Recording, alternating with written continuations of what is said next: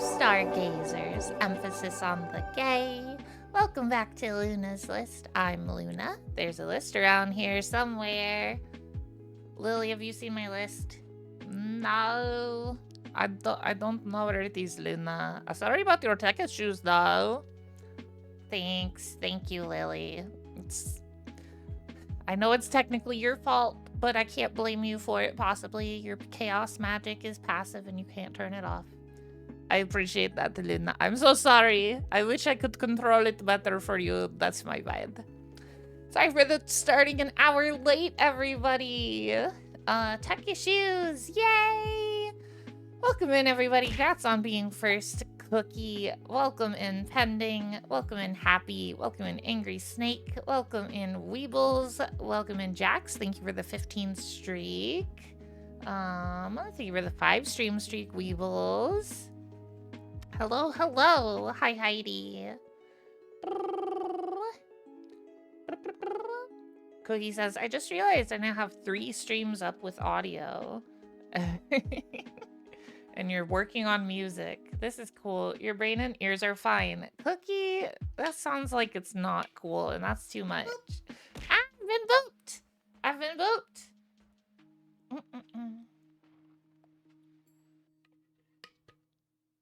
Sorry, I was taking my meds real quick. What was I saying? Well, you're totally definitely first, Pending. That's crazy. I meant to set up a special hat for today. I ran out of time. I meant to have... So, y'all, what happened was I was trying to install my network card. Because... Look. We got cheese. Because my heckin' freaking... The networking in my motherboard died. So I'm using Wi-Fi right now. But the problem is... that I installed the network card and it didn't want to work. And also, for whatever reason, when I did that, it made one of my hard drives stop working, which I've had happen before. So I was trying to fix that and just gave up on the networking card, and I couldn't get either one to work. And when I was uninstalling and reinstalling the hard drive, one of the screws broke off in the motherboard, so... yay! Now I just that screws in there forever. There's no way I'm getting that out. It's fine. Lena, I think you're cursed. I think so. Yep. I think so, Evils. I think I'm a little bit cursed. Pending's yelling about monsters. Yay, I like monsters, me too. Yeah, we're playing Monster Prom 4 today. Because Happy bought it for me forever ago. And I kind of sort of forgot about it. I was supposed to do this a very long time ago. I'm very silly. I did the first 3. I forgot there was a 4th one. I'm not kidding. No, there's probably a way to get it out, but I don't have the tools necessary to do that. And technically it's not needed. You can install an M.2 drive without the screw if you're not moving your computer around much, which I'm not, so that's fine. It's just extra frustrating. So like, yeah. Speaking of, did you see the ghost train? Oh yeah, that's what I forgot. Thank you for the hype train, everybody. The ghost train, offline hype train. What the heck? Thank you. I really appreciate that, everybody. Thank you for the 100 biddies from Cookie and the tier 3 resub from Happy and the gift sub from Heidi, depending. Let's go. Heidi says, I'm stubborn and would get it out, but if I did it, I might break everything. Yeah, that's why I'm not worrying about getting it out, because I'm worried I'll just break more stuff trying to do that. Which is probably what would happen, you know. Yeah. Ava Hair, hi! Lina, Cookie, Heidi. Hi, Bear. How are you today? Hope you're having a good day. You're a strong, independent woman. You are. You are. I am too. I don't want to break stuff more. You're a strong, independent rabbit. Hell yeah. Congratulations. Happy says, Luna, I request your opinion. What's your rights are human rights? Good kitty, Moonbeam. What's your thing you want my opinion on, Happy? How can I help you? But yeah, so tech issues really sucked. I almost was just like, fuck it, I'm gonna cancel stream so I can fix this. And then I decided, nah, I'm just gonna work around the things and stream today. And oh, see, the thing that's also really upsetting though is that hard drive is where all my recordings are saved. And I have recordings for my YouTube channel stored on there, and I really need to be able to get them for my next episode on YouTube. And I'm a little worried I'm not gonna be able to, because I can't get that hard drive to get recognized. So yeah, we'll see. We'll see. Anyway, it'll be fine. It'll be fine. It'll be fine. Probably. It'll probably be fine. Anyway.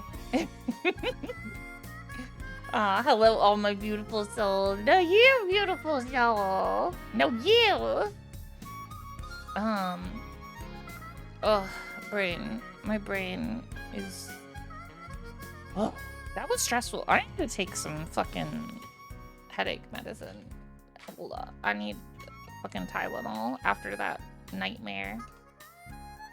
Happy says, so your thieving child is supposed to have an alt name because she was being mean to herself, but she wanted meringue too hard and won't answer to Squinkle. She claims she'll be nicer to herself, so she's on probation for now. But it requests an alt name for her from you.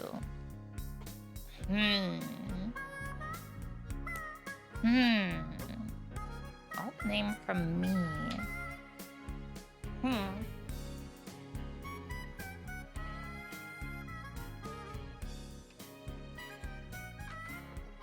8-Bit Hair says, I always feel so squishy and loved here. Aww. Good, I'm glad. She also said no to pickle.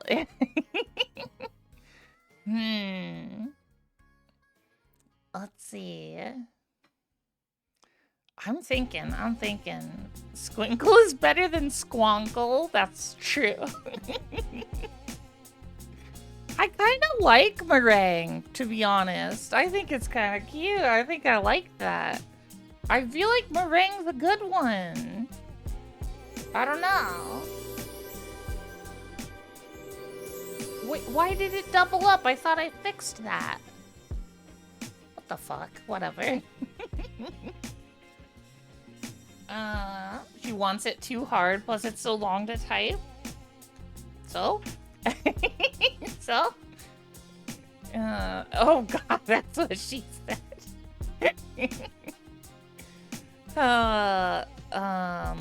Okay, something to do with... Yeah, meringue is really cute. Heidi, can you come up with something? Yeah, meringue's only 2 extra letters, Happy. I don't know. I think it's fine. I like it. I'm gonna go with meringue. You wanted my opinion. That's my opinion. Cream? Oh, God. No. It's true. We don't need an extra name for Cookie. Why is this even a thing? What is happening? I'm confused. Anyway, it doesn't matter. We're playing Monster Problem 4 today. You might end up saying married. Yeah.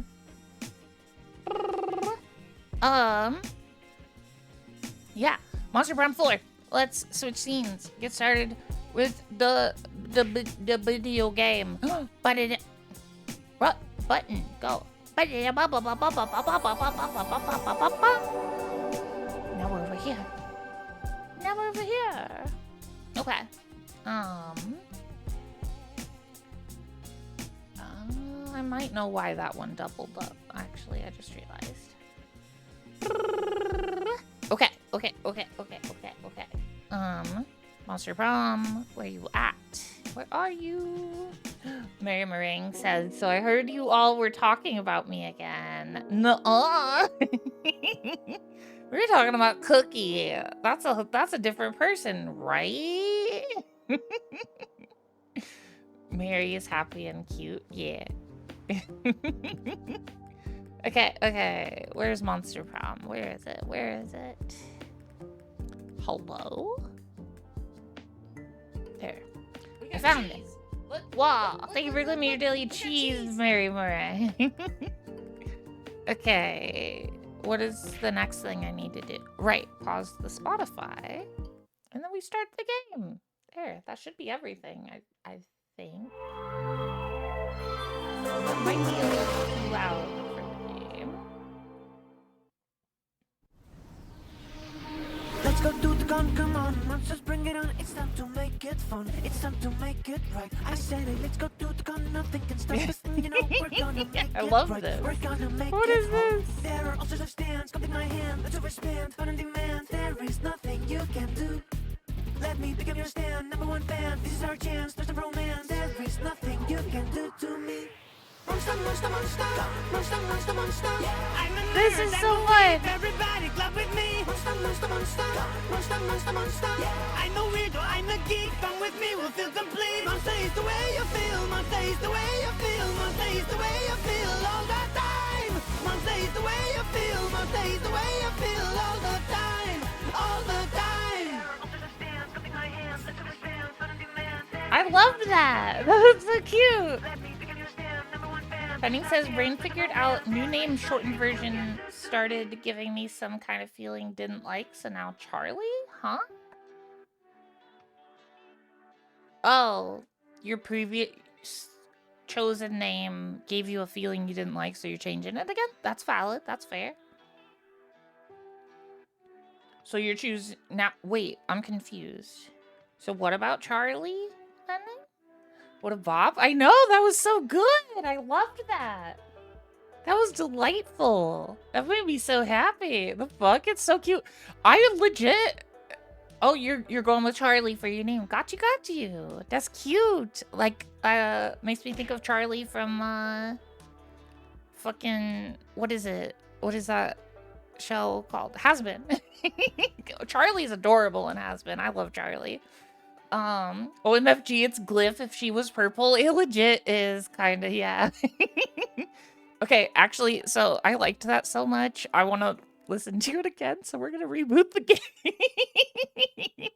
I was too focused on adjusting audio levels. Heidi says, I like names with an I, so you can dot the I with a heart. Yes, that's adorable. Let's go do the gun, come on, monsters bring it on. It's time to make it fun, it's time to make it right. I said it, let's go do the gun, nothing can stop us. You know we're gonna make it right. We're gonna make it. This makes me so happy. Oh, that one's a mimic. There is nothing you can do. Ah. Let me become your stand, number one fan. This is our chance, there's no romance. There is nothing you can do to me. Monster, monster, monster. I'm legit gonna add this song into my song request queue playlist. If it's on Spotify.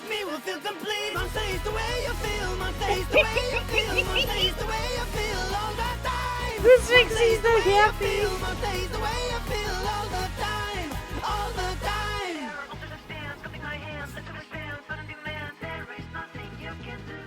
Monster is the way you feel all the time. There's nothing you can do to me. So I believe this is Zoe. She was in the first 3 games. One more time. Actually, you know what? Yeah, one more time. Oh, I probably should have checked if there's a way to just play it without restarting the game, but I don't care. Hi, Angry Snake. You bit me. Zoe, my beloved. I heckin' love Zoe so much. Let's go do the gun, come on, monsters bring it on. It's time to make it fun, it's time to make it right. I said it, let's go do the gun, nothing can stop us. You know we're gonna so make mean, it Luna. Right. I'm not mean. I'm sorry, Angry Snake. There is nothing you can do. Let me become your stand. Yeah, we do, Heidi. It's a third-party emo. I believe if you just type the word bounce in all caps, it does it.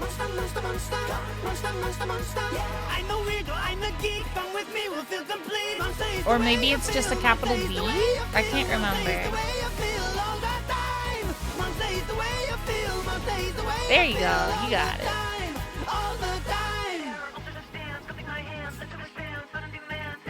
Omen has titties? Wait, which one's Omen?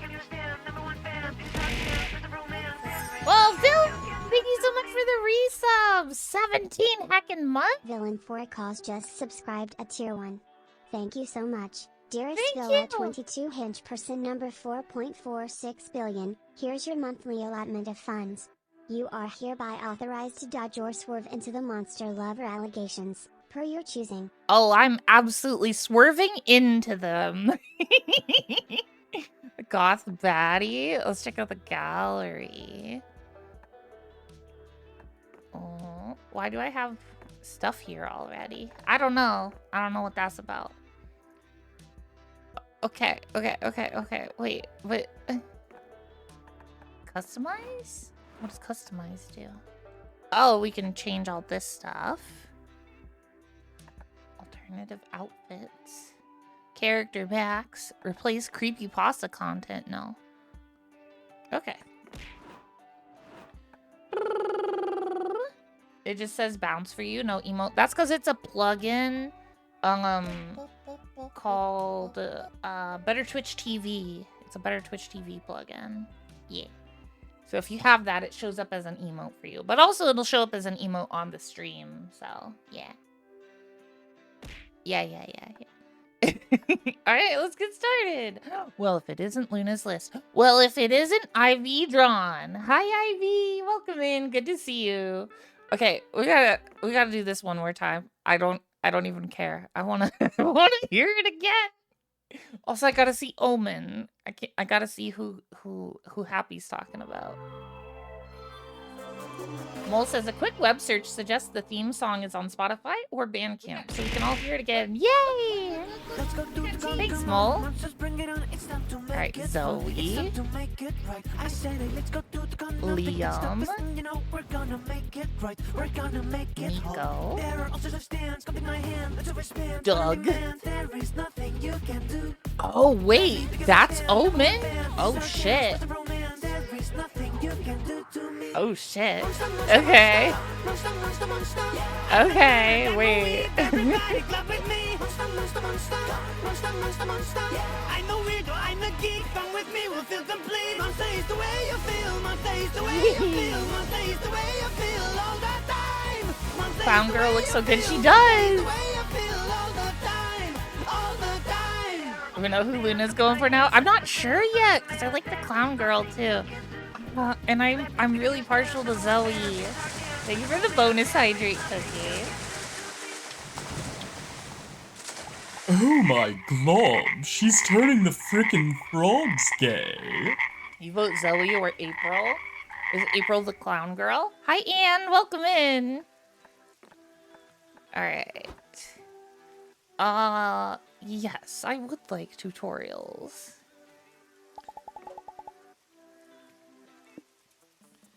Okay. Hopefully the game volume is good. Luna needed a frog in her hair. I did. How long do you want to play? We're gonna do a short game to start with. What? Oh no, we'll do regular because it doesn't include mystery box or plot lines or secret endings. Yeah, Heidi, what's up? I was. I'm not doing a multiplayer game. Today. Yeah, today. We can definitely do more of these other times. Yeah. Cookie says, also, it's not like we out here getting wet for the monsters, right? Wink, wink, nudge, nudge. Yeah, totally not. Totally not. We'll do regular game. Choose your OST. Ooh, surf rock, lo-fi beats, kawaii future bass, retro, or fantasy vibes. Ooh, I probably like fantasy vibes. You want kawaii future bass? What's bait? Oh, like beat? Yeah.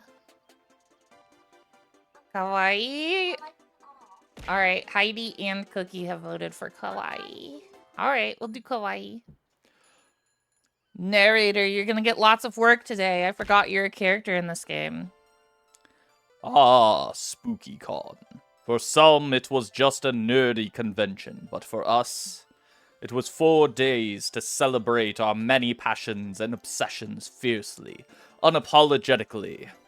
And we weren't alone. Regardless of what you loved, you could always find people who'd make you feel seen and understood. Anywhere else, we might have been seen as weirdos and misfits. But here, we could finally feel like, no matter who we were, we belonged. Alright, who am I? Okay, those are all DLC characters. But we can be the cat from previous games. I mean, we have to be the cat, right? Right? Because I'm a cat girl. That just makes sense. Also, Bongo Frog is not supposed to still be there, but you know what? It's fine. I'm just gonna leave it there. I don't know why Bongo Frog is still there. Alright, let's go. Taffy? Sure, we'll keep her default. You personally like the first one? Oh yeah, but I've been her before. What was her name? Blue. Yeah. I've been her. I don't know who else I play. Ooh, who's this? Periwinkle. She looks a little bit crazy. Blue! Nah, I'm blue now. Taffy says, I guess that's me in spirit since I sent you the game, Luna. Oh my god, you're so right. You have alternate names? Wait. Oh, Vicky. Amira. Oh, I remember that. Okay, Adavi. Taffy. I like Taffy. I'm gonna go with Taffy. I'm closing the shop for today. That seemed a little quiet. Oh no, it was probably fine. What was... I don't know. We'll see. But as dreamy as SpookyCon was, it also came with its own set of pressures, some of which we already knew so well. At the end of those 4 days, the after-party loomed over our heads, posing that one evergreen question. Would we get a date for that night? As uncertainty plagued our hearts, we couldn't help but think of the 6 hottest nerds at the con. Cool. Zoe, an eldritch cutie who went from endless deity and harbinger of destruction to author of the renowned fanfic Liam Prom. Liam de Lioncourt, a hipster vampire whose standoffish demeanor hid the fact that he was truly a lovable dork. Doug Campbell, 24, a kind-hearted slime that was incredibly broke from supporting all the fandoms he loved. Omen, 25, an evil overlord who was recently freed from imprisonment in exchange for giving up her passion for stabbing people. Nico Sharp, 22, an over-the-top mimic who preferred cosplay over shapeshifting, even if they weren't the best at getting into character. Ooh, the mimic's non-binary. Cool. I like this. So, okay. Wait, so far we have Zoe, Liam, Doug, Omen, Nico. Okay. And April 1st, 24, a clown idol who was contractually obligated to bottle up all of her non-camera ready emotions inside cute mascots. It had to be one of them, but who? We had 4 days to gather some courage and shoot our shot. What was the worst that could happen? Being rejected and alone the rest of our lives? Ha! We'd had our fair share of love and rejection. This surely wasn't our first rodeo. And as we had grown to know ourselves better, we realized we felt more confident. Now you'll have to choose 3 things you like. Each like is tied to one or several romance options. Your likes will soft lock you into some romance options you'll encounter more often. You can correct this soft lock by meeting other romance options in the food court, which you'll see later. After the likes phase, you'd be asked to choose a top 3 within a category. You'll choose your first, second, and third favorite option in descending order. Hi, Kaz. Welcome in. How's the cutie Kaz today? Good to see you. Go follow the cutie Kaz monkey girl. How are you? We're playing Monster Prom 4 today. This will shape your starting stats. Okay. 3 things you like. I mean, obviously magical girl transformations, anime eyes, ooh, strategies and tricks for claw machines, Dakimakura's against loneliness. I don't know what that is. Stupidly specific panels, playing 5D chess, pretending you're someone else, searching for loot in RPGs, world domination, stabbing, fighting in the shipping wars, or forming a cult for the lulz. Okay. Sigh, estrogen's not an option. I know. You're the cute monkey girl? What? I'm a cat girl with a frog on her head. This is not monkey girl. I might sometimes be dragon, but I don't have a monkey outfit. Yet. Maybe I'll have a monkey girl outfit. I don't know. So loot and magical girl. I was gonna go magical girl transformation. Loot seems like it'll give me the mimic. Yeah, she's gonna wear my skin. Oh no! Wait, I didn't. No, that's not what I meant, Kaz. No. Oh no. 8-Bit Hair says, holy shit, I just spawned into a game of Rocket League and we were down 3-1 and you were the comeback kid. Hell yeah, good job. I'm so happy for you. Shit, okay. I like anime eyes too. Okay, I don't know what else to do here. Thank you for claiming your daily cheese, Kaz. 105 daily heckin' cheeses. That's crazy.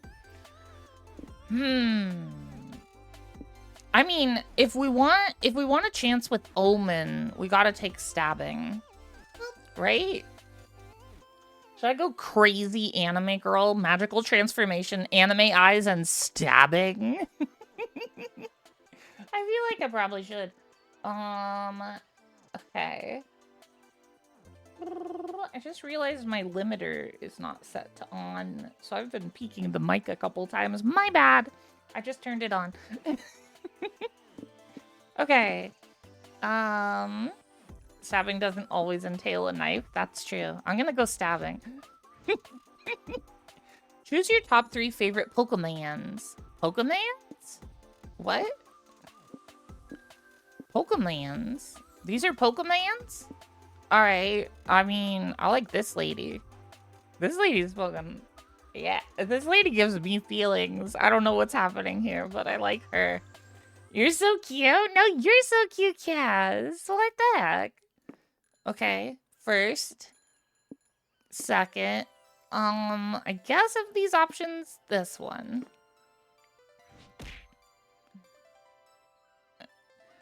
Okay, narrator. We weren't new to all of this, so this time we challenged ourselves with a goal other than finding love. With the support of Zoe and Liam, we had decided to take on a project we had been putting off for too long. Let's write a bestseller. Making our own comic. We had so many ideas, and yet we always found excuses not to work on them. But the con was the perfect setting to find inspiration and go for it. Alright, we choose our genre. I mean...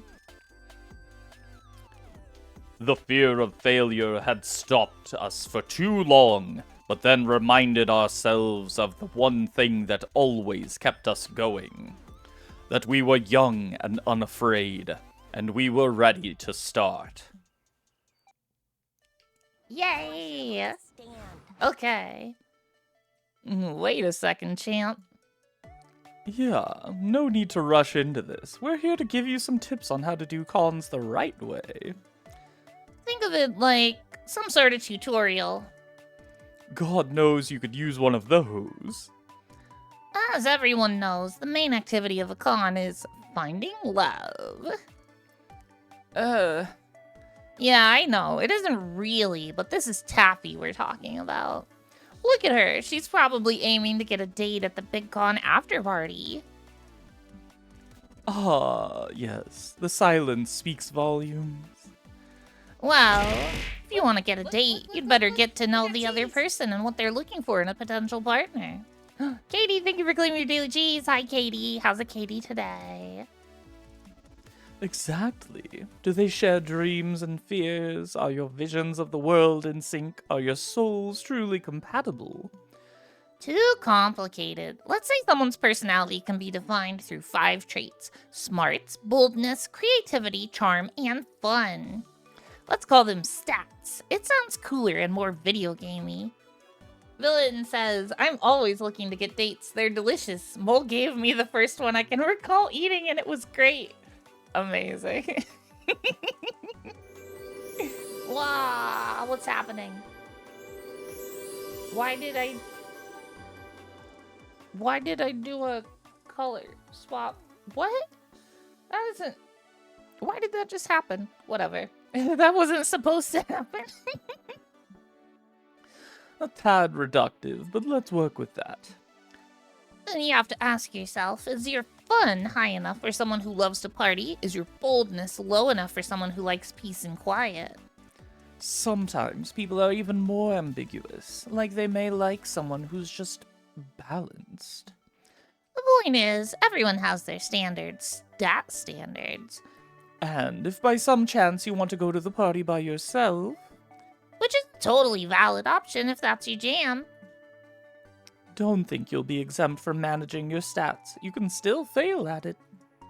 There's more stuff to keep in mind, but let's cover that later, okay? There was a panel I wanted to check out. Sounds good, and I have to rehearse the next tutorial. Have fun, Taffy! Okay. Okay. Hotels and outdoors. Main stage, community zone, the lobby, and the merch hall. Okay. Wait, so I never decided who I wanted to go for, though. Okay. Should I go for the clown girl, or Omen, or what was the other option? Was there another option? Fuck, I forgot. Zoe? I mean, we've tried to go for Zoe before. Our fun's kind of low. Our boldness is pretty high. I feel like that's probably what we need for Omen. Maybe I should go for Omen. Yeah, Zoe's the purple girl. She's been in previous games though. I've went on dates with her before. This is my first time playing this one. Huh? Well, boldness is already our highest stat, so... Can we, like, save and come back to a game, or is that not a thing? I'm not sure we can. Oh, also, I need to turn the voice volumes up. Okay. That was a sperm cell emote. Oh, gosh. Sussy Benoy. That's a fun channel name. I like that. Alright, let's just keep pumping up the boldness, I think. Which one is bold?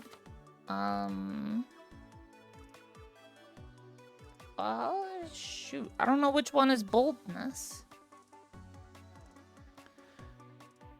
Is it the red one with the sunglasses? So the purple one is creativity. The blue one is smarts. The pink one is charm. Yellow one is fun. Yeah, so it must be this one. So we're going to the lobby. Oh, shit. Wait, that's me. I made myself panic. Creativity. You're roaming around the lobby and you find someone with your exact same cosplay. Unacceptable. You decide to solve this conflict the traditional way. A knife fight to the death. The other cosplayer doesn't carry a knife, so he gets automatically disqualified. You win the right to cosplay. You gain +2 boldness for always carrying a knife for no reason at all, and because I'm kinda scared of you. Thanks, narrator. Some die-hard Liam Prom readers have organized an unofficial meetup in the lobby. Zoe's so flattered that she decides you all should crash it. Eldritch Cutie reporting for duty. Hey, everybody! I just wanted to thank you all for showing so much love to my little fanfic. It means a lot to me. The goddess speaks. It is an honor to worship your holy work, Zoe.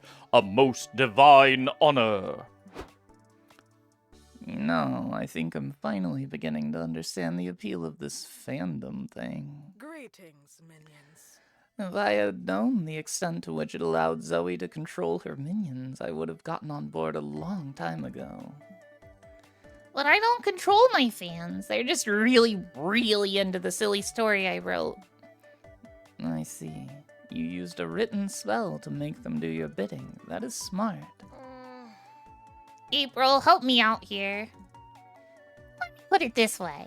Zoe could convince her fans to, I don't know, murder somebody on her behalf with 0 chance of it ever getting traced back to her.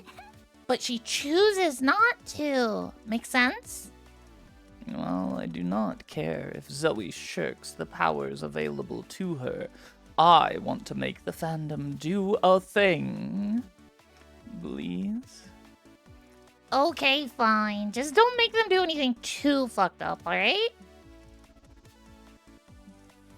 Are you for real? Never mind. I don't like the looks on your faces. Taffy, what do you want to make the fandom do? Oh gosh. Okay. So we're choosing between April and Omen right now. Okay. Pending says Gulp Charlie is now experiencing panic. Oh my goodness. Hi, Katie. What is that? Death is fine. If we all work together, we can devalue the euro or stand on top of each other and build a huge fandom pyramid to see if you all can finally fulfill your dream of touching the sky. That one sounds like April. I've decided I'm going for Omen. I'm going for Omen. Y'all, Omen is doing something to me right now. I don't know. I think we're going for Omen. Okay. Yes, tremble, pathetic hero. The Liam Prom fans have declared war on thee. You all run rampant through the convention center yelling "fuck the euro" and graffitiing "euro sucks" on several walls. It has absolutely no effect on the value of the euro. But, thanks to the volatility of the stock market, the euro coincidentally goes down a few cents in value. That's good enough for you to call this a win. Good work, team. We really showed that euro who's boss. I guess, but devaluing the euro was way less fun than it sounded. What do you mean? I had fun. Fuck yeah. Yeah. Remember when we graffitied euro, more like your no, on the bathroom stalls? That was epic. True. That was a moment of poetic genius. But nevertheless, I am disappointed. I thought devalue the euro was slang for invading Europe. You people are weird. Nevertheless, you satiated Omen's desires to control the fandom without killing anybody. That's big. You gain +2 smarts and lose 2 creativity. Ready for some feline felonies. Feline felonies? Hehe. Wait a second. It's time for a new episode of Tutorials with Liam and Zoe. Yes, we realized we have explained the importance of managing stats, but we didn't cover how to manage them properly. Exactly. Stats Can be managed in a number of ways, but let's cover the most important one. That'd be experiencing the sort of absurd and exciting adventures that usually take place once you visit a location. Let's call these experiences events for short. Normally, during an event, you face a conflict you must solve by choosing between potential solutions. Options, if you will. What you choose will define you as a person. If you choose a smart option, you'll gain smarts. Yeah, if you choose to punch a bear, that'd be quite bold of you, so you'd gain boldness. But stats are also lost when choosing an option. Every path not taken is a stat lost. Which is to say, if you choose the smart option instead of punching the bear, then you'd gain smarts but lose boldness. Just try not to punch a bear, okay? Liam, let Taffy punch a bear if that's who she is as a person. Anyway, there are a few more ways of managing stats, like... Liam, let's write those down in a manual or something. I really wanted to go check out those limited figurines I told you about. True. We can keep giving you tips later, yes? In the meantime, don't get yourself killed. I have to worry about getting killed? Okay. Omen satiates me. Me too, Pending. Me too. Pending, would you like... I have a question. Pending, do you want me to refer to you as Charlie so you can, like, test the name out and stuff? Or do you not care? Or... I'll go by calling you Charlie for now if you want. Yes, please. Okie dokie, Charlie. Javi says, I'm gonna destroy my body with some what? What is that? Teobaki? Oh, kitty in the cat cam. You can do both? Okay. So we already went to the lobby. Now what? I should do smarts, because I think smarts is I think Omen values smarts and boldness? Question mark? Maybe, I'm not sure. Which one is smarts? Boba, I see. It's a food. Got it. This one. Main stage. You sit down at the main stage to learn about your favorite art form, anime. Specifically, a ranking of the best anime butts. Oh my god, yes please. Let's rank anime butts. Wait, I would actually love that. I love this game. Some of the choices are intriguing. I mean, sure, mecha robots technically have big asses. By the end, you've learned more about the panelists' fetishes than anime, but that ass-centric knowledge still grants you +2 smarts. You, April, Nico, and Omen decide to attend Werewolves Live. God damn it, why did it have to be werewolves? I'm not beating the werewolf allegations here.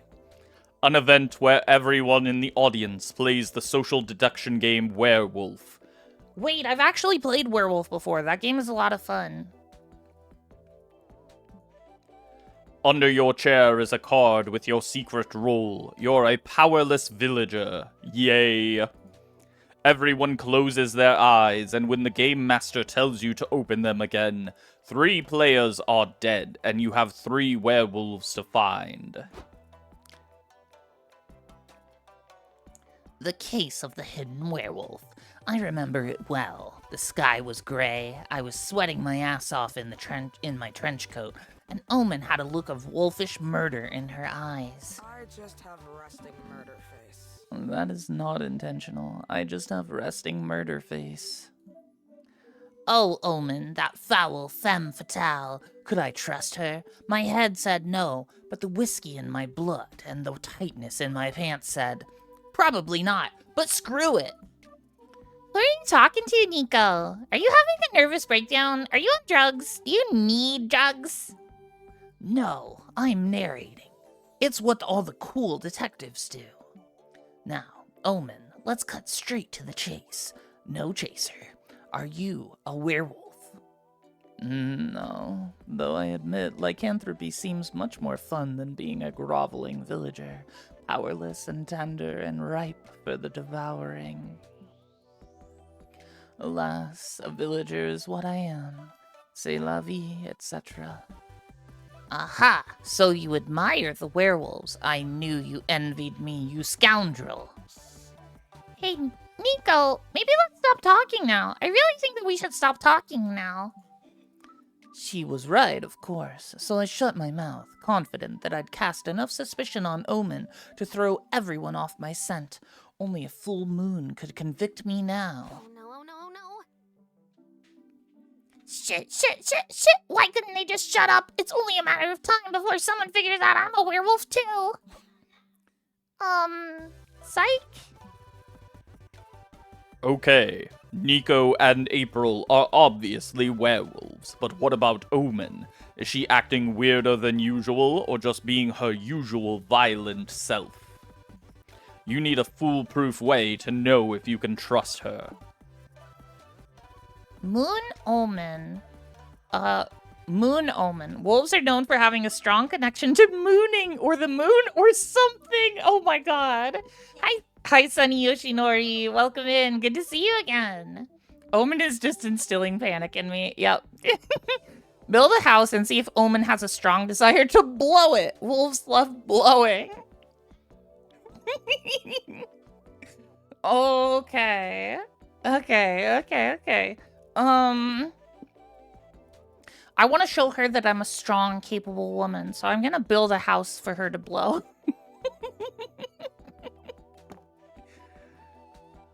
You assemble a little house out of random materials you find in the amphitheater. Plywood, plastic chairs, empty popcorn bags. It's DIY for sure. What are you doing, Taffy? A shelter will not protect you from the wily werewolf. From what I've observed of this game, they can psychically kill their prey by merely pointing a finger. They might as well be gods.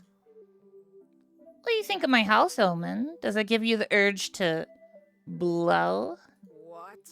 Blow what? Is this a sex thing again? I refuse to perform fellatio, cunnilingus, analingus, or any of the other linguses on your shack, Taffy.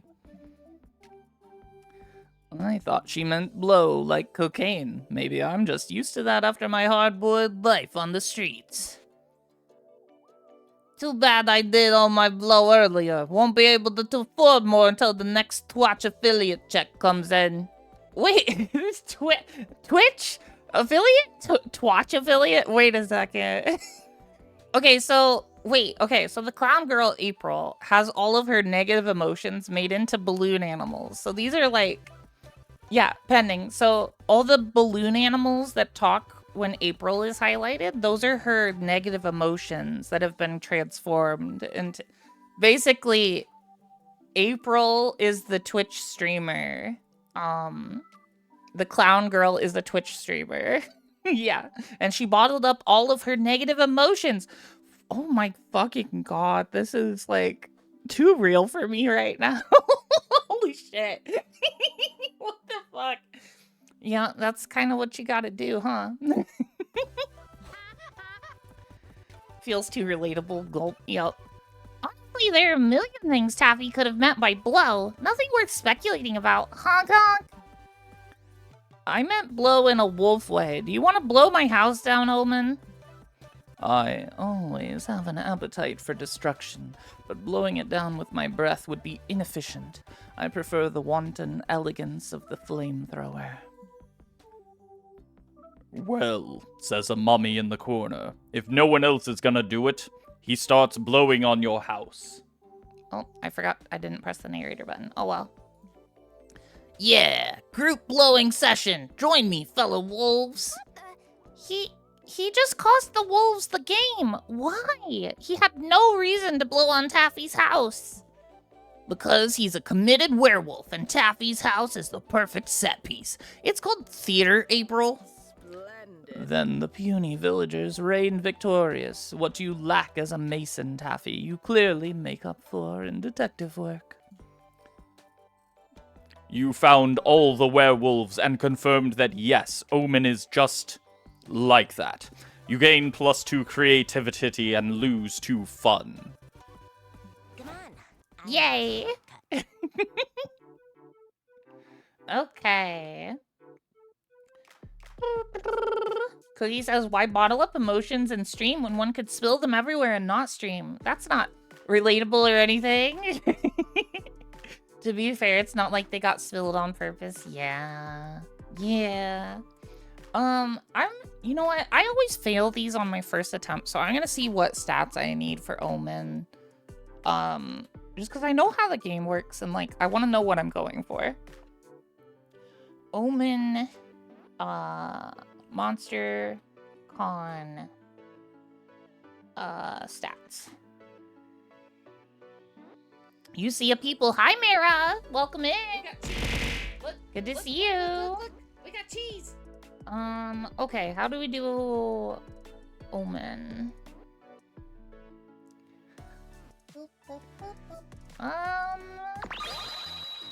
Wow, power up. Thank you, Mara. Where do I find this information?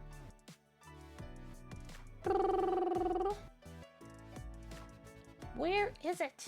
I'm on the wiki, but I don't know where to find it. Oh, stat requirements. Medium game.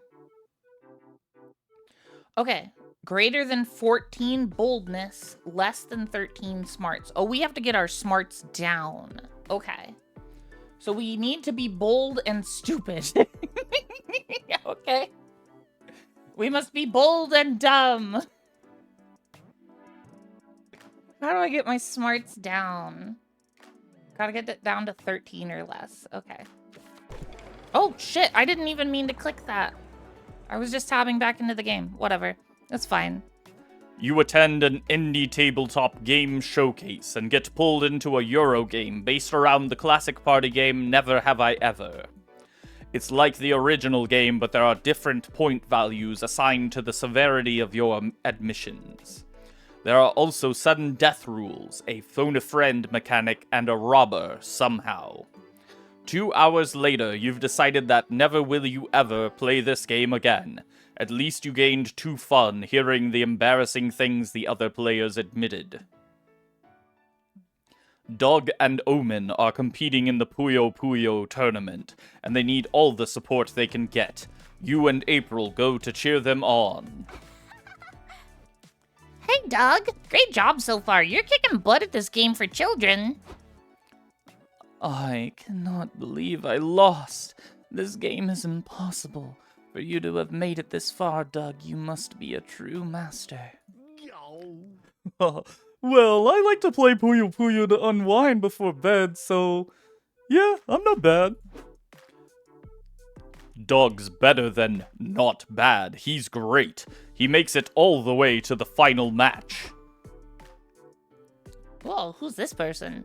Yo, what the fuck is up, chat? Your boy Riz is here to stomp ass at the Puyo Puyo finals. Good luck, buddy. This is gonna be a great game. It sure will be for me. I eat losers like you for breakfast and shit out your dreams, Lamau. Not complaining, but I hate to sound rude, but don't you think you're being a little bit rude? Bruh, it's called trash talking. What's wrong? You can't take it? Are you a little bitch? You got a stinky little bitch baby diaper on?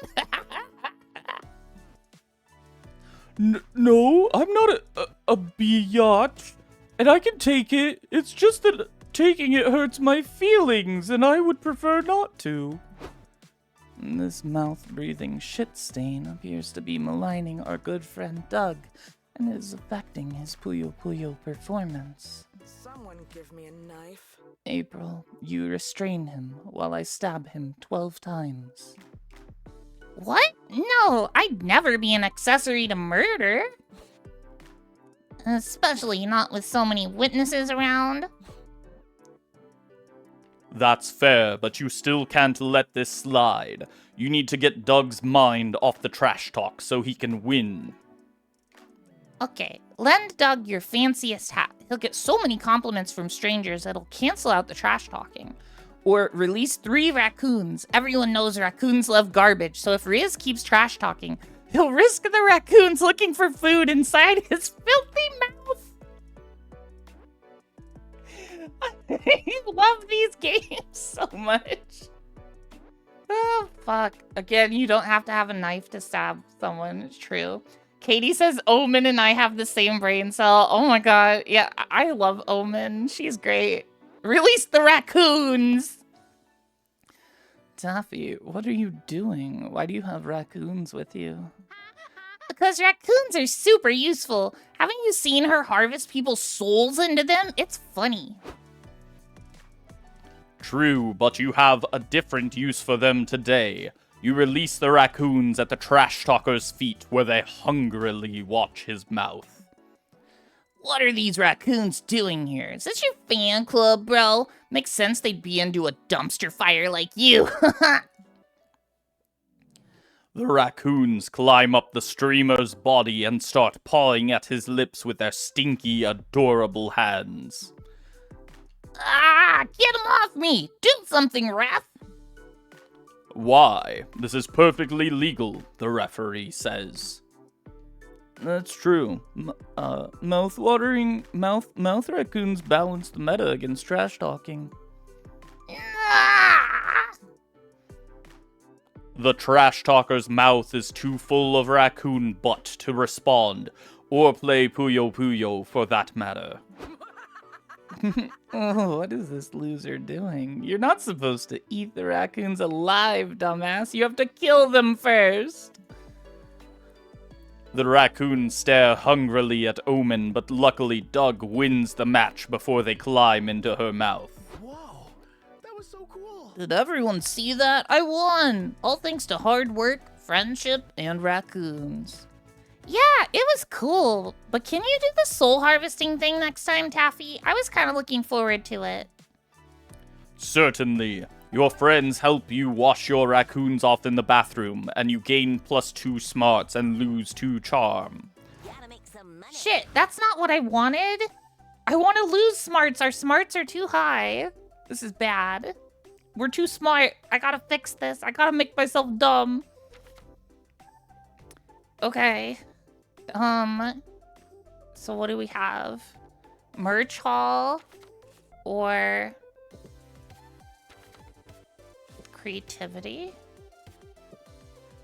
We can probably do something stupid at the merch hall. You check out the stands and buy a few comic books. They give you a free tote bag. I'm gonna have to After shave that, a you bit. buy a couple prints I from an don't care artist. who, You get another just tote someone. bag. Then you buy a cool tote bag, and they give it to you inside a free tote bag. You gain +2 charm from all these fashionable and free tote bags you have now. If only you had something to carry them all. Oh my goodness. Hi, Shin. Welcome in. Thank you for the head pats. Katie says I can help with the dumb part. I don't believe it, but I'll take any assistance I can get, Katie. Thank you for giving me your daily cheese, Shin. How are you today? You, April, Omen, and Doug are browsing nerdy t-shirts when you hear the horrible screeching of a streamer looking for attention. Yo, yo, yo, it's Riz in the house. It's your lucky day, fuckwads. I'm gonna give you my credit card and you can use it to buy whatever you want. Whatever I want. Are you sure? I want so many things. Yup, but the catch is you only have 10 minutes to use it, so be smart about it. I do not understand. Why would you allow 4 strangers to spend your plastic money? Someone give me a knife. Wait, is this a jest? Are you jesting me right now? I'll have you know that I had my last court jester killed with hammers. No, this is a content creator thing. An influencer will give someone their credit card in limited time to use it. But with all the stands and long lines and junk at this con, we'll be lucky if we spend $50 and he'll get to mine our frustration for content. Genius. Huh. I never thought I could see charity wielded as an instrument of evil. I am almost impressed. Gosh, What should I buy? A figurine? 2 figurines? All the figurines? I gotta have it. Where's the figurine stand? I need to find a figurine stand 10 minutes ago. Okay. Once you've had enough time to prepare, 10 minutes are on the clock. Go, go, go. Ah! No time to lose. How can you use your 10 minutes of unlimited spending time wisely? Okay, we gotta do something stupid here. Rat as well, you thrive? Yay! I'm doing pretty good other than tech issues. If you could do some kind of crime to the concept of tech issues, I would really appreciate that, Shin. It would help me out a lot.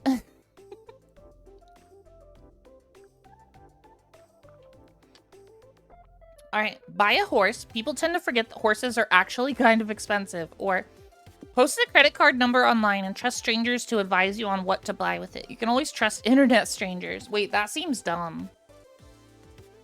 That seems dumb, actually. Yeah, let's do that. Let's trust internet strangers. No one would lie on the internet. You post pictures of the streamer's credit card on social media and ask for tips on what to spend it on. Nice. Oh, someone sent us a link to a website where you can buy all sorts of cool stuff. People are so nice online. They've got homemade firearms, totally legit passports, something called Big Al's Mystery Meth. Huh, I didn't know they sold pipe bombs online. Yes! Get me at least 5 of them. Oh, there's this guy recommending that we buy illegal Peruvian weasels. They look so silly, I need one. How cute. Throw in a couple weasels for me, too. I'll call them Sharp and Nibbles. Come on, Omen, don't you want in? They're on sale. The pipe bombs are good enough for me, thank you. You make your purchases just as your 10 minutes runs out. Time's up, Chucklefucks. What'd you get? Some pins, maybe a t-shirt? Freeze! You're under arrest for funding the operations of the infamous illegal weasel trafficking cartel. What? But I didn't fund a cartel. I've been here all this time. Whoa! Oh my gosh, Lemon! Whoa, what? Lemon streaming? Lemonade_Prince rated with 5 viewers. Hi, Lemon! Oh my goodness, it's Lemon! I'm so excited to see you! What were you streaming? What were you doing? You were playing... What? You were playing Mass Effect? Have you played Mass Effect before? Holy shit, that's one of my favorite games. Lemon, how are you liking it? Oh my god, I'm so fucking pumped right now. Welcome in, Bobzers. Welcome in, Lemon. For those who don't know, Lemonade Prince is my model artist. He created this wonderful being you see in front of you. It's so cool. Yay! Oh, first time you're completely blind. I'm so excited. I'm so excited. Joker is like the best disability rap you've seen. Oh my god, that game is so fucking good. I love the game so much. It's so good. Ah, I'm so excited for you. If I'd known you were streaming, I would have been lurking over there. I had no idea. I hope you had a wonderful stream. Are you getting back into streaming? It's been so long since I saw you stream. I'm so excited. Go follow my friend Lemonade Prince, everybody. He's wonderful. Just a wonderful person in general. And I'm getting all emotional seeing you streaming again. I didn't expect that. Feelings. Hi. You grappled with physical health, mental health, and the breakup of all time, but you're back in it. Oh no. 2 times in a week? Wait, you streamed earlier this week too? Also, I'm so sorry to hear about your breakup. I didn't know that happened. That's very disappointing. I'm so sad. I'm so sorry. Hugs. But yeah, please make sure you take care of yourself. I know streaming can be hard work and tiring and stuff. You're gonna do Saturdays and Sundays at 7 p.m. EST. Okay. I'll definitely be able to watch on Saturdays. Sundays, I'll be able to be there for at least the first bit. Oh my gosh, I'm so excited, Lemon! I'm so excited, yay! Thank you for the hydrate, Happy. Oh, Lemon. I'll DM you more about this later, actually, but, you were working on that thing for me, and I actually found an easier way to do it that uses less resources for the model that is built into VTube Studio. I'll DM you about it, but I might not end up using the thing that you worked on. Yeah, because I was messing around with the thing you sent me, and I have to set everything to max to get like enough pixels for that. But the way I found to do it, yeah, I'd rather you save performance than use a thing. Yes, but I do still want if possible the thing with the axe that we talked about. That would be wonderful if I could get that to work. But yeah. But I'll send you the video that I found that shows me how to do it, because it's pretty cool, and you can actually do it with like any model, and it's pretty cool. Totes not sus? It's yeah, y'all, I was working on some stuff with Lemon, okay? It was secret stuff. It's don't worry about it. What?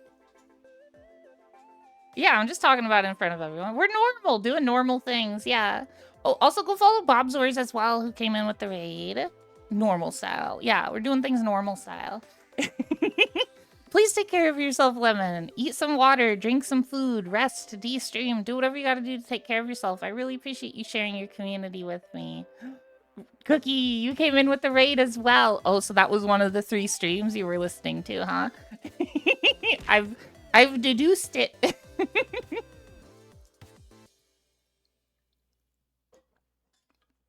You're doing well. I'm so glad. I'm so glad. Lemon, I heckin' adore you. You're a wonderful person. And I'm so happy to see you. You're alive, Brammo. Hi, Brammo. Welcome to being alive. Okay. Let's get smaller again. We're just playing some Monster Prom 4, which was purchased for me by Happy literally months ago, and I forgot about it. Don't worry about it. It's fine. You don't have to have an alternate name, Cookie. I don't know why Happy's determined on you having a second name. Pending says I put a reference for you in the Discord as a reminder. Thank you, Pending. I mean, thank you, Charlie. I appreciate that. Cookie's fighting with herself again. It's Brammo. Yeah, Brammo's here. We adore Brammo. It's a punishment, Luna. I don't think Cookie deserves to be punished, Happy. I don't know about that. I disagree. I think Cookie deserves love and care, and she'll feel better eventually.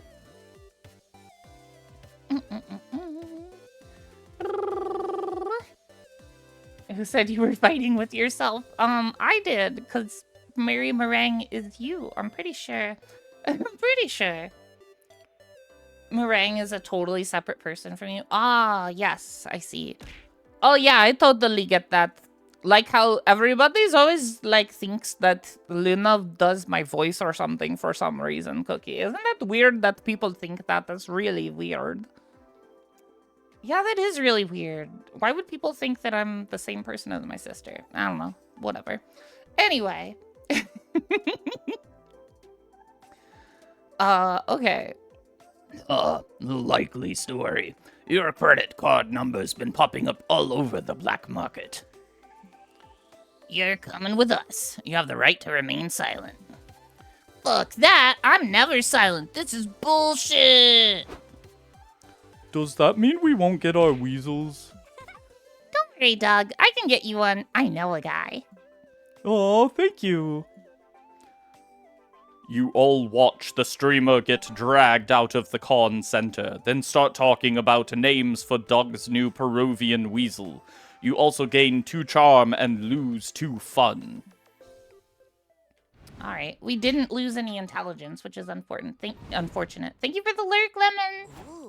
Charlie says, plot twist, Meringue is actually a different person and Cookie went along with the bit. That would be crazy. Whoa, why is the narrator... Why are we seeing full screen narrator action right now? Oh my goodness. I did not realize I was in such a revealing outfit. Hello, everyone. It is I, the narrator. Welcome to the food court. You'll be visiting this place twice per run. Ah, yes. This tutorial will be delivered by me, the narrator. Tutorials explained by characters are fun and immersive, but as the narrator, I have the power to go straight to the point. For example, I can just tell you that by pressing tab, you can access useful info. Or that you can consult the dialogue history by either pressing H or mouse wheel up. Cool, huh? Anyhow, back to the food court. Food court turns are about getting to know the one person you want to take to the con after party, even if that means getting to know yourself. Meringue says, damn, hello, Mr. Narrator. Thank you, Meringue. The narrator has caused panic in Charlie as well. Happy says, oh narrator, if you ever saw how you dressed in first game, second term, when you were a dateable. I was dateable? I did not know this. Lunar, perhaps you should play that game again. This is really weird having the narrator address chat directly. I think this game might be giving the narrator too much power. No, I like this. Food court turns are about getting to know the one person you want to take to the con after party, even if that means getting to know yourself. There are 5 tables you can choose from. 3 of the tables are populated by the 6 romance options in pairs. One of the tables lets you call one of several guests, who are essentially alternative date options. Finally, there's a table for you to sit alone. These tables are tied to their own mechanics. As usual, our jam is obscuring said mechanics a bit, so you can focus on the narrative side of this experience. By playing, you can slowly but steadily learn how everything works. But if that's not your style, we've added helpful explanations of everything in the manual. Feel free to check it out. Just keep in mind that each table only allows for 1 player. Now go choose a seat. Okay. Let's see. Shabby says narrator is packing, I think. I never noticed that sort of stuff. I don't know. Oh, goodness. Well, obviously we want to go to where Omen is. Shall we do that? Omen. So, you want to go on a date, huh? As we've said, these mechanics are covered in the manual, but there's one little thing we wanted to cover here. You'll see some peppers on the different dates. They are a sort of spicy meter. This is like declaring your preference of spiciness when you're pursuing a date. It doesn't affect the date itself, but the ending you'll get if you succeed. The art might be the same, but the narrative won't. 0 peppers will make the ending more platonic. 1 and 2 peppers will make the ending somewhere between romantic and suggestive. 3 peppers will make the ending definitively naughty. Just keep in mind that choosing a low amount of peppers won't affect the content of secret endings, which might be naughty. Okay, you're now truly prepared to go on your first date. Let's fucking go. Okay. I mean, obvi, we're doing more peppers. We're gonna go out to dinner. You and Omen go out to a fancy restaurant. A bowl of water would be nice. Omen tells you all about their former conquests as a villain. Apparently, they once had a fortress not far from this very restaurant.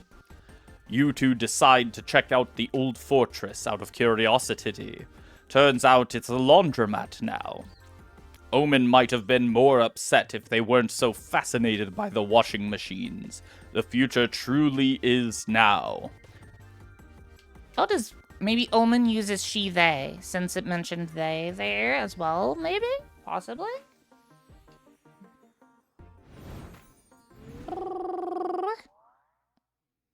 Cookie says, chat, I think Meringue really likes the narrator. Can't draw. It's time to get to work on the comic. As your creative mentors, we've prepared very original questions that will spur extraordinary ideas. We've written 2 per day. You're welcome. Once the exercise is done, you might see no comic just yet. But you have to trust the process, Taffy. Your efforts will come to fruition by the end of the con. Totally. How you choose to answer the exercises will impact the script of the resulting comic. I recommend that you remember, or even take note of every option you choose during this exercise to better savor its impact once we get to see the resulting comic. And there's more to these exercises. All these choices will shape you as a person. Which is to say, they will affect your stats. You'll feel these changes each time you solve one of the exercises. And there's one last thing I love about creative work. When several people collaborate, it changes them all as a group. That's right. My personal advice is that even if one person is answering an exercise, the whole group should discuss it. To be clear, you'll gain a lot of the stat tied to the chosen option, but you'll lose the stats tied to the options not chosen. And these stat effects will equally affect all players. Shush that voice, it's breaking the immersion. Ugh. Anyway, enough procrastinating. Zoe is right. It's time to work on your craft. Hold this pencil and let the mind wander. Charlie says yes on the wiki. It says Omen uses she, they. Hell yeah, that's awesome. Now it's time to take a break from your real-life shenanigans and brainstorm some fictional shenanigans for your comic. Go for it. Okay. What trend from the early 2000s should come back already? Only needing to learn like 3 memes and 4 slang words to sound cool. Oh, I miss that. People actually seeking revenge. Delicious tobacco. Why did this trend die out? Ew. Wearing pants. Revenge. That sounds very Omen-coded. Yeah. What's your strongest asset when on a first date? You taste like a pumpkin spice latte. You have strong yet graceful knees. Your eyes are soulless, almost as if they were 2 sexy empty holes.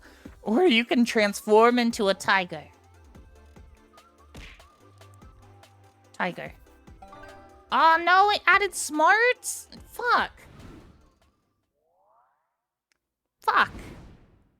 Why would transforming into a tiger add smarts? Why is my smarts so fucking high?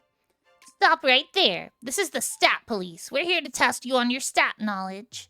Just kidding. It's us, Zoe and Liam, renowned creators, verified hot people, and knowledgeable tutorial dispensers. We thought we've been giving Taffy all these exquisite tips on how to manage stats, but how easy is it to know which option ties to which stat? Yeah, some options will be easy to interpret, like how punching a bear feels like a very bold thing to do. But some will be quite a bit more nuanced, and it might be harder to tie them to a stat. Which is why we've written all the specifics to every stat in a manual for you to check. Which will be available within the Customize menu. So, even if an option might not feel tied to a specific stat, or even more than one, you just gotta take your time, try to analyze what's the biggest clue within the option and which stat relates to that specific clue. Or, you know what, just ignore stats and choose whichever option feels more interesting to you. Live, fail, have fun. I must agree with Zoe here, just try not to fail too much. Nah, let's go play some DDR so I can see you fail too much. Let's go, but don't be surprised if you're disappointed. See you around, Taffy. See, they heard you. Oh, goodness. Imagine being cursed with lots of smarts. Though that may be true since depression tends to correlate a lot with being very realistic. True. Turns out there's a healthy amount of delusion. I mean, yeah. Mole says having a lot of smarts makes one want to be ignorant. It does sometimes, yes. 100% agree. Alright, well, clearly let's go for boldness, which is here, the lobby. You're strutting down the lobby, proud of your amazing cosplay. A kid approaches you. Could I have an autograph, please? Aw, you have a little fan. You hand him an autograph. The kid yells, "Who is Taffy?" He leaves crying as he realizes his favorite character is not real. Oops, forgot to stay in character. You gain +2 boldness for being a ruthless person who just shattered someone's dreams. You're comparing all the merch you've bought with April, Omen, and Zoe when you hear a high-pitched squeal of delight. Oh my god! You're April 1st! I'm gonna faint! Nice to meet a fan. Hi, sweetheart. It's always nice to meet a fan. I'm more than a fan. I've got all your CDs, all your merch. I've written a dozen fanfics about you. One could say I'm a friend and the best one at that. Oh, You never told me you had a secret best friend, April. Did you think that I would be jealous? Mole says I would ask Luna for an autograph. Wait, for real? Wait, really? Oh, that's so sweet. That makes me blush. I can feel my cheeks getting red. I think we're about to have an encounter with a parasocial relationship here for the poor streamer clown girl. Someone give me a knife. Because I am. I yearn to stab this girl and steal her hallowed place in your life. She's not April's friend, just a very parasocial fan. This level of obsession can lead to some pretty weird behavior. Mole says, why not? I don't know. I just wouldn't ever have expected that. That's so sweet. I don't know. I don't know. Time to bid on a Luna autograph. Oh gosh, no. Like what? Hey, April, look at this. It's a doll I made from a clump of hair that I pulled out of your shower drain. Want to smell it? Like that. It's okay to be a fan, but you should stan your idols in a non-obtrusive way, like sneaking into their house and taking a nap without touching anything. I'm pretty sure that's not okay either. Shit, really? I guess I owe Ryan Gosling an apology then. If this girl is not April's friend, can we get rid of her? Her shrill, desperate voice makes me want to murder people.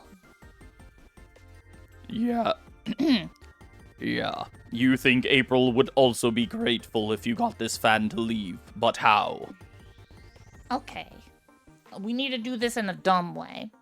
Mole says, Villain says you need to practice signing Luna and not your government name. Oh, I suppose I should. Charlie says, why is it called an autograph when you do it manually? That's a good question. Mara would like a manual graph instead.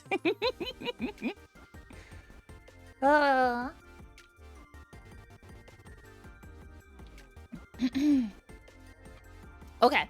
Convince the fan that this is all just a really good dream and she needs to wake up now before she's late to work. Or, you think you and April are best friends? Name 5 of her childhood traumas. Oh, God. Okay, which of these is dumb? I feel like the second one is dumb because the obsessive fan is gonna know her childhood traumas. But that also feels bad. Fuck, I don't know what to do here.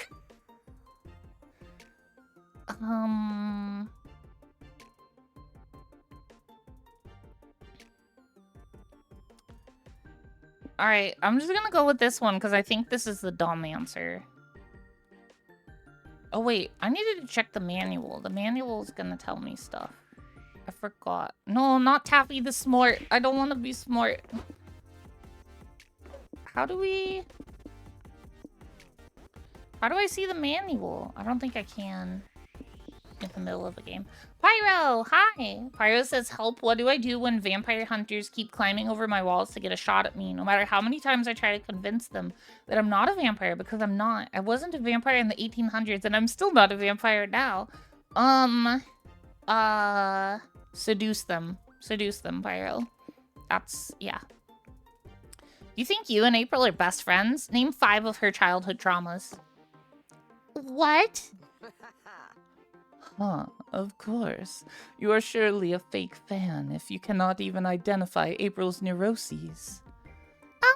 Maybe one of them is the hardships of being too cute? Not according to April's diary, it's not. My diary? When did you read that? Well, the other day you seemed down and we were wondering what happened. Why didn't you just ask like normal people? We didn't want to bother you. Yes. See how thoughtful we are. You are welcome. I'll kill you! I'm gonna murder you too in your sleep!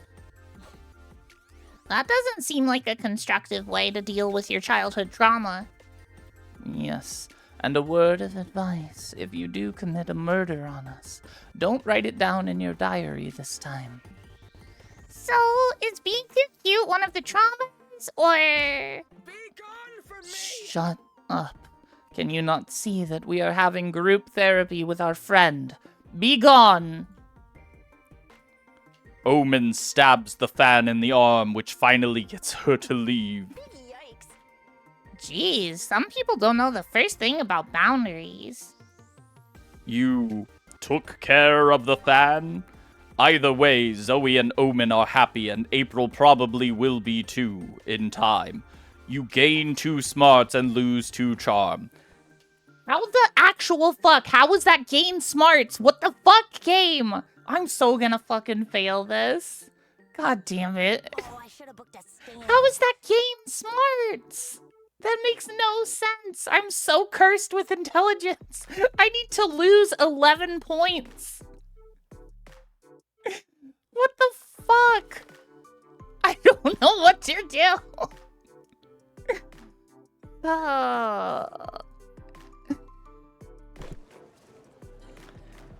You grab a seat at the main stage where a panelist talks about making interesting player characters. Apparently, they should be color coordinated, have a distinct personality, and also a cool name like Kratos, Luigi, or Taffy. You learn you'd make an awesome piece. Fuck. I forgot that it gives you stats just for going to the fucking place. I'm fucking stupid. Why did I do this? And that self-knowledge equals +2 smarts. Now you, April, and Nico are in line to get autographs from Rush Richards, geek rock musician extraordinaire. Nothing can possibly ruin this day. I come bearing bad news, everyone. Rush Richards has failed to show up. No! Today is ruined! Fear not. I was instructed to handle it, so I paid a drunkard $1.50 of a hot dog to sign autographs in Rush Richards' place. That is a choice. That sure is a creative solution. Isn't it? How strange this new life is that I find myself playing the hero for a change. Does the drunk guy know how to mimic Rush Richards' signature? I don't know, but I saw him doing a pretty good air guitar impersonation in the parking lot, so I deemed him, as they say, legit. Sounds legit to me. Arigato, Omen-senpai. Yup, it's the perfect solution, until the real Rush Richards shows up saying his limo was late. Sir, will you get out of my chair? You're getting day-old tequila smell soaked into the fabric. Who gives a shit? I'm not moving until I get my hot dog. Half a hot dog. I'm sorry, but you can't be here. These people are here to get an autograph from Rush Richards. That's me, not you. Big whoop, bud. I'll give everybody here 2 autographs and a shot of tequila. Whoa, 2 rushes? It's like I'm seeing double. How will we know who's the real one? You know what Rush Richards looks like, right? Because he's nothing like that other guy. Stop this. Stop trying to take my heroic moment away from me. I already solved the situation, and I will not unsolve it. The drunkard stays. What a pickle. In Rush Richards' favor, he's actually Rush Richards, but the drunk guy is giving out free tequila. Who should get to stay? Katie says, Luna, I post new pictures of the baby and the other baby in Discord. Oh. Discord. Oh, look at the cutie babies. Look at the beans, the toe beans. Look at the precious baby. Oh my god, I love it. Oh my god, so cute. What the heck? You're all here for an autograph session, so it only makes sense that whoever has the prettiest signature gets to be the celebrity. Or let the audience decide by subjecting Rush Richards and the drunkard to the oldest popularity test ever. Fuck, marry, kill. Yeah, he's got extra beans. Yay, it's so cute. Let's do fuck, marry, kill. Trial by fuck, marry, kill. The oldest existing legal process to faithfully assess one's social standing. Perfect. Since you need 3 people to properly play Fuck, Marry, Kill, you volunteer to be the 3rd person on the judgmental chopping block. You get on stage with Rush Richards and the drunk. In order to get an informed FMK vote, we've written some questions for you all. First, how many kids do you want to have? Not gonna lie, I'm just focused on getting a date before the end of this con. Well, I already have 2 beautiful daughters, and I cherish them more than any...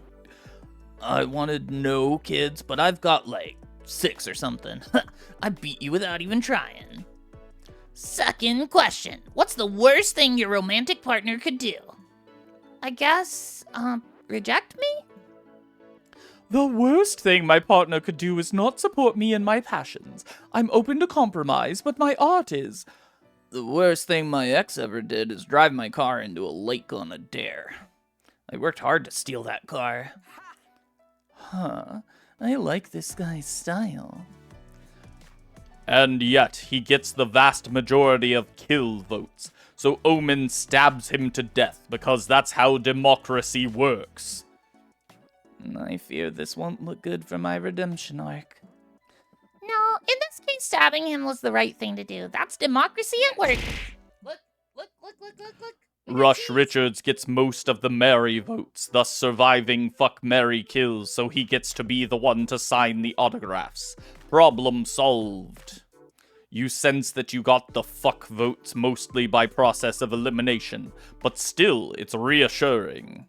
You lose 2 creativity, but gain 2 fun from solving your problems with Fuck, Marry, Kill. Come on. I know.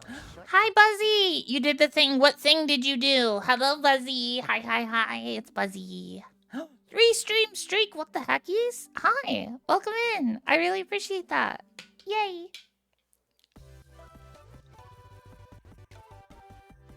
Oh, the daily cheese. Thank you for claiming your daily cheese, Buzzy.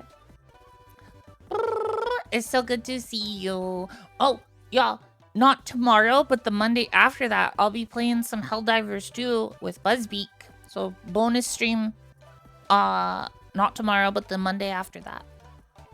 Good to see you too, yeah. Oh, I'm far too smart. We have to lose 13 intelligence. I'm so fucked. I'm so fucked.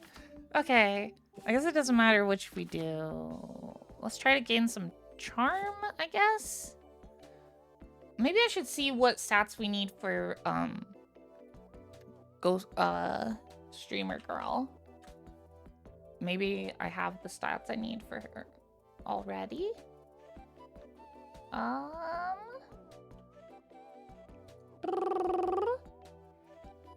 Soon what we shall dive.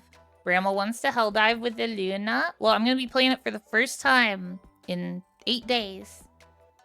We'll see how it goes.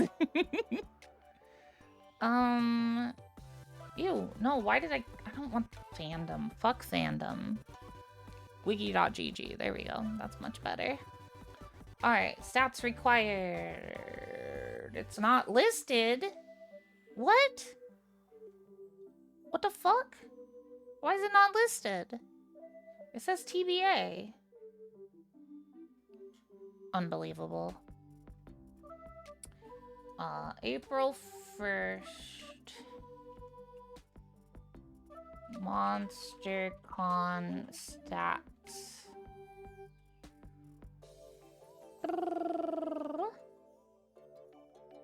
Okay. Preferred stats. We got cheese. Look. We got cheese.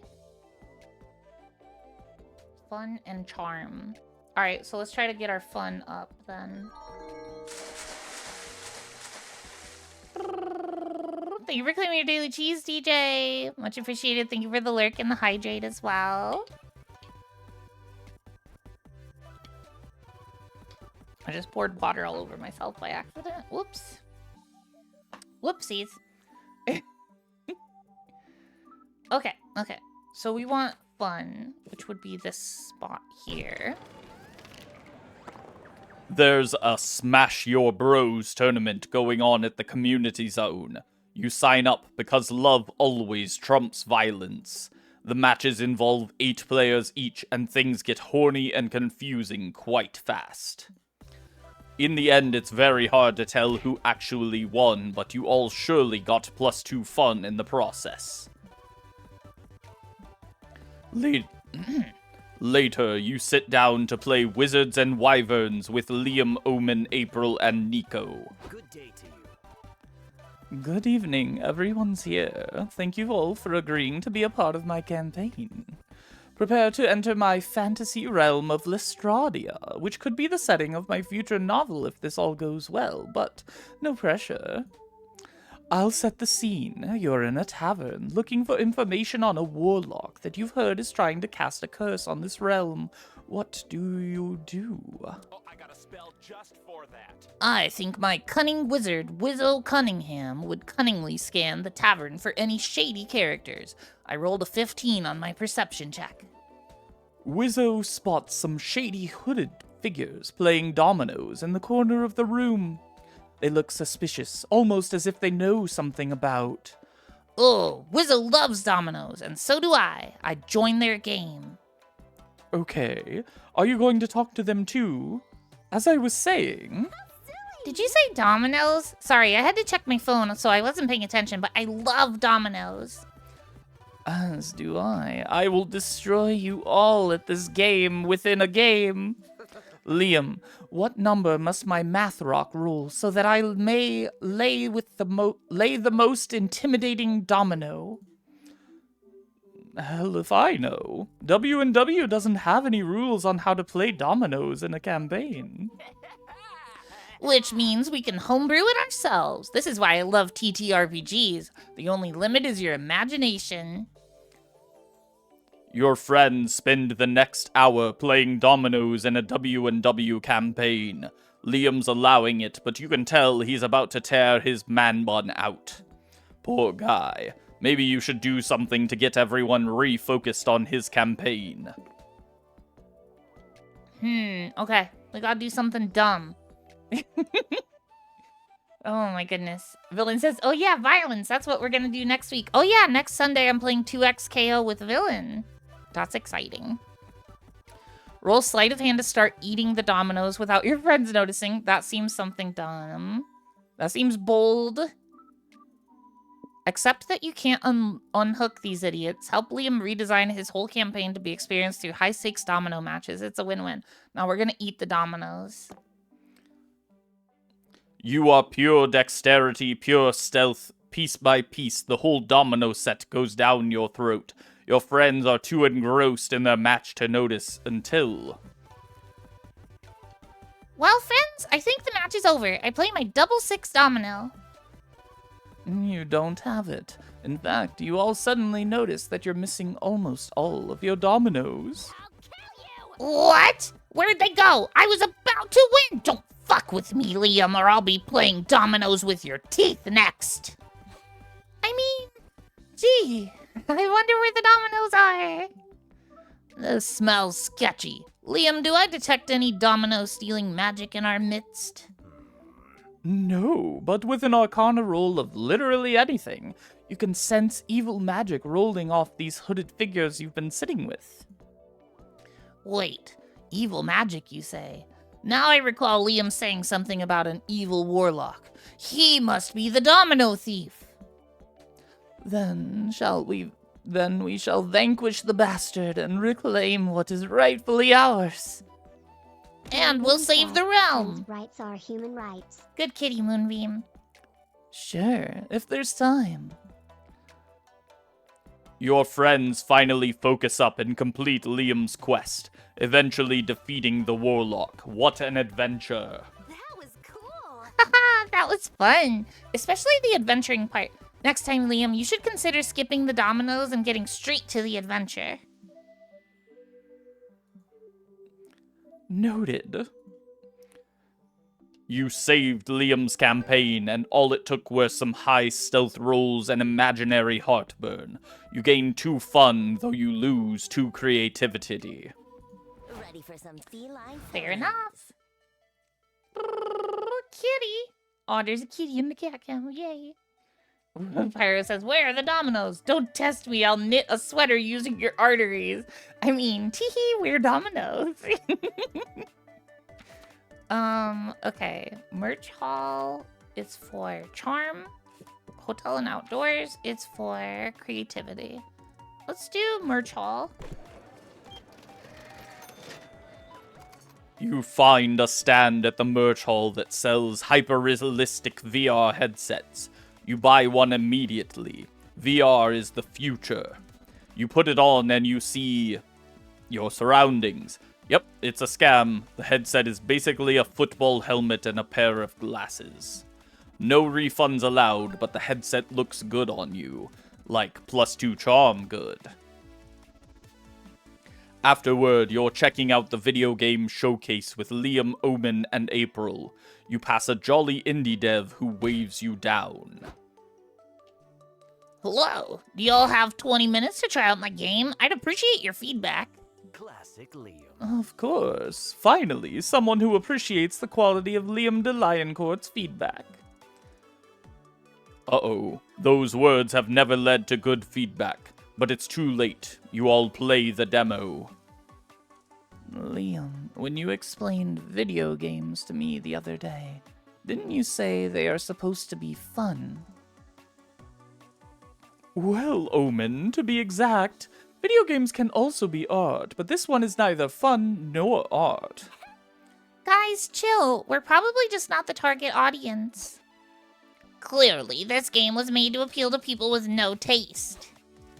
Is there anything specific that you think could be improved? Pathetic. Yes, the game. I mean, it's not your fault. There's some aspects of the game that need polishing.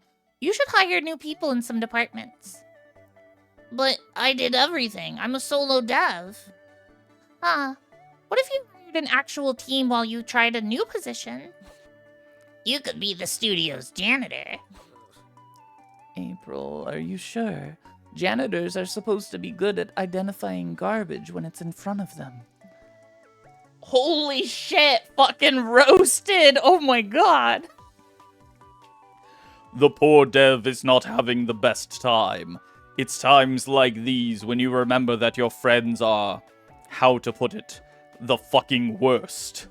You should step in and say something that's actually constructive before the dev's self-confidence is completely shattered. Okay, compliment the dev on his shoes so intensely and for so long that he forgets you were talking about his video game to begin with. Or if backhanded compliments feel bad, maybe you could twist your friend's word to sound like some sort of backhanded trashing that actually feels okay. Okay. This feels like charm.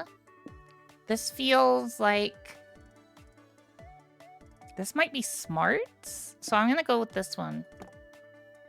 Hey, I love your shoes, dude. They really bring out your shins. Indeed. I myself am not a fan of high-top sneakers, but on you they look like shoes. That's nice of you to say, I think. So about the game, and I just look... Wait, and just look how big your shoes are. Are you part clown, Hong Kong? Thanks, I guess. But really, we should get back to the...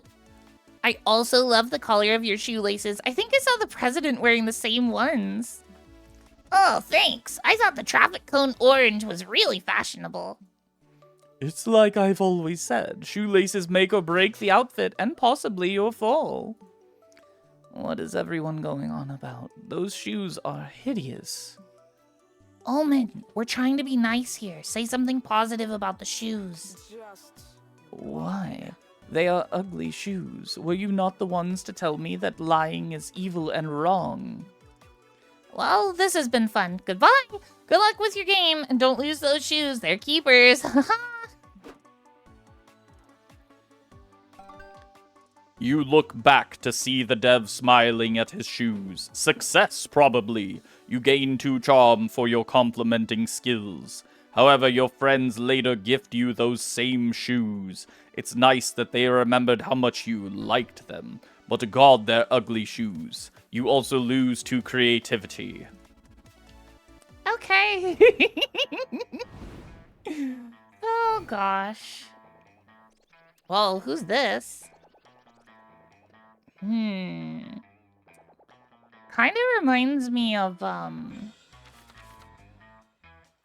what's his name from Has-Been? Yeah, evil and cute. Wow, what? Alistair. Reminds me of Alistair from Has-Been. Has-Been Hotel Head Ass, yeah. Oh, no, kind of like a cross between Lucifer and Alistair, actually. Yeah. Welcome to my humble stand, stranger.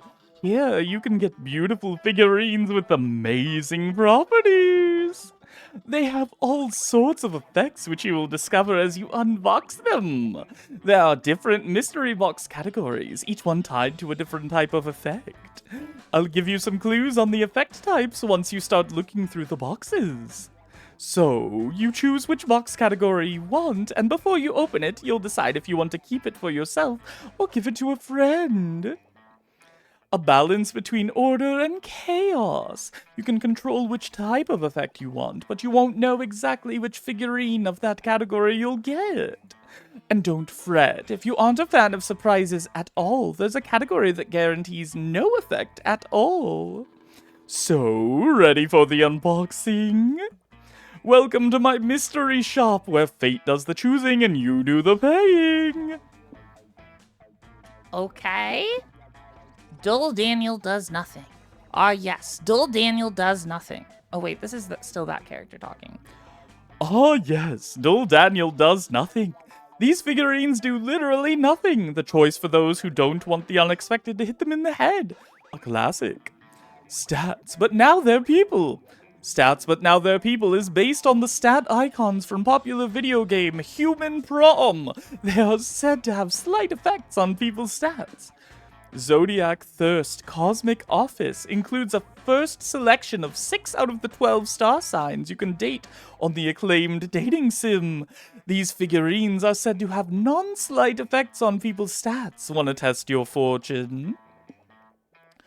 Buff Bugs. Oh, so you like Buff Bugs? It immortalizes some of the most legendary wrestlers of an underground insect league that was popular years ago.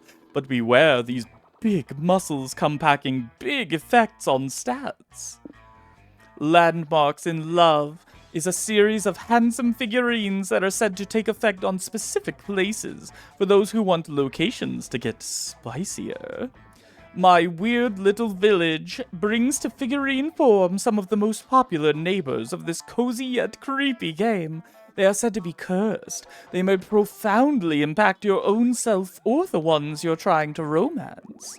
Major Arcana No Mercy. You eyeing Major Arcana No Mercy? It has some of the best characters from the hit anime of the same name. These figurines are all about sound and video for some reason. Okay, so I want big stat effects because I want to become big, less smart. So we're gonna go Buff Bugs. What we got? What we getting? The Death Moth. Every turn, you will keep losing stats until you choose a location. What? Okay. I mean, we actually kind of want this. I don't fully understand how it works. It's true what they say. Life is like a mystery box shop. You lose all your money and all you get is random crap. Pyro says, with the power of my humble stand Fortnite loot box, I randomize the locations of your organs. Oh my. Another day, another morning to devote to the comic you're working on. Time to brainstorm. What's a red flag you can't let slide on a first date? They lack street smarts. They don't own even a single cow, reducing the chances of having tasty chalky milk whenever you want.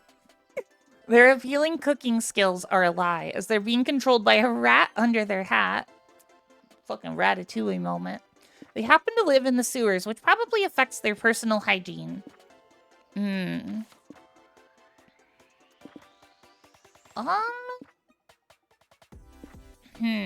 Which of these is bold?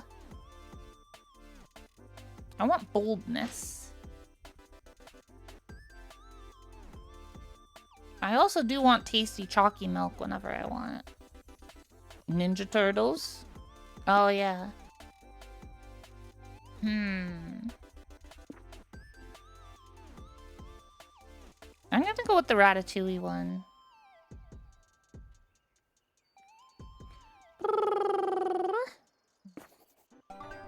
Creativity? Okay. We lost smarts. That's fine. We just don't want to pick one that's smarts. Why haven't you finished that big project you told everyone about? You want to fuck a lot of people first. An ancient curse. A creature living under your bed told you that you should wait. You don't want to be rude to the bed creature. Or Big Oil is pressuring you not to. They probably feel threatened by you, as they should. I'm gonna say an ancient curse. No, that's smart. Fuck you, game. How is that smart? The game hates me. The game wants me to fail. Oh, wait. I'm just constantly losing stats until I pick an area. Holy shit. Oh, okay. Wow. We can lose a lot of stats this way. Oh, fuck. Okay. Okay. Wait, I'm panicking. I'm panicking. Boldness. Oh my god. It's like not losing the smarts. It's losing everything else. Holy fuck. Should I start over, y'all? I think I should maybe start over. I don't know. This is terrible. I'm so fucking cursed. You're having a great time at the con. So you decide to tell the world by tweeting, having a great time at the con. Good one. Oh, thanks, Heidi. Heidi brought me a drink. Thank you.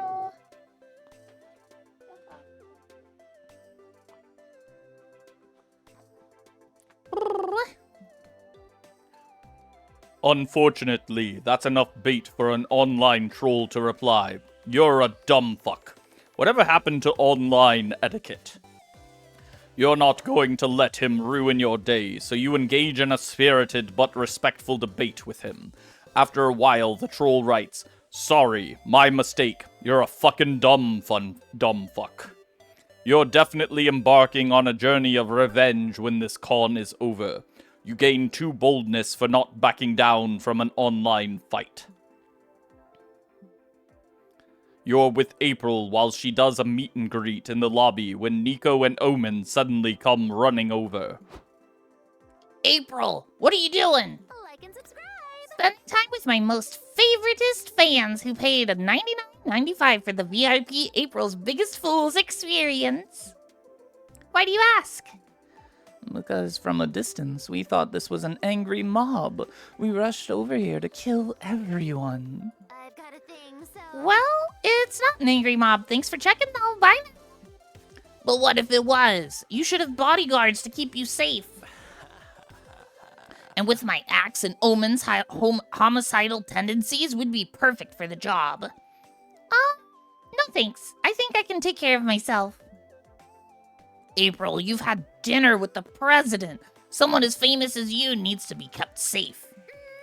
I've told you already, Nico. I've never had dinner with the president. Now, please, let me interact with my fans.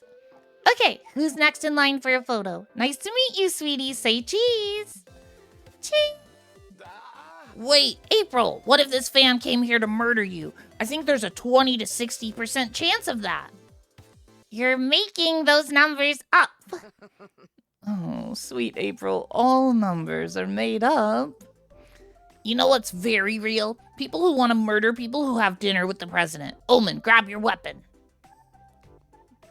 Nico and Omen won't be easily dissuaded. Show them that this fan is harmless before they shatter April's reputation, or someone's skull. Do your best fly impersonation and buzz in the fan's ear all day. She'll either punch you eventually, or otherwise prove that she wouldn't hurt a fly. Or suggest that April fight the fan in one-on-one combat. If April wins, the fan clearly poses no threat to her. I'm gonna do that one to get some boldness. What? In 5 minutes, you, Nico, and Omen have arranged the crowd in a wide circle to watch April and her fan fight. I just want to reassure you all that I do not want to beat any of you up. This is all just for safety or something. Honk, honk. Actually, April, fans have been asking us when it's their turn to get beaten up. They're willing to pay for the experience. Perhaps we should be taking wagers. I thought this was just about proving that this fan isn't posing a danger to me.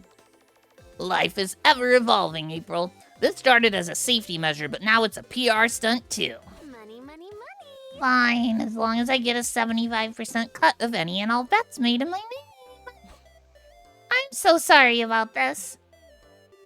Dumpy, how could you call me a naughty little girl while you're beating the crap of me? Wait, oh no, I read that wrong. Dumpy, could you call me a naughty little girl while you're beating the crap out of me? April throws a wicked punch that knocks the fan to the floor. Oh, genius. See, now we know she didn't pose a threat to you. We just ensured your safety. By making me fight someone? The ways of bodyguarding are inscrutable, April. Who's next in the pit? I want to see some blood. April puts an end to this PR nightmare, though she does appreciate how much money the betting pool earned her. Take 2 boldness and -2 creativity. Come on, I know a shortcut. Alright, hopefully we lose some smarts. Please, get rid of the smarts. Get rid of the smarts. Please. I should have a place ready. Fuck, where do I want to go? Fun. We lost way too much boldness. Fuck. Okay, we got our smarts down. We just gotta get our boldness back up. Maybe this will work out. Maybe this will work out. Oh, we're at -11 and 10 for creativity and charm. Holy fuck. This item really fucked things up. In the middle of the community zone, you see a bunch of top-hatted gentlemen, a vintage car, a dog, and a boot. Oh, it's LARP Monopoly. This goes against all your values, and yet the moment you start making money, you gentrify the fuck out of a street by building many hotels. You make sure everyone who dares to step on your turf becomes miserable. A father of 3 begs you to lower the rent. Get good, you yell. No, what have you become? You burn your Monopoly money and leave, but deep down you have to admit you got +2 fun. Lately, Omen has been intrigued by VTubers. Oh shit. What? Oh, she's intrigued by me. Okay. But they have had a hard time understanding what they are exactly. Trying to explain them has proven fruitless, which makes sense considering it took Omen half an hour to grasp the concept of a revolving door. So, as they say, show don't tell. You, April, and Zoe decide to take Omen to a VTuber modeling workshop. You are telling me these virtual avatars command legions of Twitch subscribers. How can I harness this kind of power? The secret to curating a fan base is to know your niche and give the people what they want. You can also make your avatar, like, very hot, which is what a lot of people often want anyway. Huh. So lewdness is the secret ingredient. Then why are your avatars clothed? Twitch will wipe your account if you show pornographic content. It's a mistake you only make once. What if I made mine fully clothed, but I put a big handsome cock on their face? Does that count as too lewd? Probably. This is impossible. I give up on trying to understand this virtual nonsense. This is the revolving doors all over again. But I still want to control the masses. Taffy, you design an avatar for me. You often seek to impress us. I promise I will be impressed if you succeed at this. Omen, don't exploit Taffy's obvious weaknesses. It's not nice. It's not exploiting her obvious weaknesses. It's encouraging her potential skills for our own enjoyment. Come on, I want to see a cool VTuber avatar. Who am I trying to fool? Let's see some cool avatars.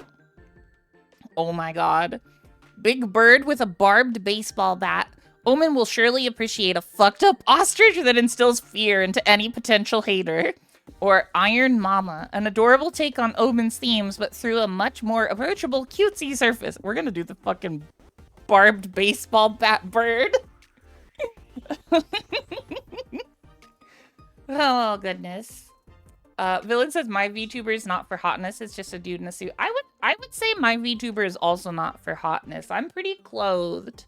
I feel like I could be a much sexier VTuber model and, like, get more people, but it would be the wrong kind of people, if you know what I mean. Like, you know? I don't know. Lydia, though. I mean, Lydia is very sexy, but her model's not anything crazy. Like, my sexiness is its own whole thing. We don't care about the model, it's the voice. The voice is the important part, you know? yeah, it's true. Although, the titties are nice. Yeah, they're pretty good too. The dungeon. Oh yeah, we can't forget about the dungeon. That's pretty important.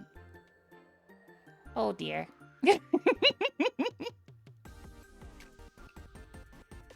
Okay. Let's do the big bird, because I think that'll give us boldness. Is a choice?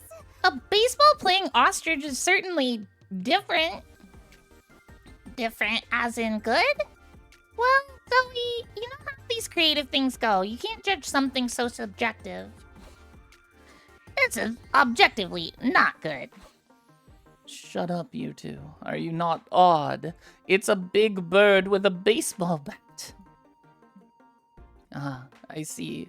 Maybe you don't get it because you're too dumb for this. Let me explain. It's fun because ostriches don't usually hold baseball bats. Got it. Omen tests out their new VTuber avatar. They have a great time, and it finds an audience? Look, I have a viewer. I told you this avatar was gold. The ornithologists. Whoa. You don't see birds like this on the Nature Channel. I bet they know a thing or two about third base. Winky face. Huh. I guess there's a niche audience for everything. Ha. You're done, April. Admit your defeat and surrender your channel to me. I am famous. The ornithologist donates $30 to the stream, which Omen uses to treat you all to some fried chicken. You know what? Omen's happy and they brought you chicken. That's a win in my book. You lose 2 charm, but gain 2 boldness for choosing the bird with a weapon. Ready for some feline felonies. Alright, I think I did that fast enough to not lose any points.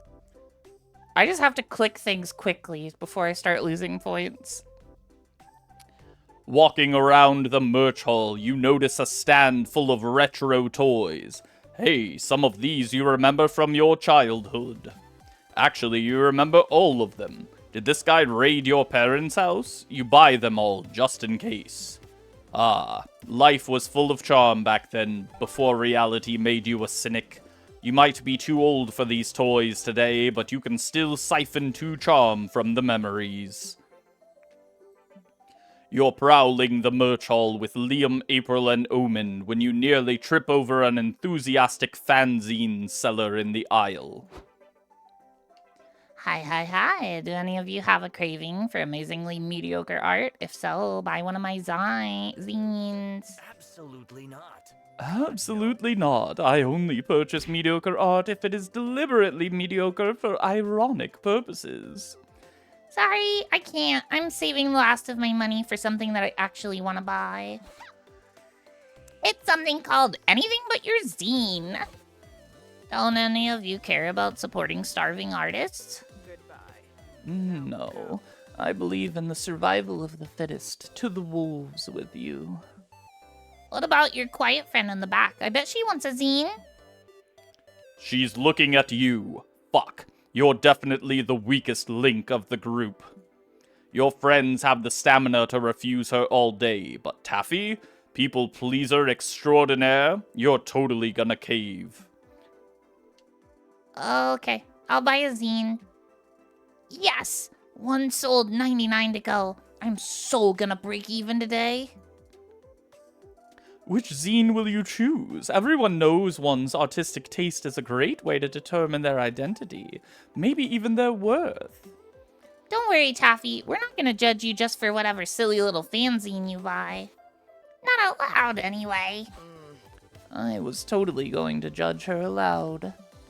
Likewise, my judgments are just too good not to share them publicly. This simple transaction has turned into a desperate bid to impress your friends. Why does this always happen to you? Choose a zine wisely.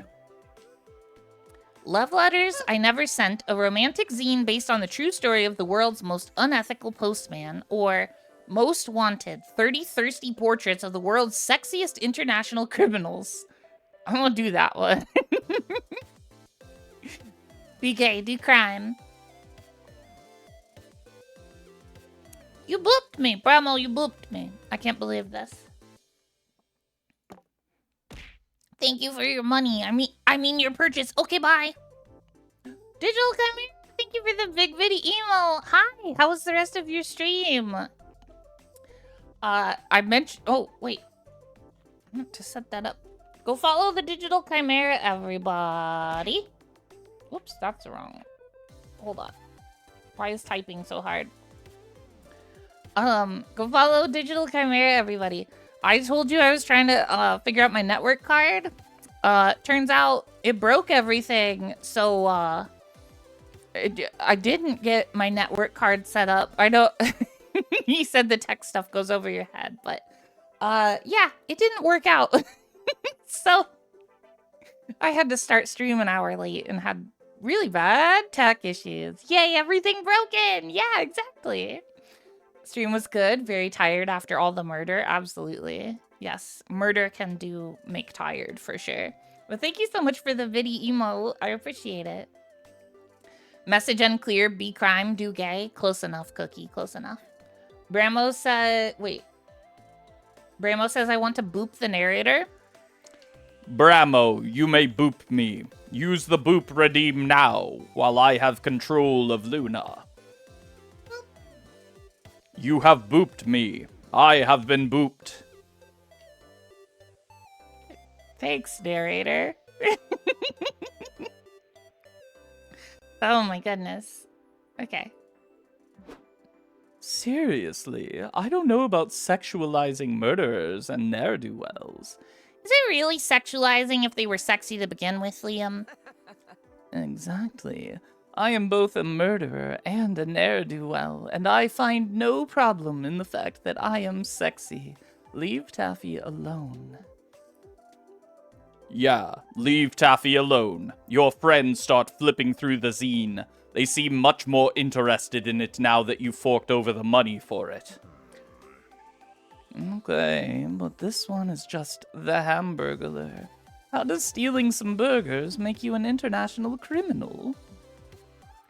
Well, according to this description, he also committed multiple war crimes. You know what they say, stealing burgers is a slippery slope into war crimes, huh? I have the feeling that no one has ever said that. Shut up and read the next one, Liam. The Bloody Valentine, a boobalicious babe with a psycho killer smile. Her many crimes include credit card fraud, armed robbery, murder by firearm, and murder by balloon, just to quote a few. Bloody Valentine's true identity is unknown, but some crime-solving online communities have built theories that connect her to a niche internet micro-celebrity. Niche internet micro-celebrity, my ass. It's April. Oh, shit. What I mean is, we don't want to fry our brains by getting into bogus internet conspiracy theories. Give me that. April snatches the zine from Liam's hands and throws it in the trash. She then proceeds to light the trash on fire. She also buys all the other copies of the zine and throws them into the fire too. Gotta go. Whoa, look at all this fire. It makes me crave some hot barbecue. Let's all go get some barbecue and forget about this forever. April is being super suspicious. But then again, this is barbecue you're talking about. You lose 2 charm, but gain 2 fun from choosing the zine about hot people. Makes sense, she's a criminal. Bloody Valentine is Ted Cruz confirmed. Oh god. Mary Meringue says, oh, Mr. Narrator, please let me boop you as well if you know what I mean. Wink, wink. I do not know what you mean, Mary Meringue, but you may boop me, if you so desire. I am waiting. Waiting. Waiting. How long shall I wait, Mary Meringue? Thank you for the boop. You have booped me. People are really fans of the narrator today. Gotta make some money. Alright, we're at 13 smarts and 6 boldness. We need to get 8 more boldness to be able to win. Oof, that's gonna be rough. You're chilling at the hotel room with nothing to do, looking around for cheap entertainment. You notice April's purse hanging from a chair. Will you dare violate the sanctity of an idol's purse? Of course you will. You grab the purse, open it, and... Oh no. No way. This is too horrible to describe. Don't count on me to utter these words. Here, have +2 creativity and go imagine it on your own. I'm out. Digital Chimera says, honestly, the narrator has the same social awareness that I do. Same. You open the door of your hotel room with your shirt already halfway off and immediately lock eyes with a man gagged and bound in a chair.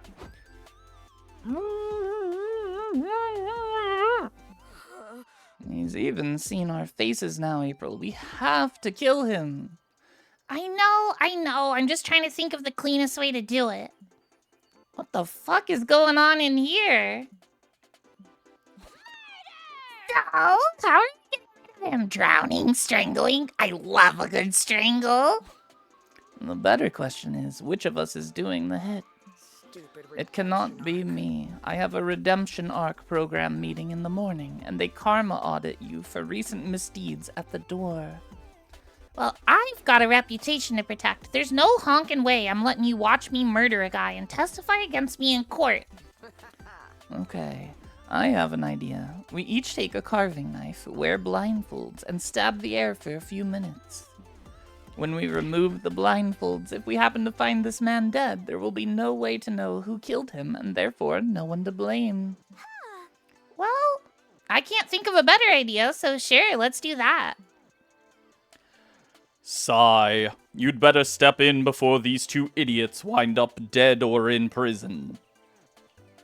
Appeal to the only context in which kidnapping someone is okay. Make the kidnapped guy believe this is his bachelor party. Or cover the kidnapped guy in whiskey so no one believes him when he goes to the police. Proceed to celebrate by getting shit-faced with the rest of the whiskey. I like that one. Plausible deniability at its finest. Yeah. Oh, Cookie wants to be gagged and bound in a chair. I know some people who could arrange that for you, Cookie.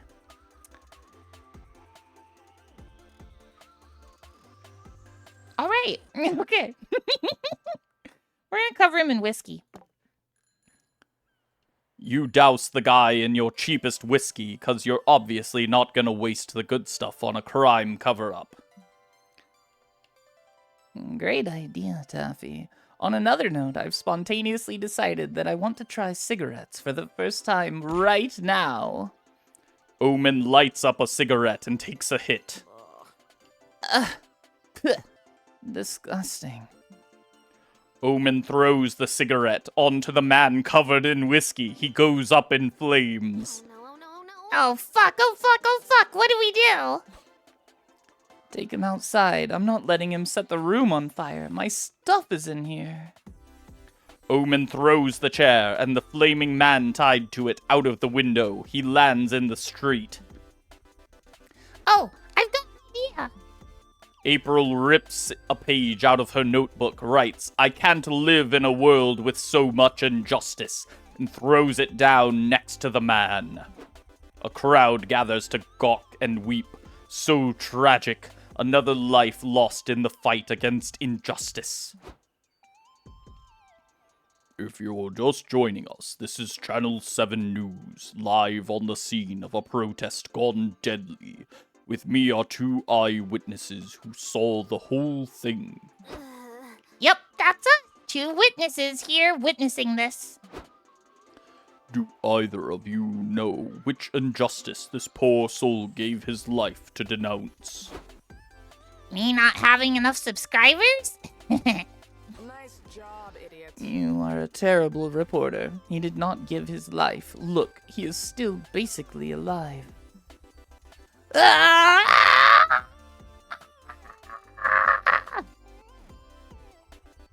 You all watch the flaming man burn through his ropes and run away.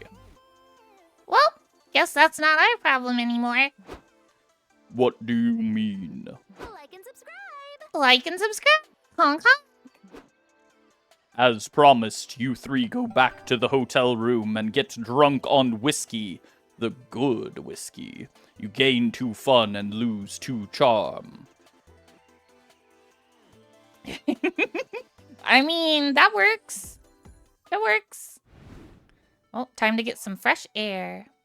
Okay, it's date time. I bet I can get a discount. Welcome back to the food court.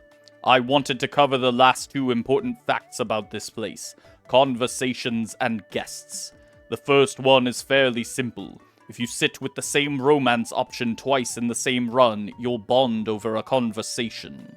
If you sit alone twice, you'll have some you time to sit and reflect on life and stuff. It's like a conversation, but with yourself. Each playable character has one of these. And what about the guests? I wanted to tell you there's 3 things you gotta do if you want to get a date with one of them. First, you have to meet their date requirements by the end of the run. You'll have clues for what these requirements are when you first greet the guest and they tell you what their type is. Second, you gotta have a fun little date with them to get to know each other better. This is done by calling them a second time when you come back to the food court. Third, remember to choose none of them when you're asked which romance option you want to date at the end of the run. And that'd be all. Now, let's go sit somewhere. Putting a whole new meaning to rock hard abs. Yep. Oh my, Mary Meringue. Oh dear. Oh my stats. I didn't know. Oh, fuck. I was reading chat. Well, we're fucked. That sucks. Oh well.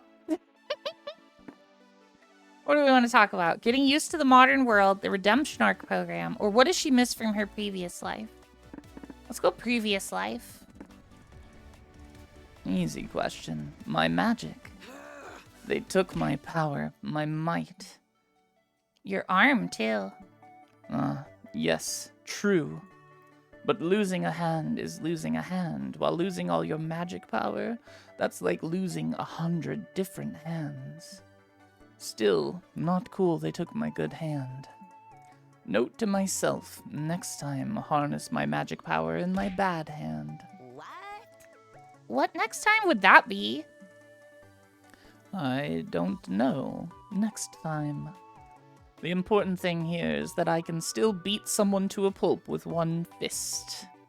I don't have such alternatives for my magical energy. It confuses me to see someone as mighty as Zoe forfeiting most of her power willingly. Yeah, she did that, didn't she? Zoe, who used to be one of the most powerful entities reality has ever seen, a deity of destruction and despair. I used to dream of attaining the might of an old one, or perhaps to murder one with my bare hands. And what does she do with that? She writes tales of an academy infested with Liams who spend their time kissing each other. Note to myself. Investigate if this is a veiled stratagem by Zoe to bring despair to reality without people noticing. Give it a chance. It really hooks you once you get to chapter 5. Thank you for claiming your daily cheese, Digital Chimera. Add to note, research if Taffy is too far gone, brainwashed by Zoe's plan for mass despair. Nah, but I think there's something to learn from Zoe here. Life has many things to offer beyond raw power. Maybe this is a blessing in disguise. Maybe now you get to explore those things. Fascinating. Could it be that these things are actually worthwhile? If Zoe forfeited godlike powers in exchange for them, they must be of great value. I'd say they're priceless, Omen. Omen asks you to produce a list of at least 10 of these things they can explore. You comply and offer to help them with it. Oh dear. Let's spin a yarn. Ooh, yarn. Oh my goodness. And all of a sudden, it's time for the last brainstorming session for your comic. Where did the time go? What's legal but should be illegal? Telling people Santa isn't real. People deserve magic in their lives.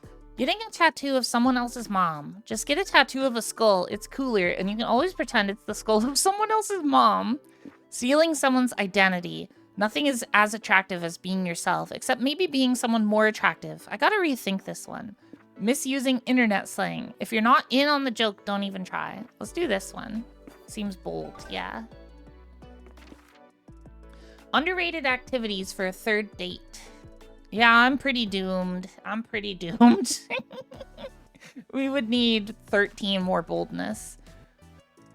Punching cherry trees until they blossom just for you and your date. That seems bold. Practice for the test you gotta pass to get your kissing license. It's a thing. Studying contraception. You'll look responsible while also hinting that you wanna fuck.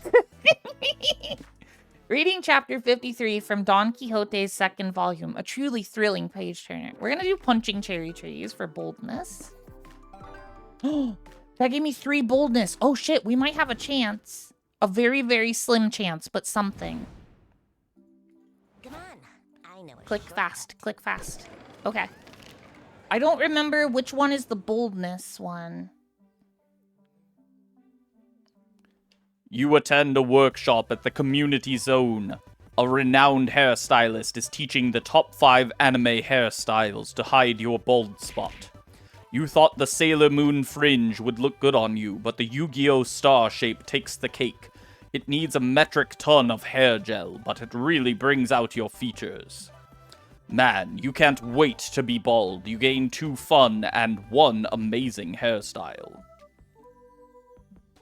Later, you invite Omen to wind down and watch a movie at the hotel. Finally, you two can spend some much-needed one-on-one time together. This is peak cinema and exceptionally relatable. What did you say it was called?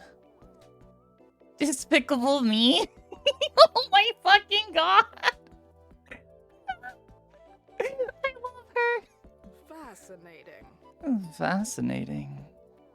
You see Omen reach into the popcorn bowl. Now's your chance to not so accidentally brush her fingers and create some romantic tension.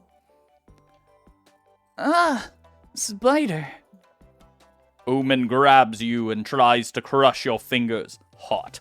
Once your bones squeak, she realizes she's holding your hand. Happy says lobby's the bold one, you think? Okay. Is lobby, like, right here on the screen, I think? Seems right. Or I could just click lobby over here, actually. That would probably be better. Stop staring at me with that dumb face. She socks you in the jaw. Hot, but also ow. My apologies. I have cuteness aggression. Aw, are you saying that I'm cute?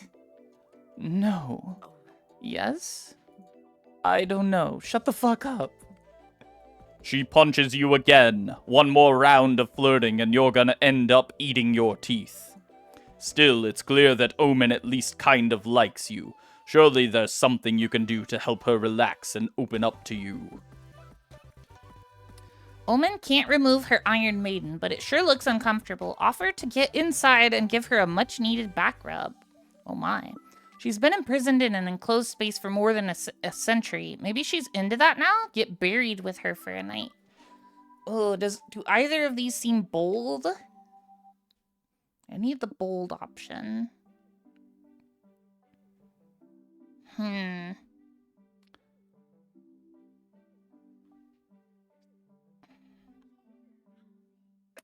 don't know. That one seems more like charm to me. Back rub feels like charm. You don't have enough smarts to answer that? Oh gosh. Maybe she's into that now. Get buried with her for a night.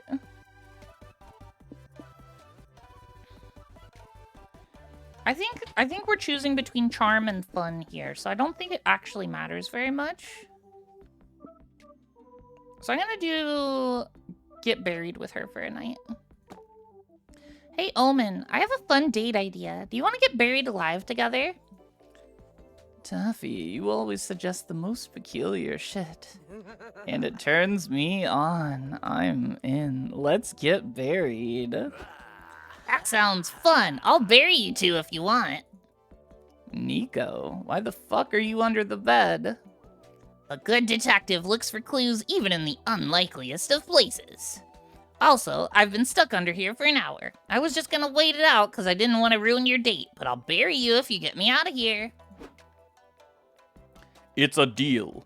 3 hours later, you and Omen are sexily, claustrophobically confined in a coffin 6 feet underground.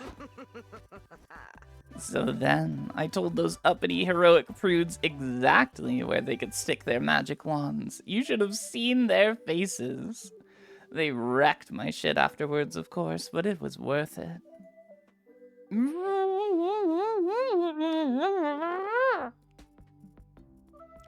Due to the tight space, your face is pressed too deep into Omen's cleavage to properly articulate a response. Not that you're complaining. I must say, Taffy, being imprisoned in a small space is way more fun with company. Thank you for suggesting this.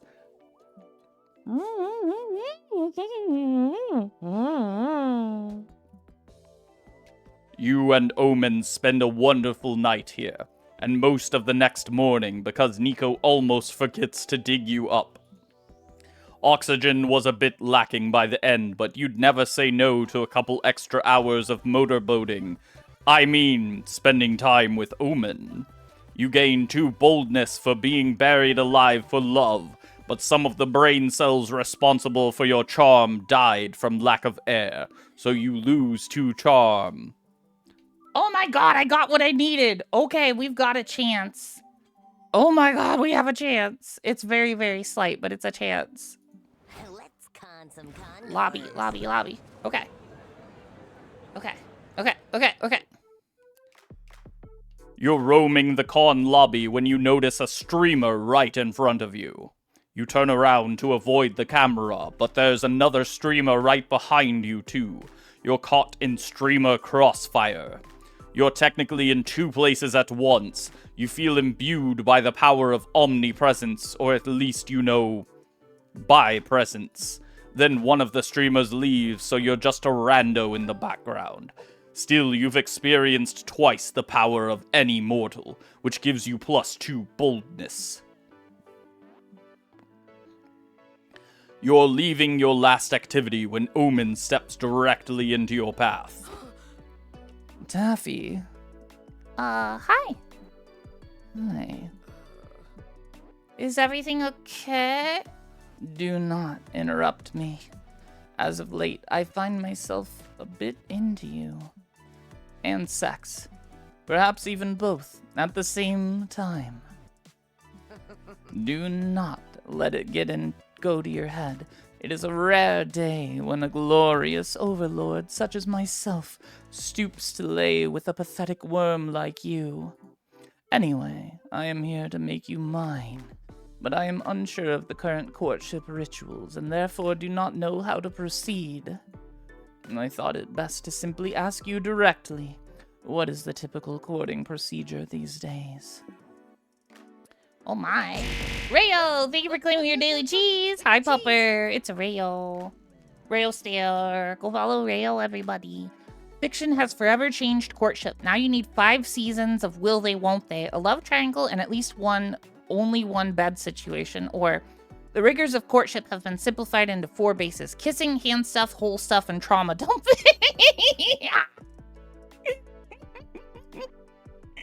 Holy shit. Cookie, could you quote this line for me and put it as a quote by Monster Prom 4, please? I want that immortalized. Kissing, hand stuff, hole stuff, and trauma dumping. Oh, you can't see it behind the cats. Oh, hold up. Cat cam, we'll do it. There you go.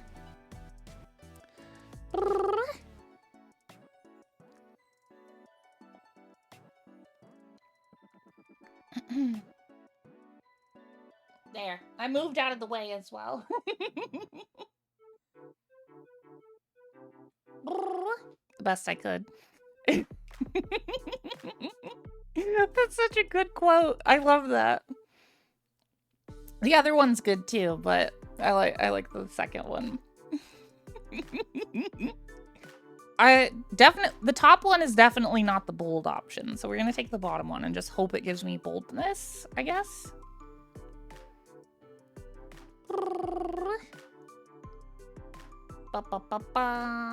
Perfect. Yeah, that looks good to me, Cookie. Oh, wait. No, wait. No, kissing, hand stuff, hole stuff, and trauma dumping. Almost. Change hand holding to hand stuff. Oh, goodness. Ugh. I love these games. I definitely think we should do these games for, like, community gaming nights. I think it would be lots of fun. Holy hell. So good. Ah! Booped! Rayo, you booped me! What the heck? Unbelievable. I can't believe you've done this. Heidi, did you ever put a blue drink in the freezer? And if so, is it still in there? I sure hope not. Attributed to Monster Prom 4. Yep. It froze. Oops. Oopsies. Villain says, I mean, everyone knows hand holding is for mega sluts. Exactly. Yeah, do 2026. There's a new one now. Okay, Heidi. Does it need a year? Yeah, I like having a year for all of them. 2026 is the year I experienced the quote, so I want the year in there. Hand holding is for sure home base. Yeah. Oh, goodness. Okay.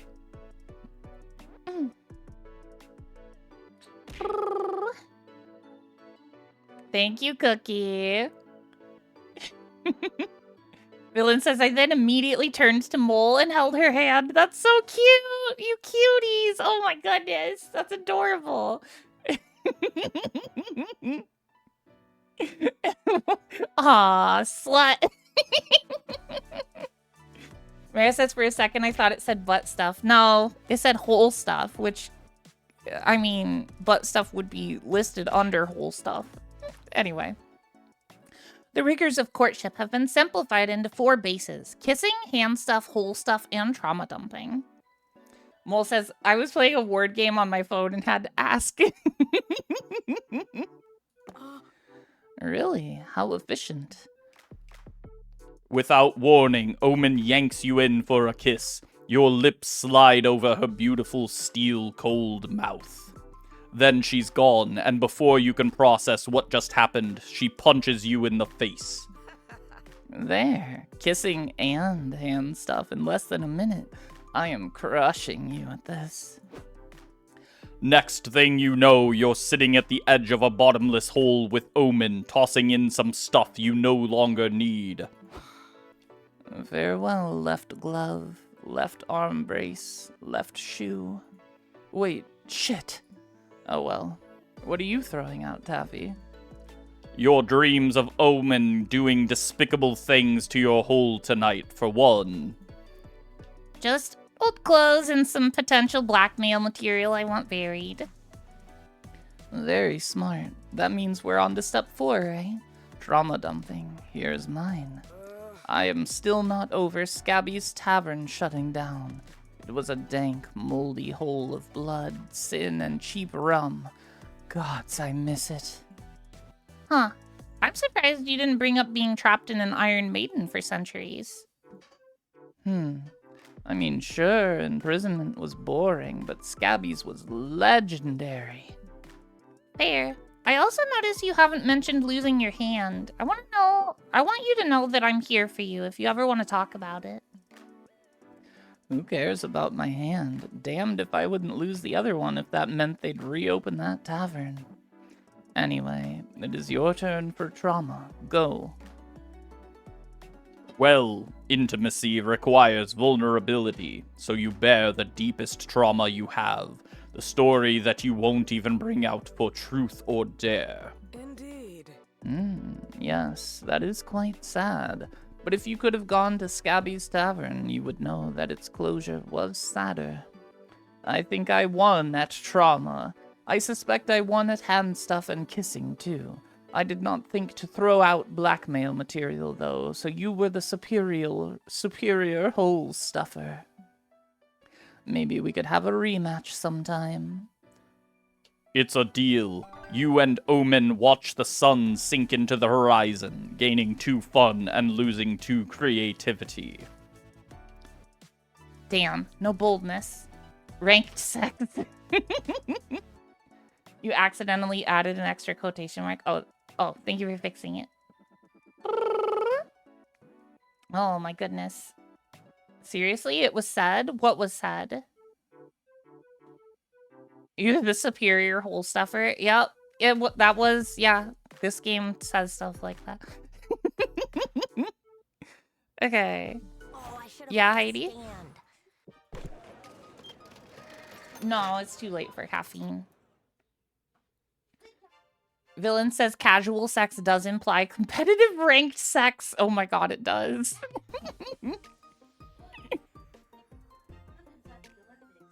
That's true. They usually do. You find a portrait artist at the Artist Alley. Apparently, he can accurately portray your soul.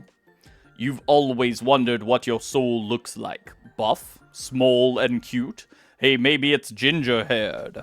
No, it's just you with a weird blue glow around you. But hey, that glow sure adds +2 charm to your looks. Cons are a great place to buy all the merch you could ever want, but they're also filled with all the merch you could never want, like crappy fanzines. Hi, can I please interest any of you in buying a fanzine? No thanks. Let's buy one. She said please. It'd be wrong for a ranger to ignore such a polite damsel in need. Yes, that's it. I need your help. I need to sell 20 of these fanzines before the end of the day or I'll die. What? No way. What a predicament you find yourself in. Are you cursed? No, I already did the lobby, Happy. Wait. Yeah. No, I did the lobby already, so I can't do it again.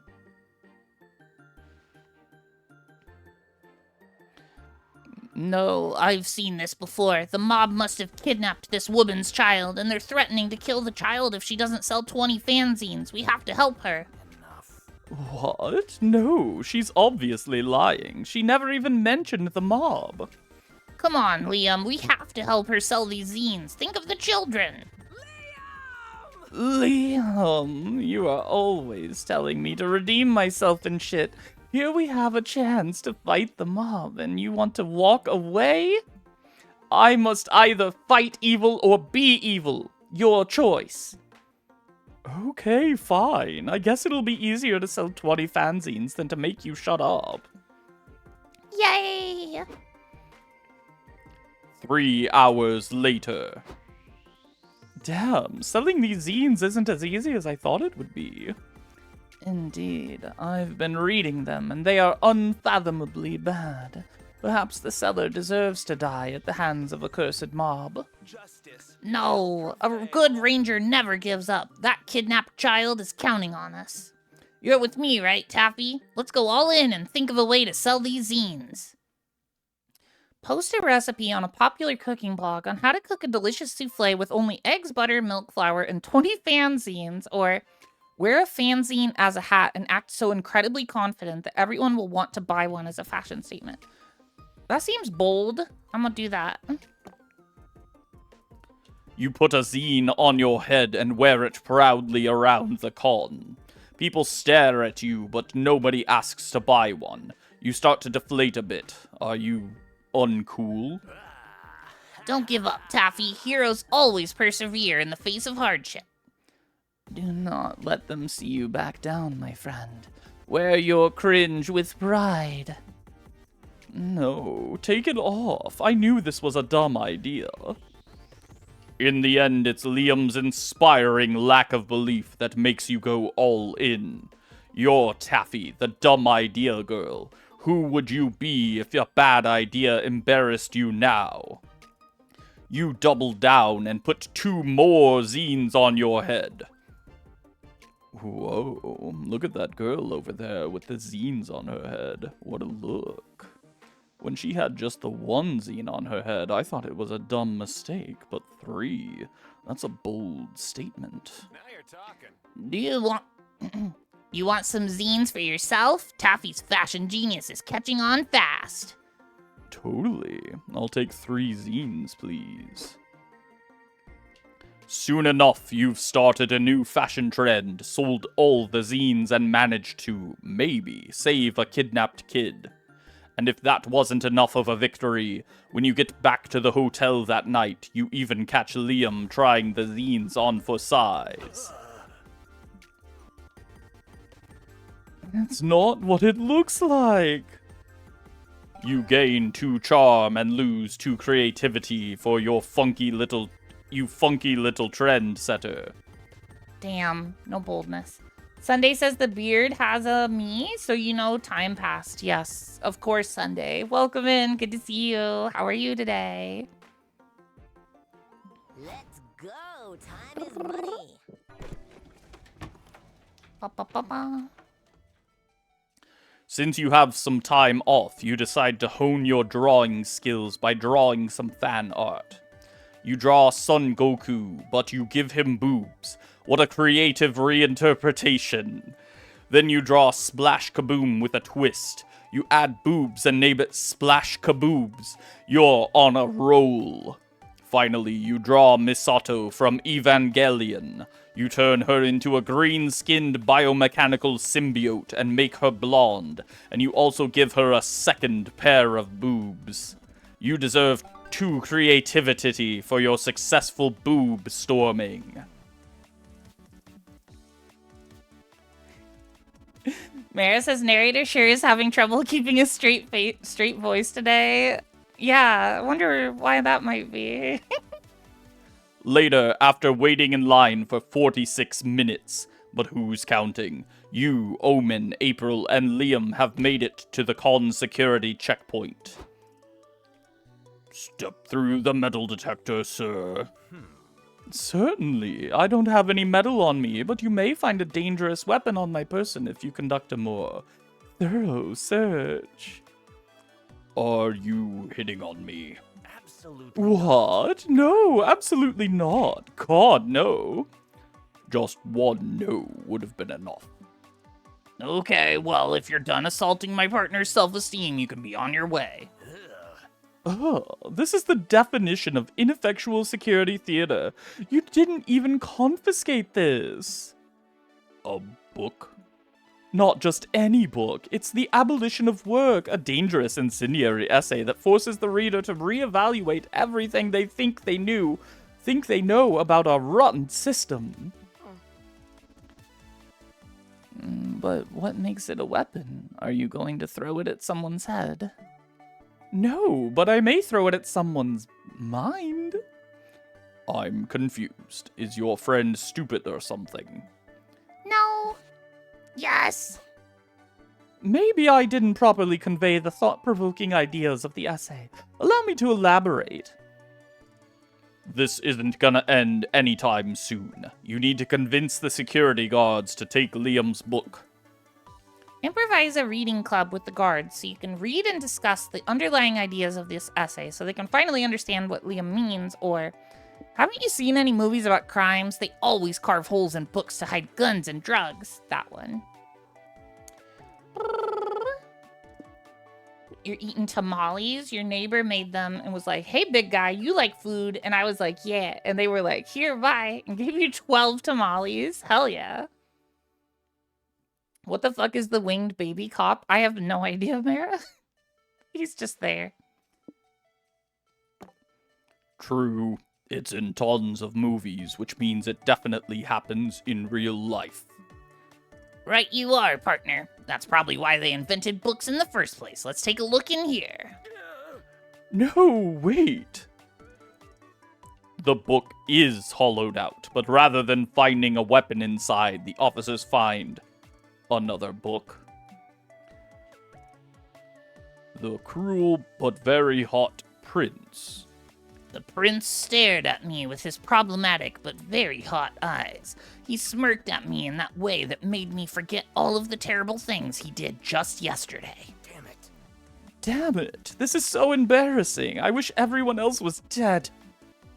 Why would you hide a book inside of a book? Is it secretly drugs? I know I'd do the cruel prince like a drug. Drugs aside, I must point out there are some impeccable abs on the cover of this other novel. Omen stares intensely at the cover. April and Liam do too. Stop lusting over that book, you three. That's it. I'm confiscating it. Yeah, carrying guns into a public event. I can get behind that. But we gotta draw the line somewhere, and that somewhere is at erotica. Look, Liam, they took your book just like you wanted. You must be pleased. Remind me of the title later. I want to peruse it. The abs intrigued me. I got you. You all enter the con and gain 2 fun from Liam's guilty pleasure, but lose 2 smarts. The cruel prince's abs will give you many things, but smarts aren't one of them. Well, we failed. Unfortunate. 6 points away.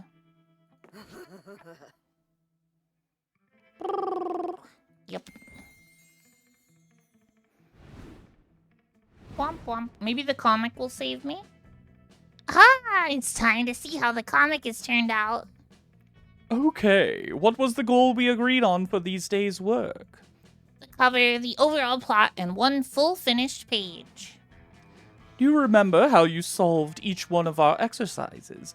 It's key to how the muse will give shape to the fruits of your labor. Which is Liam's pedantic way of saying that now is when we'll see how the options you chose will affect the comic you're about to see. Sue me for wanting to imbue poetry in our day-to-day. I may sue you later, Liam, but for now, I want to take a peek at this comic. Finally, the art gang gathers round to put all the pieces of your greatest masterpiece together. Time to see the fruits of your labor. Everyone wants to kiss me on the mouth. Everyone wants to kiss me on the mouth is set to be the next harem sensation. Jacqueline is a humble country girl who moved to the big city in search of revenge. Little does she know that what she'll find is love. Due to fate and the precarious state of the economy, she'll end up sharing an apartment with several smoking hot roommates. Let's see. Sunday says tomorrow is dumb fuck day, but my tribe treats it as Native Pride Day, so you get it off. Hell yeah, that's awesome. Wait, Heidi, do I work tomorrow? Is that I think I do, yeah. Pretty sure. Oh, we get time and a half. Okay, cool. The roommates all have one thing in common. None of them can resist Jacqueline's inexplicable ability to transform into a tiger. There's the buff, ever-horny Morty, quiet, handsome Mamimi, seductive, breathtaking Milo, and many more.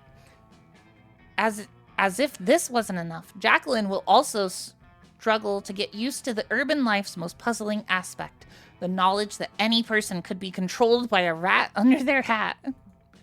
Ah, poor Jacqueline. So many changes and so many suitors, but she can't decide who to reciprocate for one big reason. An ancient curse. Only one thing is clear. There will be lots of kissing on the mouth. Milo, you're back. I thought you were still mad at me after I got a tattoo of your mom while I was drunk. Sure, I could never be mad at you. Actually, there's something I've always wanted to tell you. Milo, you bastard! I heard you from the shower. We swore none of us would kiss Jacqueline on the mouth until the cherry trees blossomed. Well, I realized maybe Jacqueline should have some say in that, and also, fuck you. Hey guys, what's happening out here? To be continued.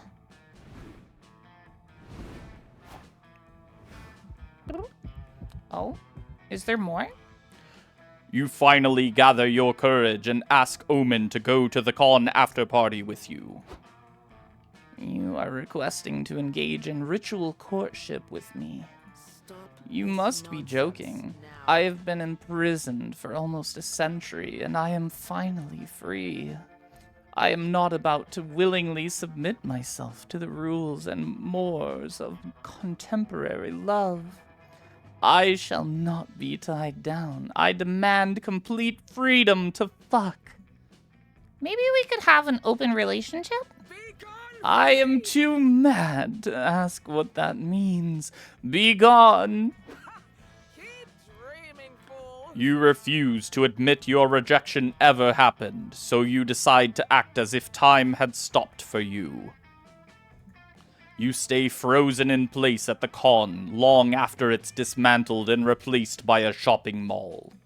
The architects decide to build a fountain around you, and you become the centerpiece of the rejection fountain. As part of a new superstition, customers start throwing coins in the fountain, wishing to never meet your fate. Unfortunate. I fucked up. I think we could have done it if I hadn't been not paying attention on that one screen. Oh, well. That was fun, though. What time is it? Oh, hey. It's end of stream. Let's go. That was the perfect amount of time. I'm really disappointed I didn't win, though. I definitely want to play more. Before we knew it, the con had ended. It was just 4 days, but we could swear it felt like an entire lifetime. All sorts of misadventures took place, entire friendships blossomed, and we ourselves changed as people. The idea of going back to our day-to-day lives made us feel a bit disoriented. Promises were made of not growing apart, of meeting again soon. Still, we would lie if we said it didn't feel a bit sad to leave all that behind. But as each of us went our own way, we realized that wherever we went, these people would be there with us. And with that came a truth that to this day we hold close to our hearts, that no matter where we are, we belong. It's a thought that still gives us warmth, that makes us feel, once again, young and unafraid.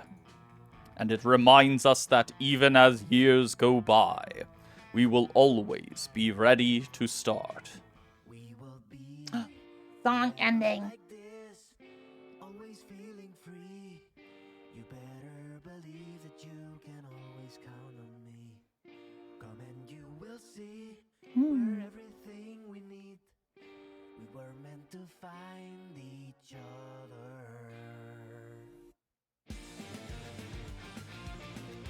I think this has been my favorite Monster Prom game, actually.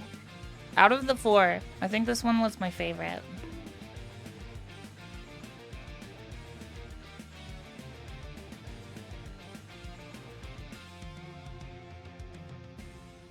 When you're scared or lonely and the world won't help you, despite everything you've tried,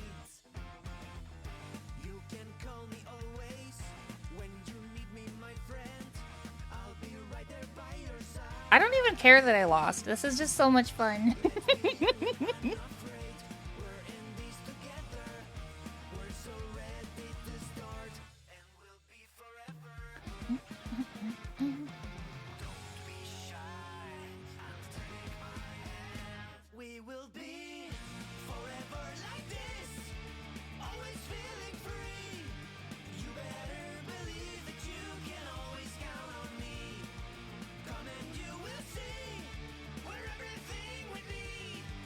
We were meant to Monster Prom 5. It said see you in Monster Prom 5. There's gonna be a 5th one. I'm so excited. I want when's it coming out? Oh dear.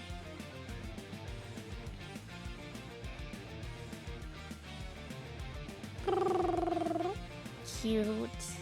The game is so cute and very horny. I love the balance of cuteness to horniness in these games. Heidi says Luna cute. No, you. Sunday says love, sex, and romance is bad. Never do it. I've never done it, so I know it's bad. Don't be bad, y'all. Oh yeah, totally. You're so right, Sunday. Unlocked a new plotline. Can now call Sawyer and Gerard. Unlocked 2 new comic genres. Cool. Okay. Well, I want to hear the opening song again, so we're going to do that before we find somebody to raid. Next game's going to be Monster Retreat. Ooh, interesting. I want to hear the song again. I'm legit adding this to a playlist. It's so good. Oh. Let's go to the con, come on, monsters bring it on. It's time to make it fun, it's time to make it right. I said it, let's go to the con, nothing can stop us. And you know we're gonna make it right, we're gonna make it whole. There are all sorts of stands, come take my hand, let's overspend, on demand. There is nothing you can do. Let me become your stand, #1 fan. This is our chance, there's no romance. There is nothing you can do to me. Monster, monster, monster, monster, monster, monster. Yeah. I'm a nerd, I'm a weeb, everybody clap with me. Monster, monster, monster, monster, monster, monster. Yeah. I'm a weirdo, I'm a geek, come with me, we'll feel complete. Monster is the way you feel, monster is the way you feel, monster is the way you feel all the time. Monster is the way you feel, monster is the way you feel all the time, all the time. All the time. Did you see the shit Moonbeam said? No, I didn't. No, I'm ending stream, Heidi. Or should I stream longer and do another run? I don't know. I wasn't gonna end stream now. I guess, I mean, you know, I do have to work tomorrow and I need to take a shower. Another run, of course. We'll see, we'll see. What did Moonbeam say? Heidi celebrates work perks and Rayo stirs up a ramen remedy. Remember, in this galaxy, every hole is a goal. Oh, God.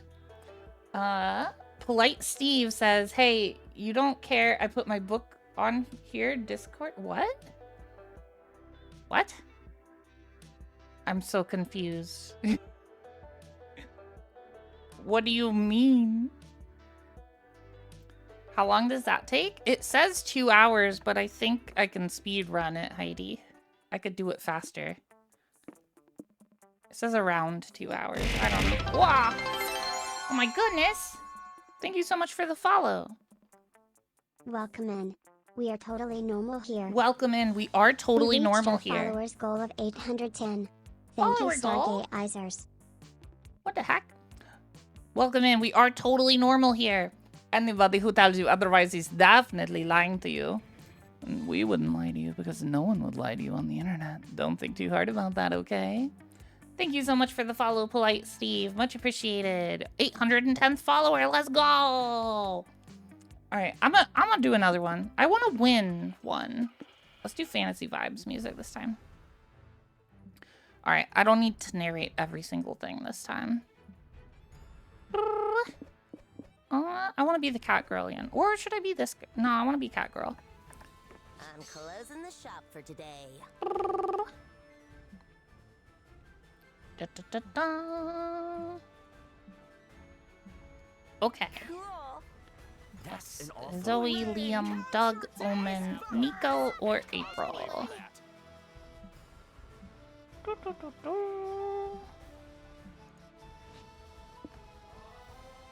Happy says, Fwog gonna rest. Good luck, Luna. I'm gonna turn my sound down a little though in prep of raid. Okay. Look. We got cheese. Let's see. Which one is gonna be... Redemption arc is probably Omen. Thank you for claiming your very first daily cheese, Polite Steve. You got goat cheese. Let's go. Delicious. Also do not magical girl transformations. Maybe enemies to lovers? I'm not sure.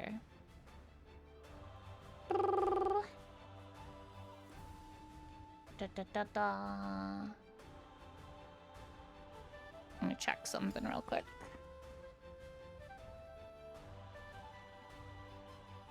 Whoa, you're totally definitely first, Polite Steve. That's crazy. Nobody got that yet.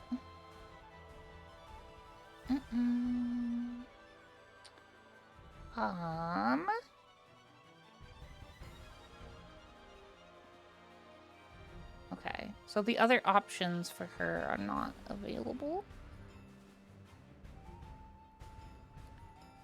Da, da, da, da.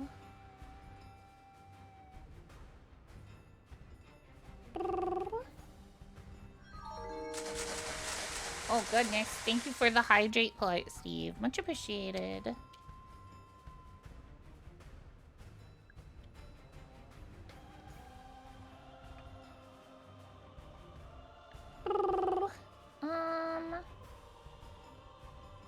Okay, let's do fighting in the shipping wars. She likes fighting. What do you mean, am I looking up the quickest one? No, I'm just looking up the start to make sure that I can choose the character that I want to romance. Choose your top 3 favorite magical girl tropes. This lady, this one, and this one.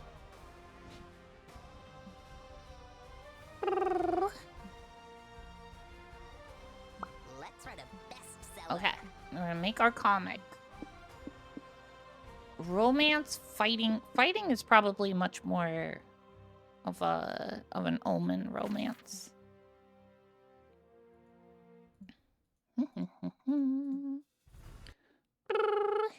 Let's con some congoers. Okay, we started off with 14 boldness and 8 smarts, which means we're already qualified for an ending. We just have to not fuck it up. Yeah, I'm trying for Omen again because we failed. Which one was the boldness? Down here. You're tired from all the shenanigans at the con, but a severe case of FOMO prevents you from going back to the hotel. If you take a power nap here in the lobby, you'll be well rested and technically not miss out. Lots of people trip on you, but they say nothing as they imagine you sleeping in a cosplay performance referencing some movie or anime. You get some rest and +2 boldness from not giving a single fuck. You're hanging in the lobby with Zoe and April when you're given the uniquely horrible honor of being targeted by an annoying streamer. Yo, yo, yo, it's your boy Riz. I'm here with the internet sweetheart who's got honkers for days. April 1st. Air horn sound effects, blah, blah, blah, blah. So get this, April. I'm an aspiring clown fucker. What's a guy gotta do to get in your cotton candy panties? Yikes. Ugh. This dude's got major ick vibes, right? It's not just me. Don't be silly. Riz has my total trust and millions of subscribers. So, he's a sentient fart, Zoe. Please save me. Yeah, nah. This is over. Why don't you go and stick your camera up your ass, bub? Okay. An ass stream would get good engagement.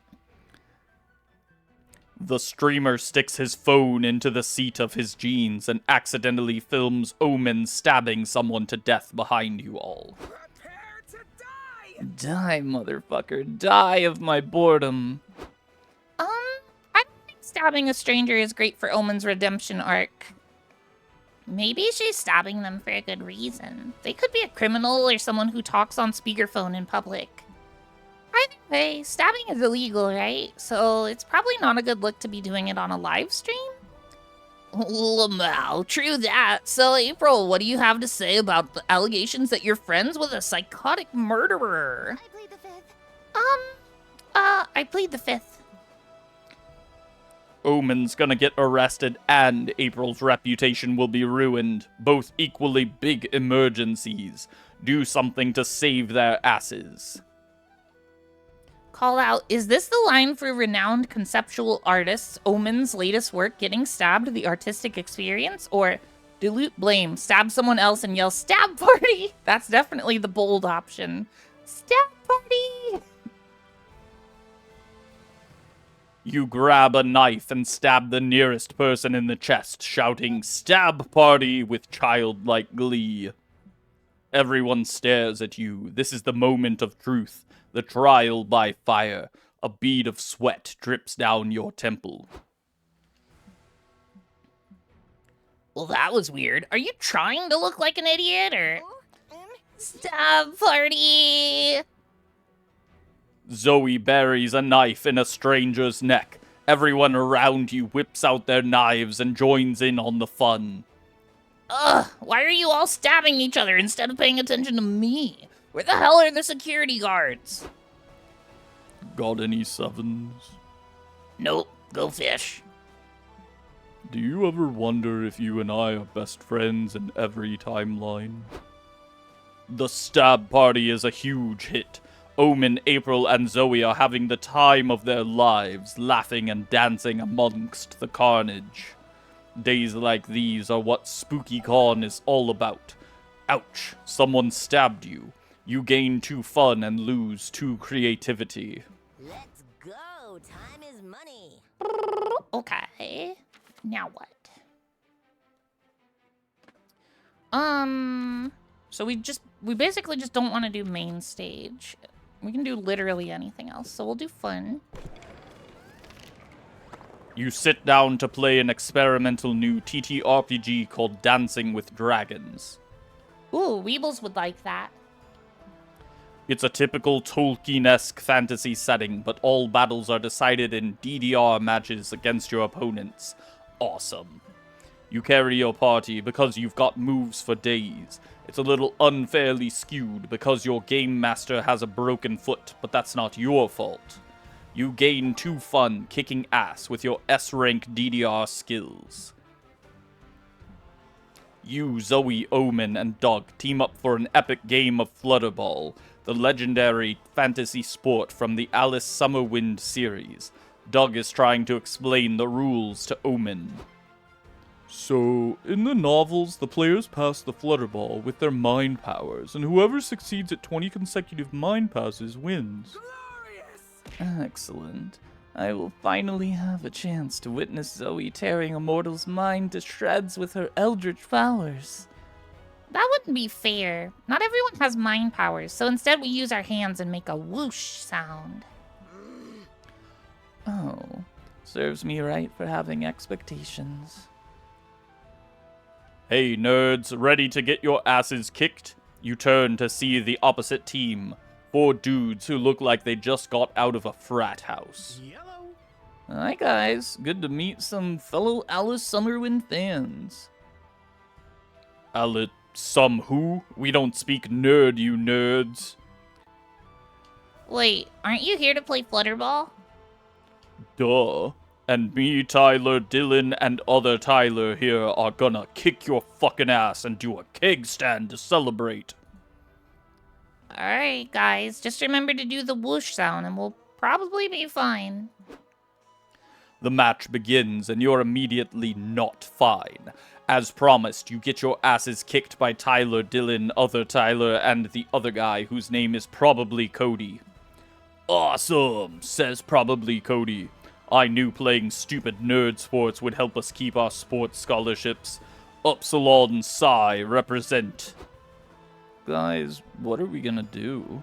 I keep saying whoosh, but my mind passes are weak for some reason. They might be slightly stronger, but we've got a weapon they don't have. My knife. No, Omen, our knowledge of the franchise. God damn it, Zoe, why do you never choose violence? I bet there's some Flutterball rule that can give us an edge over them, no matter how strong they are. Taffy, any ideas? Add a dog to your team. Little do they know, it says nowhere in the novels that a dog cannot play the sport, or shoot them in their knees and tell them it's a rule. It's not, but since they haven't read the novels, they don't know. We're doing that one. Thank you. Omen pulls out a gun and immediately shoots Dylan in the knees. Ah, my knees! I need them for hacky sack! Sorry, but the books clearly state that if a team has no points by the second half, they can shoot the other team in the knees. Haha, yes.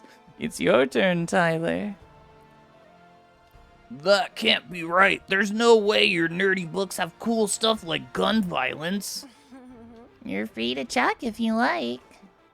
Very funny, Three Eyes. And how exactly would we do that? By reading? Yes. Oh, hold on. Tyler, Dylan, other Tyler, and probably Cody huddle up and whisper. We've decided we're gonna read the books. Time out?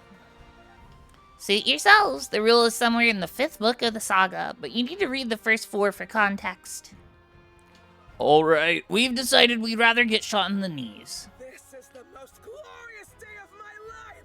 I love Flutterball. Omen shoots everyone in the knees. You make a great comeback. It turns out not being super athletic is bad, but not as bad as being shot in the knees. I'm good at sports. We won! I can finally say I'm good at a sport.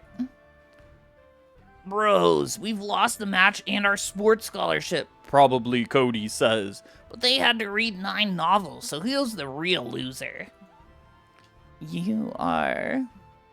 Omen's right, and she shoots Cody again. You gain 2 boldness for your daring strategies, but lose 2 fun. Oh, I should have booked a stand. We're doing so good this time. Oh my god. This one.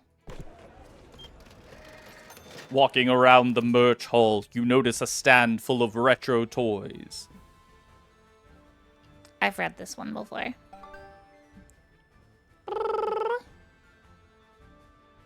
Oh, yaoi. Okay. You, Zoe, and Omen decide to visit Liam's yaoi art stand. Hopefully he offers a friends and family discount.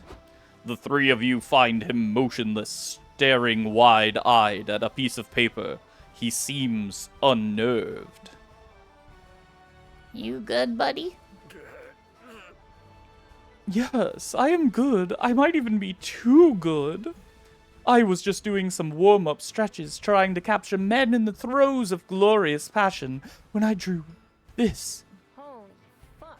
Holy fuck. What is the matter with you two?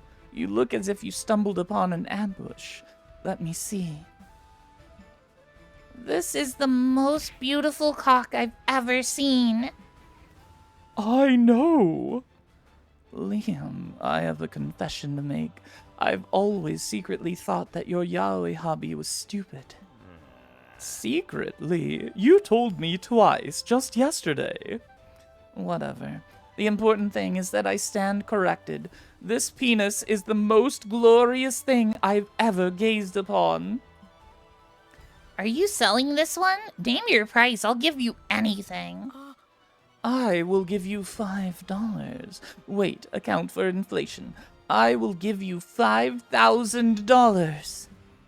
Sorry. I don't think I should. Wait, what voice did I have? Sorry, I don't think I should sell this piece. It's too much art to be contained in a single page. True. So what should you do with Liam's phallic magnum opus? Draw some underwear on it. The world is not ready. Or eat it to consume its raw power. That one. We're gonna eat it. You snatch the drawing and shove it in your mouth. What the fuck, Taffy? Did you just eat my cock? Oh my. Fuck. This truly is the best timeline. Perhaps it's for the best. Quite frankly, Liam, I was already considering stabbing you in your sleep and stealing the immaculate cock for myself. Good point. Taffy eating your cock probably just saved your life. Who cares about my life? Taffy deprived the world of my beautiful art. Liam, that cock was the kind of cock that starts wars. It would have been the cock that sunk 1,000 ships. It was the hypothetical cock of Helen of Troy. Taffy just brought monster kind another century or two of peace. Isn't that worth sacrificing your perfect cock? I guess. Liam longingly caresses your belly. Good night, sweet prince.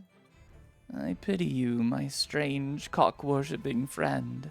Would you feel better if we purchased some hot dogs? If you're not leaving. Because I'm going to get some with or without you. This experience has given me a craving for something phallic.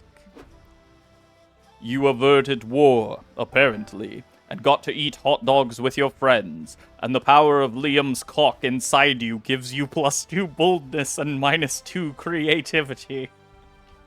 What the fuck was that one? That was crazy. Rayo says listening to this game as background is a mistake. Yeah, probably. Probably, Rayo. Holy fuck. Oh my god, that was crazy. You're chilling in your hotel room when suddenly a man dressed as a rat breaks in. He runs around while yelling, "I am the rat! I am the rat! Look at me, the rat!" And then he leaves as confusingly as he came. You call reception to complain. Ah, yes, that. It happens sometimes. Apologies, ma'am. We can compensate you with +2 creativity. Fuck it. You'll take that. Now you're waiting in line to get into the con, but there's commotion up ahead, and for once it's not your fault. Sorry, but you can't enter the con with a weapon. Come on, just let me bring it in. It's part of my cosplay. That's fair, partner. We've let in people with swords and axes and stuff. Why is this different? I'm pretty sure there's a difference between a rubber sword and an AK-47. Okay, so it's a dangerous weapon and it's cosplay. Which one overrides the other? Guys, this is obviously a Schrodinger's cosplay weapon situation. It's impossible to know if this is a weapon or cosplay unless or until it's used for violence. Then we shan't know until we test it. Open fire! Are you kidding me? Of course not. This is for science, Liam. You, who are so obsessed with logic and empirical facts, cannot turn your back on this experiment. Oof. This nerd stuff makes my head hurt. Damn it. All of you make my head hurt. As much as you'd love to discuss this all day, you have a con to attend. Convince the guards to move this gunman along so you can get in. Dress the gun up as a kawaii waifu. It'll be undeniable that it's cosplay first and foremost. Or they say no risk, no reward. So is it really bad to allow a gun into the con just because it sounds incredibly risky? I like the waifu option. Fuck yeah. Fuck yeah, this is my jam, but I've never tried to make a gun sexy before. Begin by applying lip gloss to the muzzle. It will elicit thoughts of smooshing and fellatio. Oh, I've got a sexy bra in my purse. Can we use that? One can always use a sexy bra. Attach it to the trigger guard to evoke the imagery of, what is the term? Big booba. That's not going to work on... I stand corrected. It's perfect. Show the guards. You lay the rifle at the guard's feet like bait in a bear trap. Yep, this settles it. This gun is clearly being used for horny cosplay purposes. Yeah, wow. Is it weird that I'm, attracted to it? I mean, gotta admit, guns already make me a bit hard, but a gun in sexy lingerie makes me 100% hard. I respect that. The love between an officer and his gun is a beautiful thing. Go to her, partner. The demon cop starts hardcore making out with the AK-47. Wow, he's really deep-throating the muzzle, huh? Indeed, it's hard to watch. I need to rid myself of this memory immediately. How expensive are lobotomies these days? You all sneak into the con while everyone's distracted, gaining 2 creativity for waifuifying the gun, but losing 2 boldness. Aw, shit, I needed that boldness. Well, I don't really need it, but, like, you know. Some milk would be nice. Hey, stranger. This is the last tutorial about the food court, I promise. Did you notice there were some locked dates? Those are tied to plot lines. Some plot lines will first appear organically and catch you by surprise. But once you finish them, you'll be able to trigger them again by choosing their respective date. There are also locked plotline dates at the alone table. Those do not appear organically. You gotta unlock them, and only then you can trigger them through their respective dates. Plotline dates only appear during the first food court turn, since you'll need time for the plotline to fully develop. Also, they have a spicy meter to better inform the spiciness of the plotline and its secret ending. Anyhow, you must be hungry. Go sit somewhere. Monster, monster, monster, yeah. Charlie says, narrator, what's cooking good looking? Tucks hair behind ear. Oh, dear. Put on some clothes, narrator. Oh, goodness. Obviously, we're going to talk to Omen. Go out to dinner. You and Omen go out to a fancy restaurant. Can I get some milk with that? It takes a while for Omen to understand the difference between a waiter and a minion. Luckily, you're able to talk her out of whipping them when they bring you the wrong drink. At least you know she'll always have your back. What a thoughtful little sociopath. Oh, what happened? Message. Oh, yeah. Let's spin a yarn. Ooh, yarn. Ba-ba-ba-ba. Oh yeah, links get auto-deleted just in case of people posting, like, stuff that's not okay to post, you know? Nothing personal, 8-bit here. Ba-ba-ba-ba. Okay.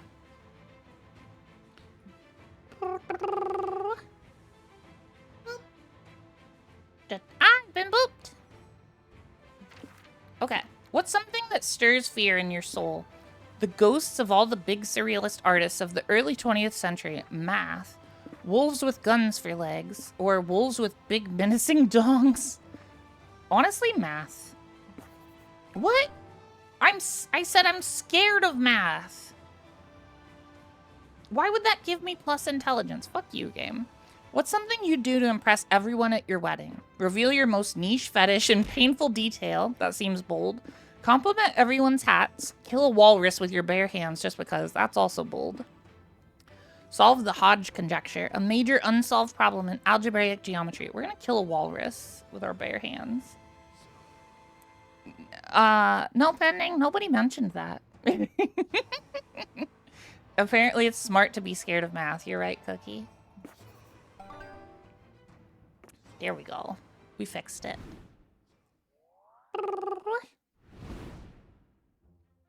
Ready for some feline felonies. Alright. The lobby. Walking around the lobby, you see a flood of people coming in from other areas. Crowd stampede. Trying not to panic, you remember your yoga teacher taught what your yoga teacher taught you. When you get caught in the middle of a crowd stampede, remember to go with the flow. You do, and the flow consists of the crowd trampling you. Still, you gain 2 boldness for braving the stampede. You're comparing all the merch you've bought with April, Omen, and Zoe when you hear a high-pitched squeal of delight. Oh, I think I've done this one before. Nice to meet a fan. Yep. Yeah, we've done this one. Someone give me a knife. Ba, ba, ba, ba, ba. Okay. What did I pick before? Convince the fan that this is all just a really good dream and she needs to wake up. Or... which one gave... I think this one gave intelligence before. I'm not sure. I can't remember. Fuck. Does anyone remember what this option gave me before? You love how Omen's go-to line is someone give me a knife. It gave smarts, you think? Okay. You think... I think you're right. I think this is one of the ones where I was like, what the fuck? Why? I don't know. Isn't that essentially gaslighting? Well, yes, but she's harassing you, which cancels it out. This is a stupid plan. How are we going to convince her that she is dreaming? Maybe we can make some classic dream stuff happen to her. Like what? Oh, I know. I dream about my teeth falling out a lot. Okay, I'm on it. Omen steps off screen to commit unspeakable violence. Stop ripping out my teeth, it hurts. This is just a dream, okay? You are dreaming. This is not real. I think we might be overdoing it. Are we? When I was a deity, I used to steal people's sanity all the time. This seems downright tame in comparison. Splendid. Problem solved. Look, she even fainted from the pain. This is good. When she recovers, she will think she was having a dream. What about the fact that she'll wake up without teeth? Don't people like it when their dreams come true? In this case. Well, Omen, you know what to do. You all spend the next hour putting the teeth back in the fan's gums. It's a tricky task, but also soothing in its own way. You gain 2 charm and lose 2 smarts.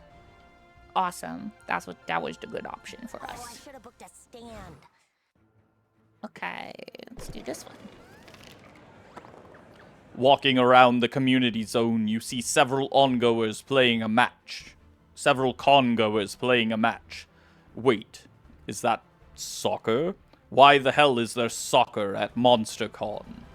A congoer sees you fuming and tells you, oh, it's not soccer, it's actually LARP fussball. What a relief. You have 2 fun watching the game, safe knowing you don't have to watch a real sport.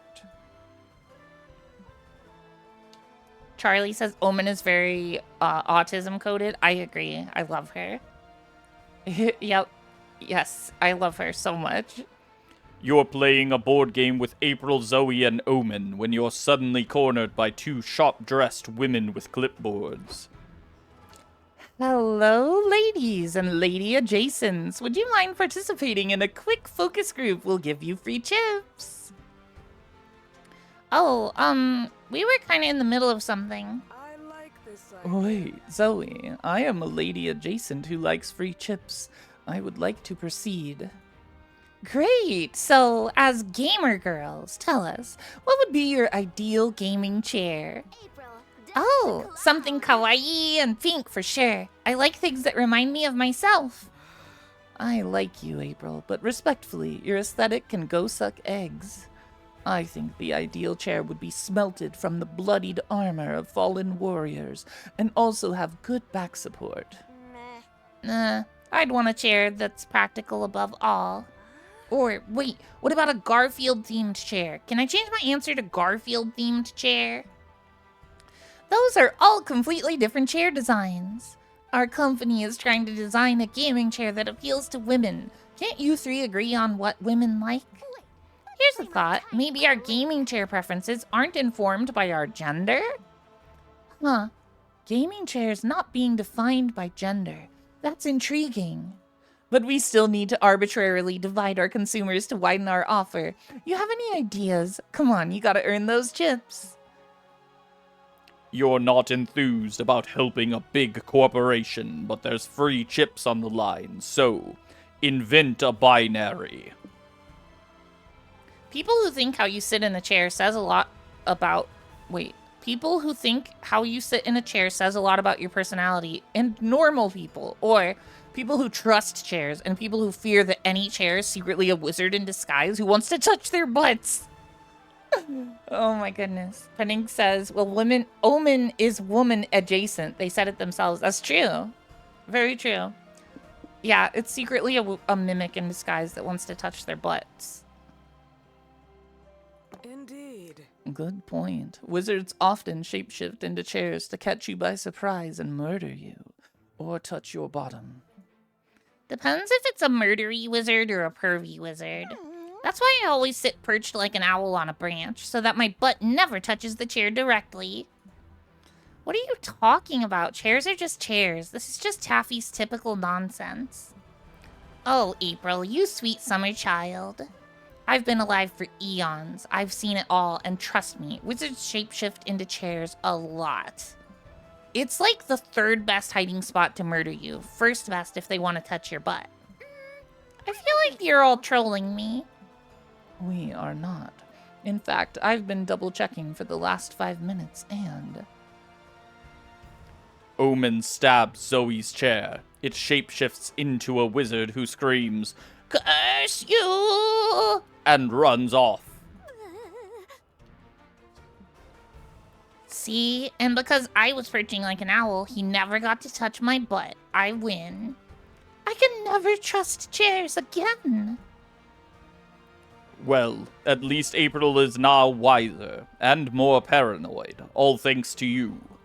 Also, you gave those corporate shills some good insight. They decide to sell gaming chairs with a "not a wizard" seal of quality. You gain 2 smarts for your knowledge of shapeshifting and for outsmarting wizards, but lose 2 charm. Fuck, that's not what I wanted.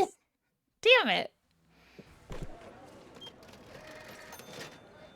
Near the merch hall, you find a mysterious fortune-telling machine. There's a sign that says, "Ask a wish and Zoltar will grant it." Originality is not your strong suit, so you ask to be big. The machine spits out a ticket that says your wish is granted. You keep walking around waiting to get bigger, but you don't feel any different. Until you look at your butt. Yes, you now have a big, juicy +2 charm butt. Wishes do come true. Oh my god, that's fucking amazing. A while later, Zoe invites you to a cafe to discuss her newest project. You can't wait for a sneak preview of the fanfic queen's latest work. So the idea is that after Space Lord Zortath gets killed in canon, he's reincarnated as a cashier at Walfart. It'll be a true reverse isekai. Greetings, Hello, friends. I see you are also patrons of what I've come to call hyperactive bitter bean juice. Did they not have coffee back in your day? No, they did. I just prefer my name for it. What are you working on? Taffy's helping me with a new fanfic. It's about a powerful villain being forced to adapt to modern society. Fascinating. Oh, my. I find that deeply fascinating for reasons that are not worth examining. What is the plot progression? How does this former overlord adapt to their strange new world? I'm not sure yet. We're still in the early planning stages. Can they bring themselves to accept the overpriced inferiority of the taxicab over the vastly superior locomotive? Do they conquer the intellectually barren wasteland of social media, or do they succumb to its insidious brain rot?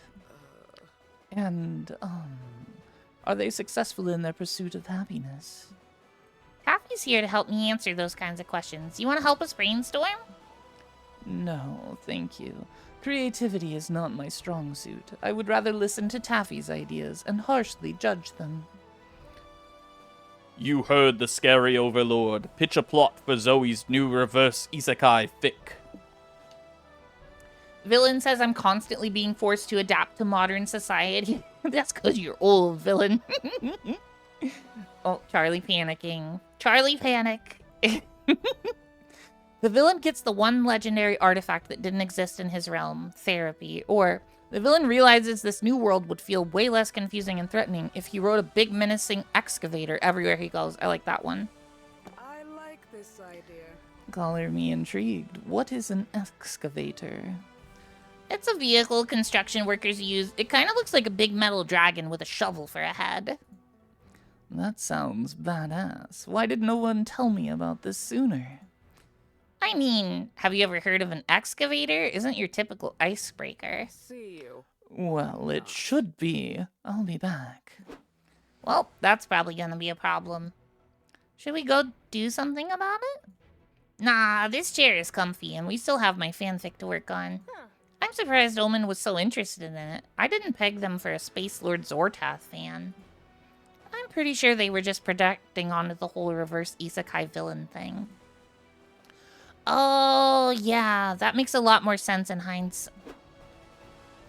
Zoe's epiphany is interrupted by a giant excavator blasting through the cafe wall.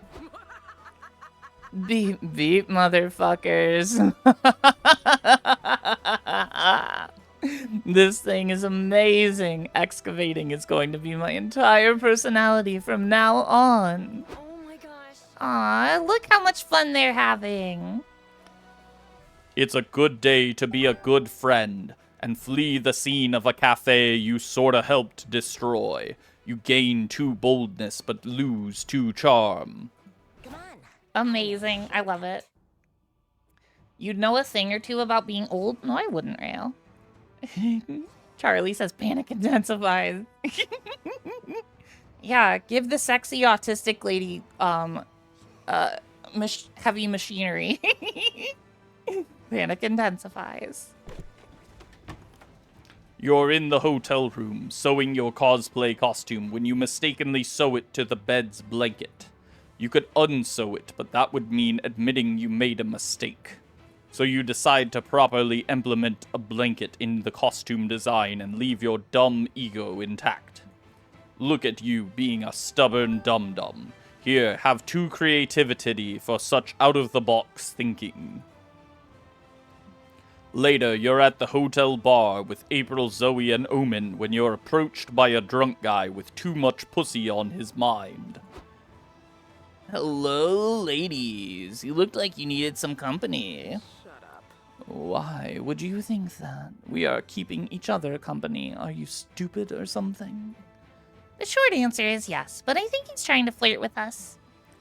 Damn right I am. I like your tentacles, girl. What holes do they like to go in? Hard pass. Home. They like to go home. Oh, you're already inviting me back to your place. I'm in. You are propositioning intercourse before you even know her name. Courtship has grown much more vulgar since my day. Yeah? How long ago was that? I love a mean MILF. Sir, I'm going to disappoint you, but none of us are looking for a date right now.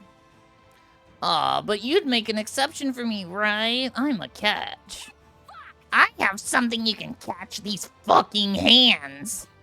You want to play hard to get, huh? That's okay. A predator loves the chase. Rawr.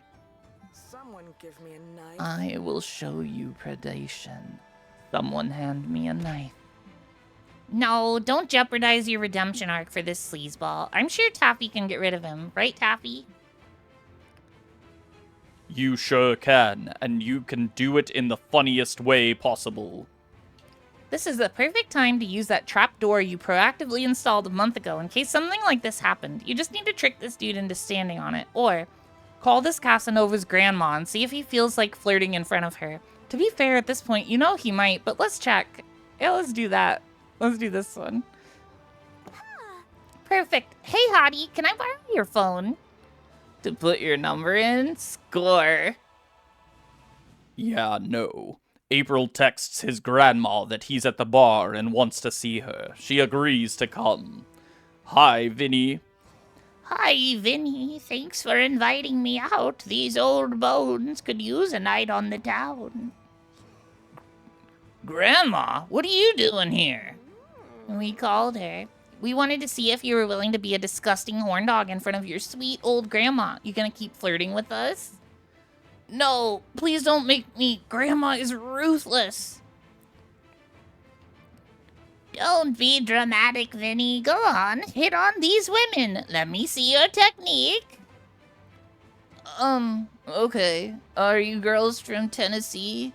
'Cause you're the only 10s I see. That was pathetic. You didn't even say anything about their boobs. Why not? They have very nice boobs. I bet I could suffocate myself motorboating that bodacious clown. Hey. Oh, hush. It's just a figure of speech. I only motorboat women who are over 60 these days. I like my boobs wrinkly. Grandma, you're embarrassing me. Trust me, the feeling's mutual. Come on, Vinny. You're going home to rewatch all of my flirting lessons on VHS until your skills improve. Grandma pulls Vinny out of the bar by his ear. That was certainly something, but at least it got rid of him. Are you okay, Omen? You haven't said much. My apologies. I was distracted by the thought of being suffocated by boobs.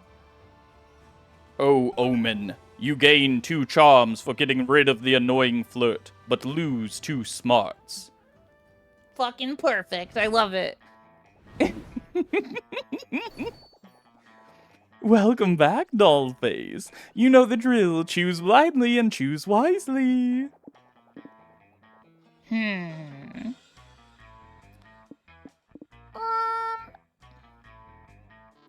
Affect specific places. Make locations spicier. Let's try this. See what we got.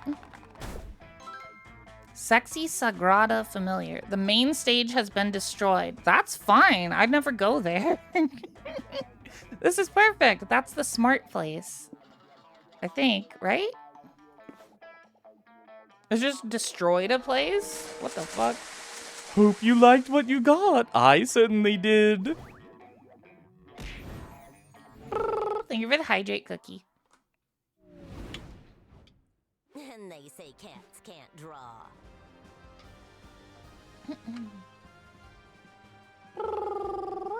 Am I still not at 100% power yet? What the heckies? Why did you choose your current career? I made a bet while I was drunk. Great prospects for a good dental plan. They gave away a cool t-shirt if you joined, or to get laid. Made a bet while drunk seems like boldness. Yeah. Hell yeah. You hope you never go to prison because of this. Crimes against color theory. Illegal drawings of people kissing. Accidental murder. You want all your murder to be on purpose, preferably. Or stealing someone else's poop. Ew. Accidental murder? Bold? Yeah. 30 boldness? We're so bold. Holy shit. That's crazy. Let's want some This is going so much better than the first run. We're so stupid and bold. Wow, it's just totally destroyed. Wait, we can still go there, though? How does that work? Okay, I don't know. Weird. Walking around the lobby, you see a kid tripping over and scratching his knees. Stupid kids, when will they learn? Still, you decide to take pity on him. You don't know how to comfort a child, so you just pat his head and say, "You have no enemies." You leave proud of your words of wisdom. He doesn't stop crying, but you gain two boldness for how cool you looked inside your head.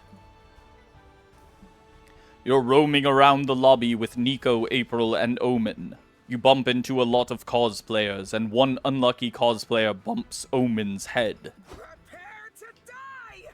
Oh, who is responsible for making me say ow like an idiot? I demand satisfaction. Sorry, I didn't see you there. It's these angel wings, you know? They kind of obstruct my view. As the cosplayer turns around, he hits April with his wings and, ironically, sends her flying. Ah! I'm sorry. I got these wings very recently and I'm still learning the ropes. Classic cosplay rookie mistake, wearing accessories way above your skill level. It took me years to learn how to handle this kubikiri bocho, and how to pronounce it. You heard the mimic. Now remove those useless limbs, unless you want me to remove all your other limbs as well. I can't do that, for I am Metatron, God's most loyal angel and messenger. Thou shalt not take my wings, bask in their glory, for they are canon. Metatron flaps his wings and hits Omen in the head. Fine. You've made your choice. Where has April gone? I need her purse gun. Omen, that's no way to encourage a budding cosplayer. If you want him to quit flapping, you have to make up an even better headcanon where Metatron has no wings. I shall not. I have enough work resisting the urge to murder this idiot. I'll kill you! Not if I do it first. Quick, make up a cool wingless headcanon, or Omen and April will fast-track him back to heaven. Hi, Fertile and Flexible. Welcome in. Good to see you. Speedwrite a fanfic in which the character becomes a commercial flight pilot, so they tear their wings apart because they became sort of redundant. Or, convince the cosplayer the lack of wings isn't lame. It means the character lost them by committing a cool cardinal sin, like touching a boob. Yes. Touching a boob. That makes so much sense. Touching a boob? What a plot twist. A headcanon that Plunges my character into its edgy, grim era. A fallen angel. A boob toucher. That sounds really interesting. Whatever. Now remove those fucking wings. Sure. It's just, this is such a sudden change. I think I need to get into character first. Maybe by reenacting the tragic boob fondling? What? Gosh, when I woke up today, I couldn't imagine that I'd touch a boob. I gotta visualize the moment. Get in touch with my character's motivations. What is this fool talking about? So whose boob am I touching? And more importantly, left or right? Touch me and I'm grabbing my purse gun. Don't look at me. As stated, I will also engage in murder. I have the perfect cosplay for that. I'll volunteer. If this is for cosplay, then he should touch a cosplay boob. Come, fellow cosplayer, grab this one. Fine by me. Let me caress you, sweet orb of sin. The cosplayer touches Nico's fake boob. He immediately takes off his wings and falls to his knees. Ah, my purity, my wings. I have chosen the path of evil. He runs away, excited. Well, at least he won't bother anybody now. Unless his chosen path of evil consists in constantly requesting to touch everyone's breasts. Yay. You gain 2 charm for convincing that angel to sin, but you lose 2 creativity. Let's go. Time is money. You only touch boobs with consent? Yes, with consent, very important, indeed. You find a portrait artist at the artist alley. Apparently... I've already read this one. Okay.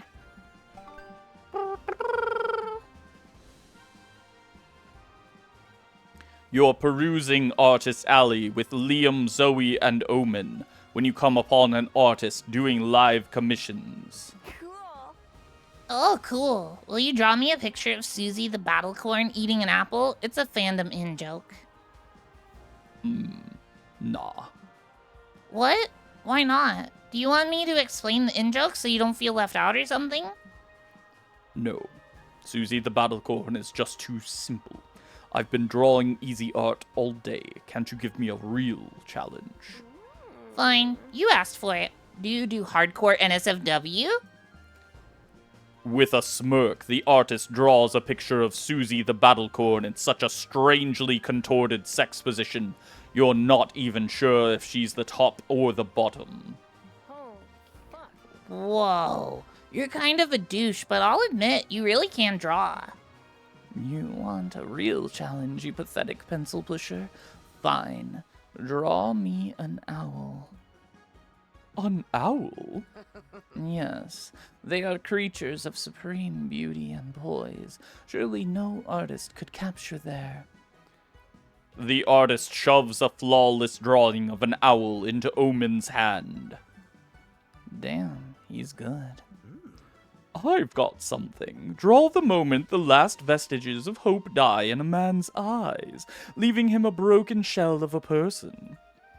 In less than 60 seconds, the artist draws a picture that makes your stomach lurch with secondhand despair. Fuck. Looks like it's down to you, Taffy. Can you stump this master artist? Everyone says hands, fabric folds, and horses are the hardest things to draw. So commission a horse with hands for hooves, winning a wet t-shirt contest, or commission 50 perfect replicas of a $100 bill. Oh god. I think this one. Let's see. Mara says, do you consent to the touching of your own boob? I mean, you don't have to consent to yourself. I don't know. I mean, I feel like I would... How do I answer that? I have implied consent to touch my own boobs. Like, what? I don't... You can't ever not touch your... Or if you have multiple personality disorder? I don't think that's how that works. I don't think it quite works that way, Mara. What was I doing? Okay. We're gonna do this one. No, I'm not going to draw that. Pathetic. Uh-huh. You admit defeat then. Hey, I never said that I couldn't draw it. I just refused to. Therefore, breaking the sacred commission artist oath for shame. Actually, it's common for artists to refuse to draw some types of commissions. Really? I never do that when I'm taking commissions. Just because there's no low you won't stoop to doesn't mean the rest of us can't have boundaries, Zoe. Well, what are your absolutely won't draw this boundaries then? Trains. I refuse to draw trains. Not since the incident. So you'll draw anything but trains. Would you draw a horse with hands for hooves winning a wet t-shirt contest? Yes, I suppose I would. Liam takes out a pencil and sketchpad and draws a freaky wet horse for your viewing pleasure. It's breathtaking. This looks great. Do you think you could draw another one like this with Susie the Battlecorn? Take that, you bastard. Liam is like 8 times the artist you are. Whatever. Today has been a win for superior artists and sexy horses. You gain 2 creativity for making such an elaborate request, but lose 2 boldness. Ready for Why some did I feline lose fun? boldness? That doesn't make sense. Whatever. Pending says, wait, I just realized if you have boobs, then you're always touching boobs. Yep. 100%. Yes. You cannot not touch your own boobs. That's not how bodies work. Kitty cat. Heidi's bringing me a BMO. No. Hey, buddy. Hey, sweetie kitty. Hey, cutie.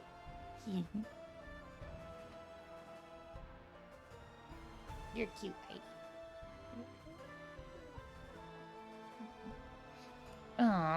Villain says the incident. I know that feeling all too well. Oh dear.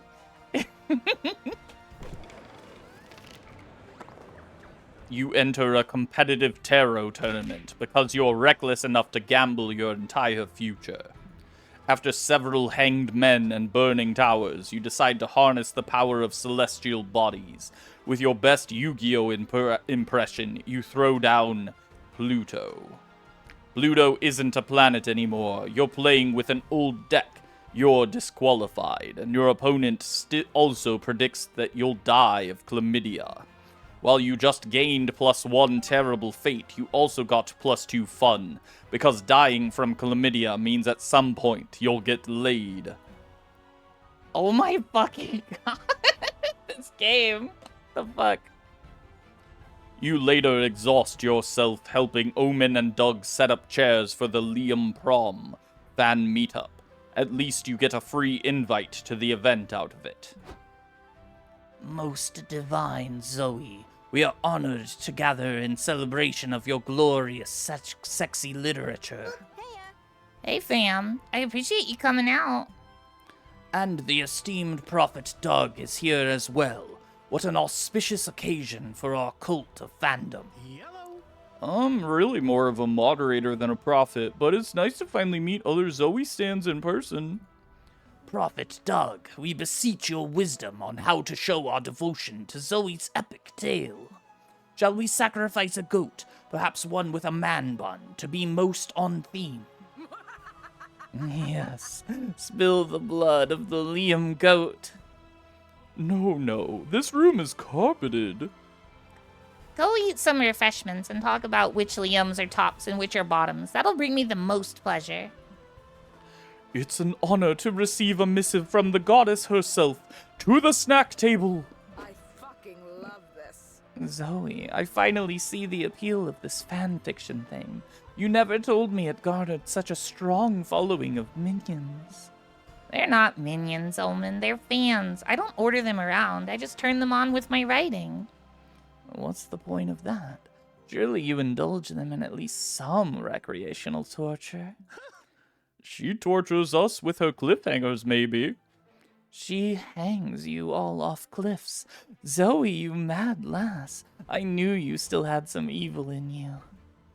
Damn, there's gotta be a way to make Omen understand what being in a fandom's all about. Taffy, help us. When you're in a fandom, no one asks you why you wrote 500 pages of your favorite characters touching butts. They ask you when you're releasing the next chapter. Or, strength in numbers. If you're a part of a fandom, you can band together to defeat a horse if you ever need to for some reason. That one, that's the bold option. Defeat a horse, you say?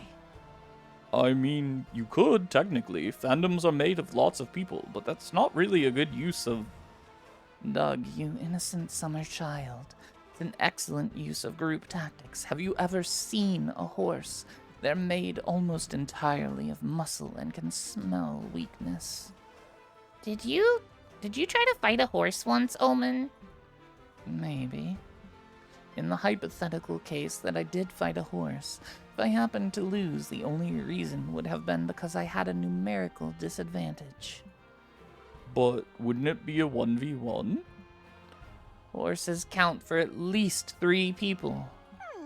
Well, fandoms are such a friendly community of like-minded people that they could theoretically band together and fight a horse. Yes, dozens, maybe even hundreds of people sharing the same passion. I'd say the odds of defeating the horse would be high. Thank you for opening my eyes, my friends. I am forever in debt to you. You know we're not gonna fight a horse, right? Sure, for now. You have a lovely time together. Omen seems to sincerely enjoy the experience. You catch her talking about how fun it would be to fight a horse, weighing other people's reactions. Hey, progress is progress. You gain 2 boldness and lose 2 creativity. Come on, I know a shortcut. Pending says the chains on Omen also there serve as a binding to her power. Yeah. Time to band together and fight a horse for Luna, I guess? Okay. Hey, you said it right? Wait, said what right? Oh, I didn't say titty. You're right. Shit. I mean, the narrator didn't.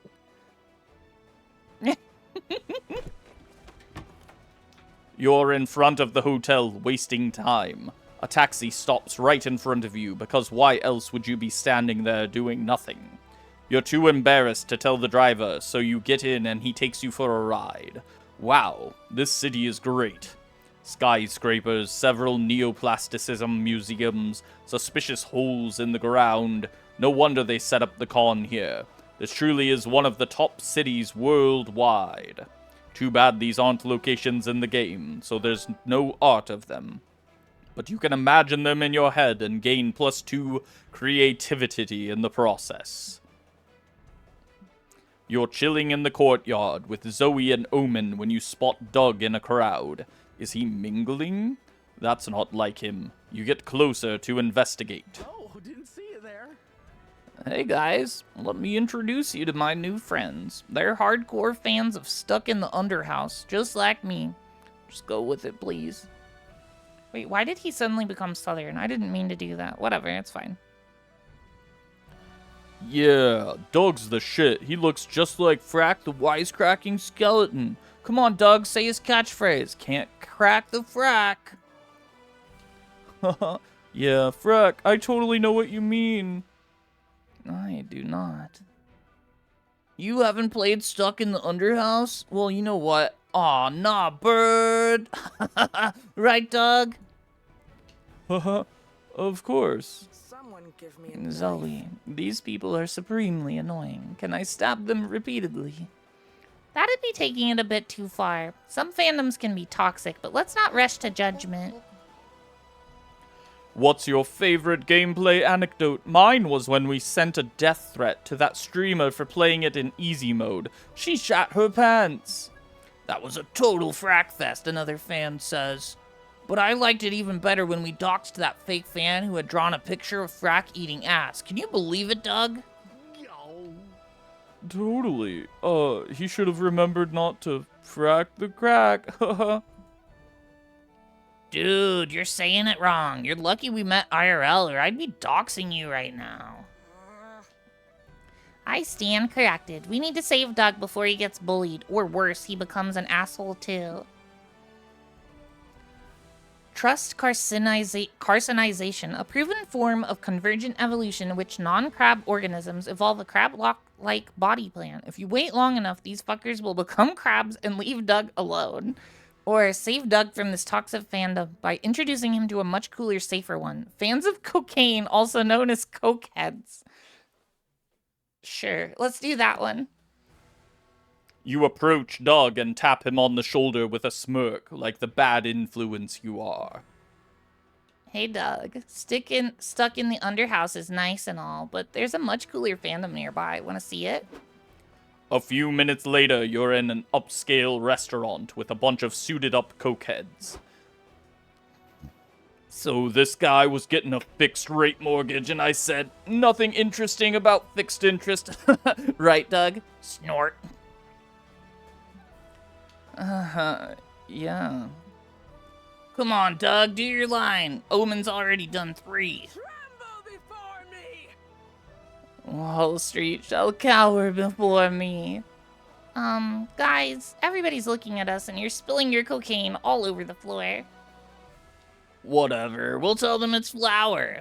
Yeah, and also this cocaine is super expensive, so we're technically increasing the value of this shitty floor. That's neat. But I think we should leave anyway. I've seen someone talking on the phone, and they could be calling the police. Awesome idea. Let's go to a strip club. Yes. Money, power, and big bosoms. Alright, I think we've had enough for tonight. You leave, dragging Omen out of the restaurant while she kicks and screams. But we must return. Doug, do you not want to keep inhaling dust in front of luscious boobs? I don't know. It's been cool to meet other fandoms, but I think I'll stick to drawings of boobs for now. Crisis averted. You gain 2 fun, but lose 2 smarts. Hell yeah. I don't think we can lose at this point. I think we're doing pretty great. I bet I can get a discount. Omen really, really loves boobs. Alright. Getting used to the modern world, a SpookyCon friend group, or hobbies. Ooh, I want to hear about her hobbies. Eating hot dogs. What? That isn't a hobby. A pastime, then? It surely is a way in which I adore passing my time. You really like hot dogs. I do. And one thing I do not like, doctors. They keep telling me I should not eat so many hot dogs. Complete morons.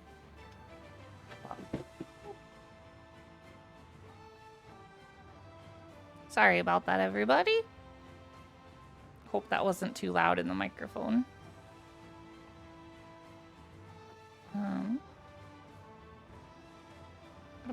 There's no cats in the cat cam right now, sadly. Hot dogs. Hands down the best thing to happen to me after imprisonment. But wait, aren't hot dogs a thing that has existed for more than 100 years? I'm pretty sure they were invented in Frankfurt in the late 15th century. Yikes. Dang, why does my brain retain these things, but not my old passwords? Do not beat yourself up, Taffy. Your brain isn't your greatest asset, but this is something we all have accepted by now. You should accept it too. Okay, but then how do you explain not knowing about hot dogs? They existed back then. Shut up. Excuse me for not knowing about this one food during the 25 years I had before getting imprisoned. This is the thing. The one thing we did not have back then was this internal net thing.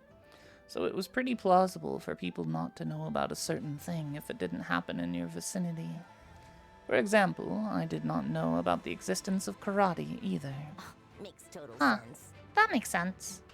It does, but then again, your brain isn't your best asset, as previously stated. It follows that it doesn't process common sense very well.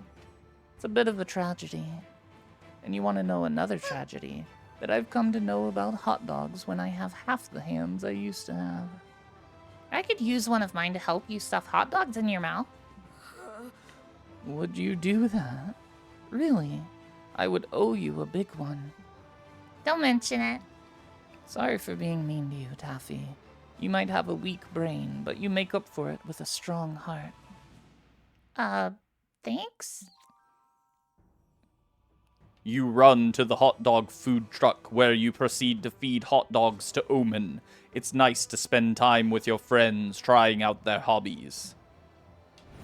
That was so silly. Thank you for the hydrate cookie and the stretch. Let's spin a yarn. Ooh, yarn. You think this is becoming lesbian story? Yeah, a little bit. Okay. Finishing touches for the comic. What's the best way to combat a hangover? Intense poetry slams, passionately kissing your own hand, 6 years of majoring in biomedical engineering, or holding a heavy object between your butt cheeks? I'm gonna go with that one. If you were in a band, what would you name it? Twin Dolphins of Fire, Surgical Eye Removal, Kawaii Eyes Forever, or Anal Beads Sexy Deadly Whiplash? Twin Dolphins of Fire. So bold. Alright, final round. Oh, I should have booked a stand. Lobby. You're at the lobby when some random person mistakes you for a friend of a friend he apparently has met twice in his life. You are too shy to correct him, so you hang together for a couple hours. It's when he's insisting to add you to a New Year's Eve party group chat that you finally gather the bravery needed to explain you are not who he believes you are. Better late than never, I guess. Here, have two boldness. He still adds you to the group chat. Later, you invite Omen to wind down and watch a movie at the hotel. Finally, you two can spend some much-needed one-on-one time together. Oh, we've done this one before. She holds our hand. Okay. What? Well, I don't remember what options I did here. Oh, we got buried alive with her, and that was the bold one. So we're gonna do that one again. Oh yeah, Nico was under the bed. I forgot. Oh yeah, and we got to motorboat her as well. Amazing. Ready for some feline? Charlie says she'd have me sweating if they held my hand, right? You find some teenagers selling their own fanzines. Aw, so cute. You check them out and they are awful. As far as you remember, you had better taste when you were their age. To show them how it's done, you make your own zine right in front of them. What a mentor. You leave it on their stand so they can sell it. They don't seem to like you, but that awesome zine you made nets you +2 charm. You're leaving your last activity when Omen steps directly into your path. Taffy. Hi. Hi. Is everything okay?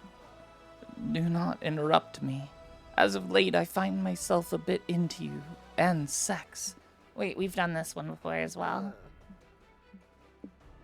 Oh yeah, this is the one I quoted.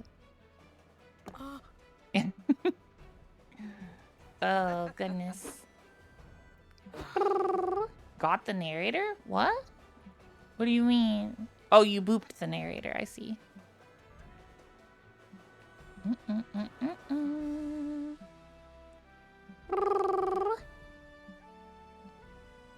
Indeed. What about Yuri?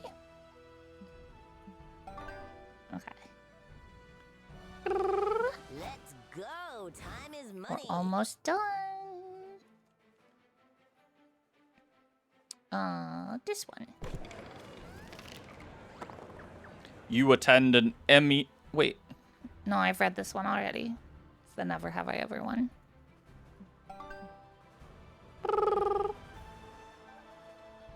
You and Nico are roaming the community zone when you find Omen muttering to herself in the corner. Hark, what ails you, my foul-mouthed friend? I joined up with some people to play a tabletop game, but they kicked me out of the match for no fucking reason. I am innocent, I tell you. I am being unjustly maligned. Really? That isn't fair at all. Let me talk to them. Hey, remember me? Greetings, fellow warriors. I've heard tell that you kicked my friend out of your battle. You mean the Iron Maiden lady? Yeah, she was kinda being the worst. She barely knew the rules, she cheated on the few rules she did know, and she stabbed Kenny in the leg. Not cool, whimpers Kenny, who's using his Superman cape as a tourniquet for his wound. I see. Yeah, they're probably not going to invite you back. Stabbing one of them was kind of extreme. He looked at me funny. I rose to the challenge of my enemy. Omen, look at me. You have no enemies. Nobody in this world deserves to get hurt. Except for Kenny. Fuck that guy. But I admit that you are more skilled in the arts of talking and being nice. How do you propose I convince them to let me rejoin the game, Nico? It would take a miracle, which is why Taffy is the perfect woman for the job. Yup, this is your problem now. Coach Omen on how to behave so the tabletop gamers will take her back. Having good manners is just learning a different way to say things. Well played is just code for, I will kill you in your sleep, you bastard. Oh, Kitty. Kitty in the cat cam. It's too late for them to accept Omen. Just kidnap one of the players and wear their face as a mask. They won't even need to restart the current match. Oh, we're doing that. Totally sane. Now you're speaking my language. The language of murder. Omen lurks by the door, and when Kenny leaves to go to the bathroom, she pounces on him and carves his face off with her knife. To avoid disturbing players with delicate sensibilities, we will represent Omen wearing Kenny's face with an emoji. How do I look? Bloody and terrifying. My favorite. She enters the room. They let her play, but it's hard to say if your plan worked or if they're all just too scared to anger someone wearing their friend's face. Either way, everyone is so distracted and disturbed that Omen wins. That was clever It indeed. worked. You are an unmitigated genius, Taffy. I always believed in you, Omen. Can you stop wearing the face now, though? Sure, it stinks anyway. You gain +2 boldness for your grisly switcheroo, but lose 2 charm. Come on, I know a shortcut. Last one. You're chilling in your hotel room, staring at the ceiling. When you've already memorized the ceiling, you decide to call room service. Room service asks you, "How can I help you?" You tell room service you memorized the ceiling because you were bored. It turns out room service loves your room's ceiling. They've memorized it out of boredom too. You talk about it for hours. The conversation is enriching and it inspires you for any ceiling-themed creative project you may have in the future. You gain +2 creativity. A bit later, you, Liam, April, and Omen are enjoying some downtime together. April's very focused on whatever she's writing in her notebook. April, what is it about that scribble that engrosses you so? Are you penning another diary entry? The last one left off on quite the cliffhanger. I would violate Oh, you little sneak. So you liked the bit about my wet dream in the bouncy castle? I'm actually too busy to talk right now, sorry. I've got to push through this writer's block and finish the lyrics for my next single. So far I've got, "You fill me up with magic, so sweet it's almost tragic. I'm a sucker for your lollipop love." But now I'm stuck. Maybe because I'm not craving lollipops right now? I'm a sucker for your beefy 5-layer burrito love. Isn't as catchy though. So mainstream. I think your writer's block is due to a faulty foundation. The melody and lyrics you have so far are too formulaic. The point of formulas is that they always work. You know, like you probably learned in 6th grade math? The nerve of you! We're talking about art, not math. Carmen, hi! Wiener. Hi, Carmen. Welcome in. Good to see you. Go follow Carmen, everybody. Art schmart. Personally, April, I think you are wasting an opportunity to control your minions with this new musical composition. They're more like stands than minions, silly goose. Mere semantics. These stands follow your every whim, do they not? You could easily mobilize them to do something fun, like ritualistic arson. Omen, don't convince April to manipulate her fanbase into committing heinous crimes. Yeah, I would never do that. I've definitely never done it before either. It seems like April doesn't want your friend's unsolicited advice, but shutting Liam and Omen up is unrealistic, so the next best thing is to offer her your unsolicited advice. Carmen says the poor waiter holding a sword with meat on it. Anything else I can get you? Me wanting some more tri-tip steak. Let me get that, threesome steak. Oh my god, the threesome steak. That's amazing. Holy shit. You ate a lot of food today. Congratulations. Fans love to wildly theorize about celebrities' personal lives. Write a song that vaguely implies that you've murdered someone. Or, all good songs summon the devil when you play them in reverse. Just write down a devil summoning invocation and put it in reverse. Let's do the murder one. What? Now why would I want to do that? Well, people do love theorizing about and building weird parasocial relationships with celebrities. Fans like to feel they know the real you, even if they're really just consuming the cultural content you produce. And murder is always a compelling secret to be included in, even more so if you participated in the act.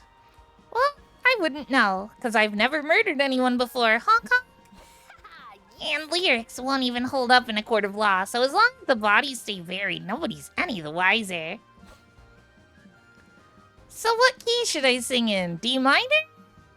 Sing however you like. The main problem is that I cannot think of any words that rhyme with murder. There's further, curvier, hurt her. What about murders? I mean, I guess. Okay, I think I've got something for the chorus.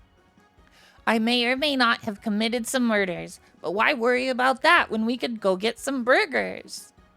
I approve of it. It is catchy and appropriate, because the act of murder often takes a toll on your blood sugar levels. Not bad. Yeah, it's a good start, April. Why don't you tell us more details about this hypothetical murder you committed so we can brainstorm the verses?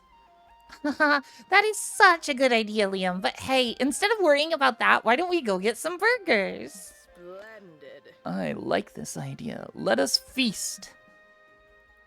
What a fun way to find out that at least 2 of your friends are probably murderers. You gain 2 boldness and lose 2 smarts.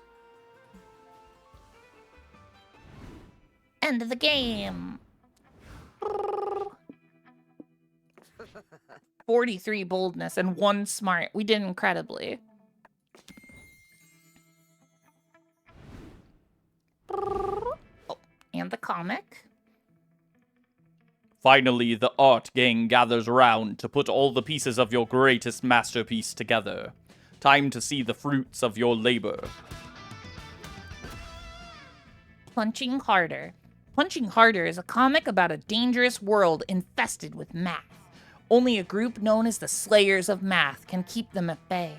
But in order to join their ranks, you must prove your worth by passing a ruthless test, winning a fighting tournament. The first part of the test challenges the young warriors to kill a walrus with their bare hands. The second part of the test, a fighting tournament. It's always a fighting tournament. Duh. Our brave hero Damien dreams of joining their ranks. All the odds are stacked against him, but he'll do his best, for he has a strong reason to join. He made a bet while he was drunk. There's also Aravi, Damien's rival. She's cool and aloof, but her mysterious demeanor hides a dark past she carries in silence. She murdered her whole family by accident. In order to join, they will train under the tutelage of Coach, a powerful old man who retired from the organization years ago. Against all odds, he'll awaken the 2 warriors' dormant potential via the most unorthodox training, holding a heavy object between their butt cheeks. Will they pass the exam? Will they join the Slayers of Math? Buy the fucking comic to find out.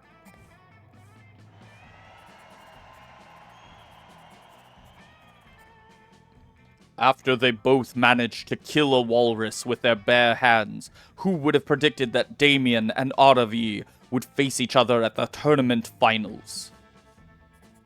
Looks like today you'll get a taste of my secret technique. Twin dolphins of fire. I may owe you after you saved my life when I was holding a heavy object between my butt cheeks, but I won't hold back, you fuckface.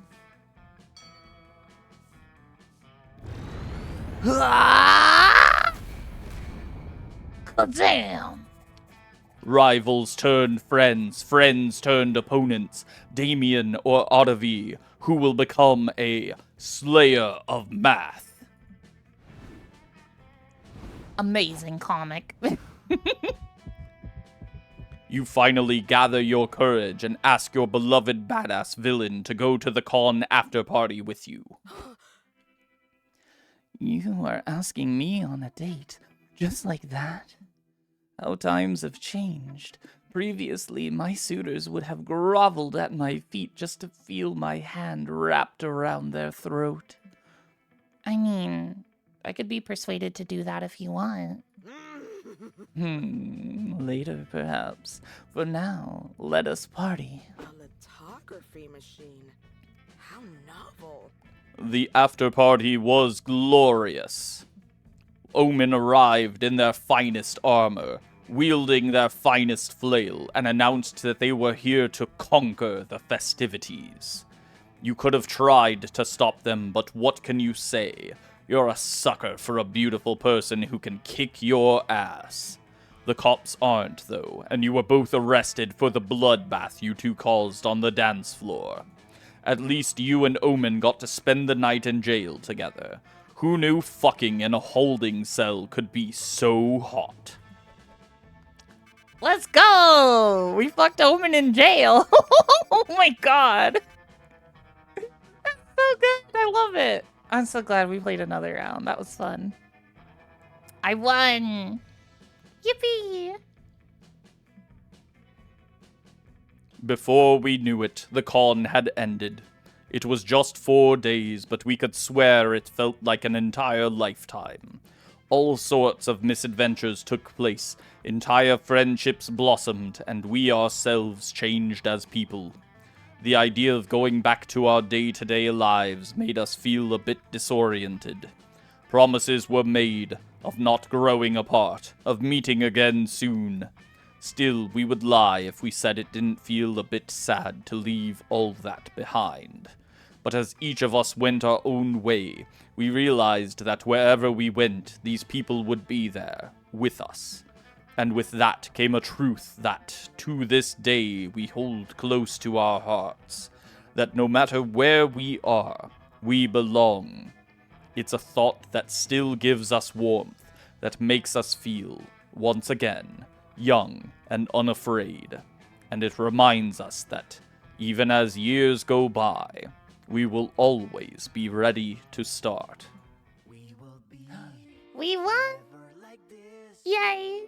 Yippee! That was so fun! I loved that game. Hehe.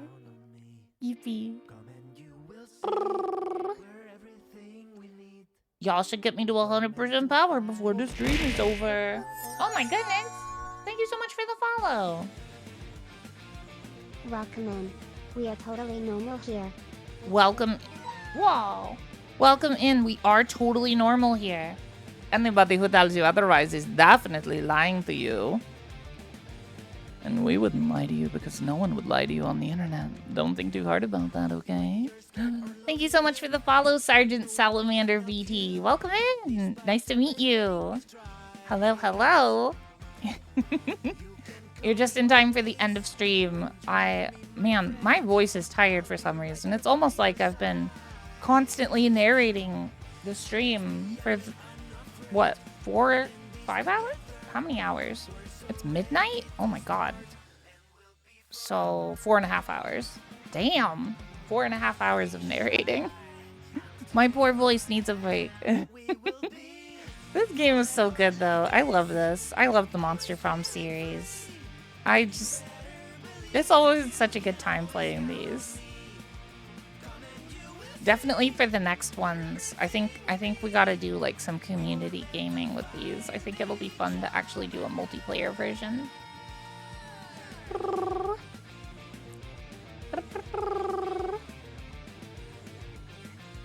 Also, it always makes me happy when I see a first-time chat from somebody that does the :3. It just makes me giggle. I'm like, oh, a cutie has joined us. I love :3 so much. It's so cute.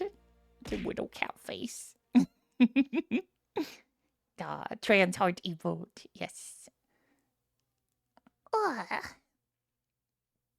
It's your go-to when you're in a good mood? Absolutely, yes. Ooh, new outfit for Omen. New comic genres. New blind box figurine.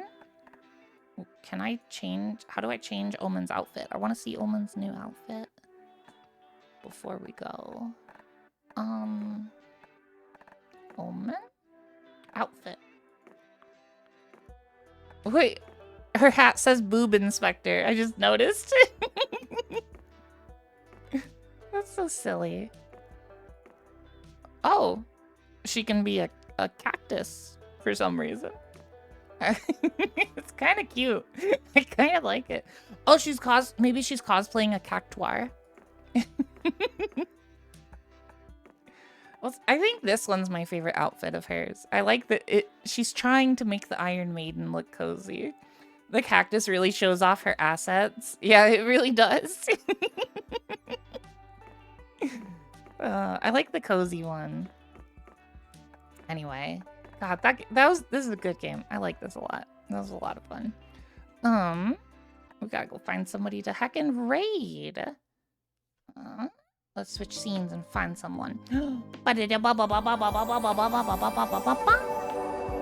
Now we're over here. I'm over here now. Who we got? Who we got on the interwebs that we can send a bunch of love to? Let's see here. Let's see here. Oh,